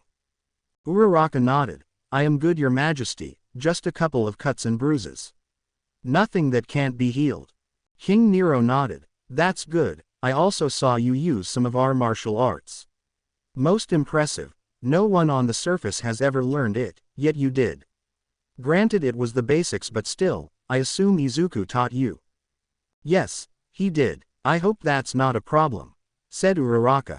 No, no problem at all. Besides, if the surface world can adopt more of our teaching, it would be for the better, explained King Nero. Father, if I may, why did you ask for us? Asked Izuku. King Nero sighed. I wanted to ask you two a question. Pearl has reported back something that has concerned me. She says you two have feelings for each other. Is this true? It took a second for the question to register, but once it did, they both turned bright red. What? I mean, she and I. We aren't, but.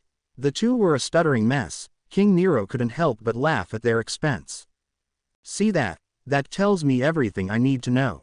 So I'll ask you first, Izuku, do you have feelings for her? Asked King Nero. Izuku paused and collected himself. Why yes, father, I do have feelings for her, said Izuku, blushing. King Nero nodded. And you, Ochako, do you have feelings for my son? Uraraka couldn't get the words out, but finally managed to speak. Why yes, your majesty, if I'm speaking honestly, I do. I see, and have you too, done it yet? Asked King Nero. The two turned a deeper shade of red. No, we haven't, yelled Izuku. Really? Asked King Nero to Uraraka. Yes sir, really, we haven't done anything, said Uraraka, embarrassed. Ah, young love, I'm honestly surprised the two of you haven't. When I was your age, Izuku, I was having the time of my life, said King Nero. That was until I met your mother. Oh boy, did she whip me into shape. She helped me become the king I am today. She also made a fine queen. Speaking of the queen, where is she? Asked Uraraka.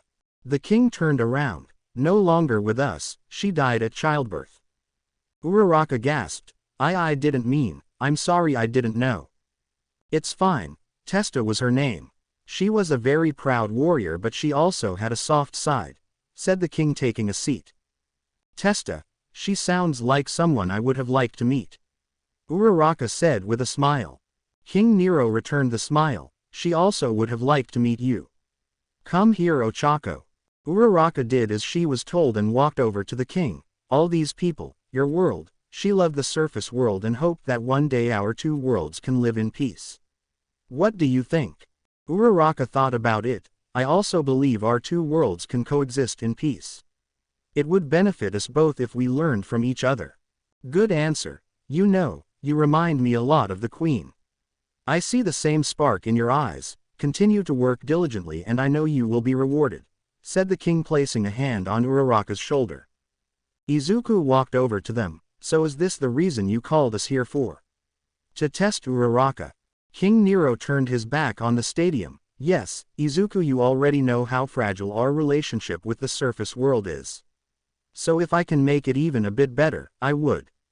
I also believe that you two are the reason that will soon be possible, said King Nero. Now, go back to your friends. I do believe Pearl is about to fight. Izuku and Uraraka blushed. Thank you, father. We shall see each other after the final. Without warning, Izuku went over and hugged his father.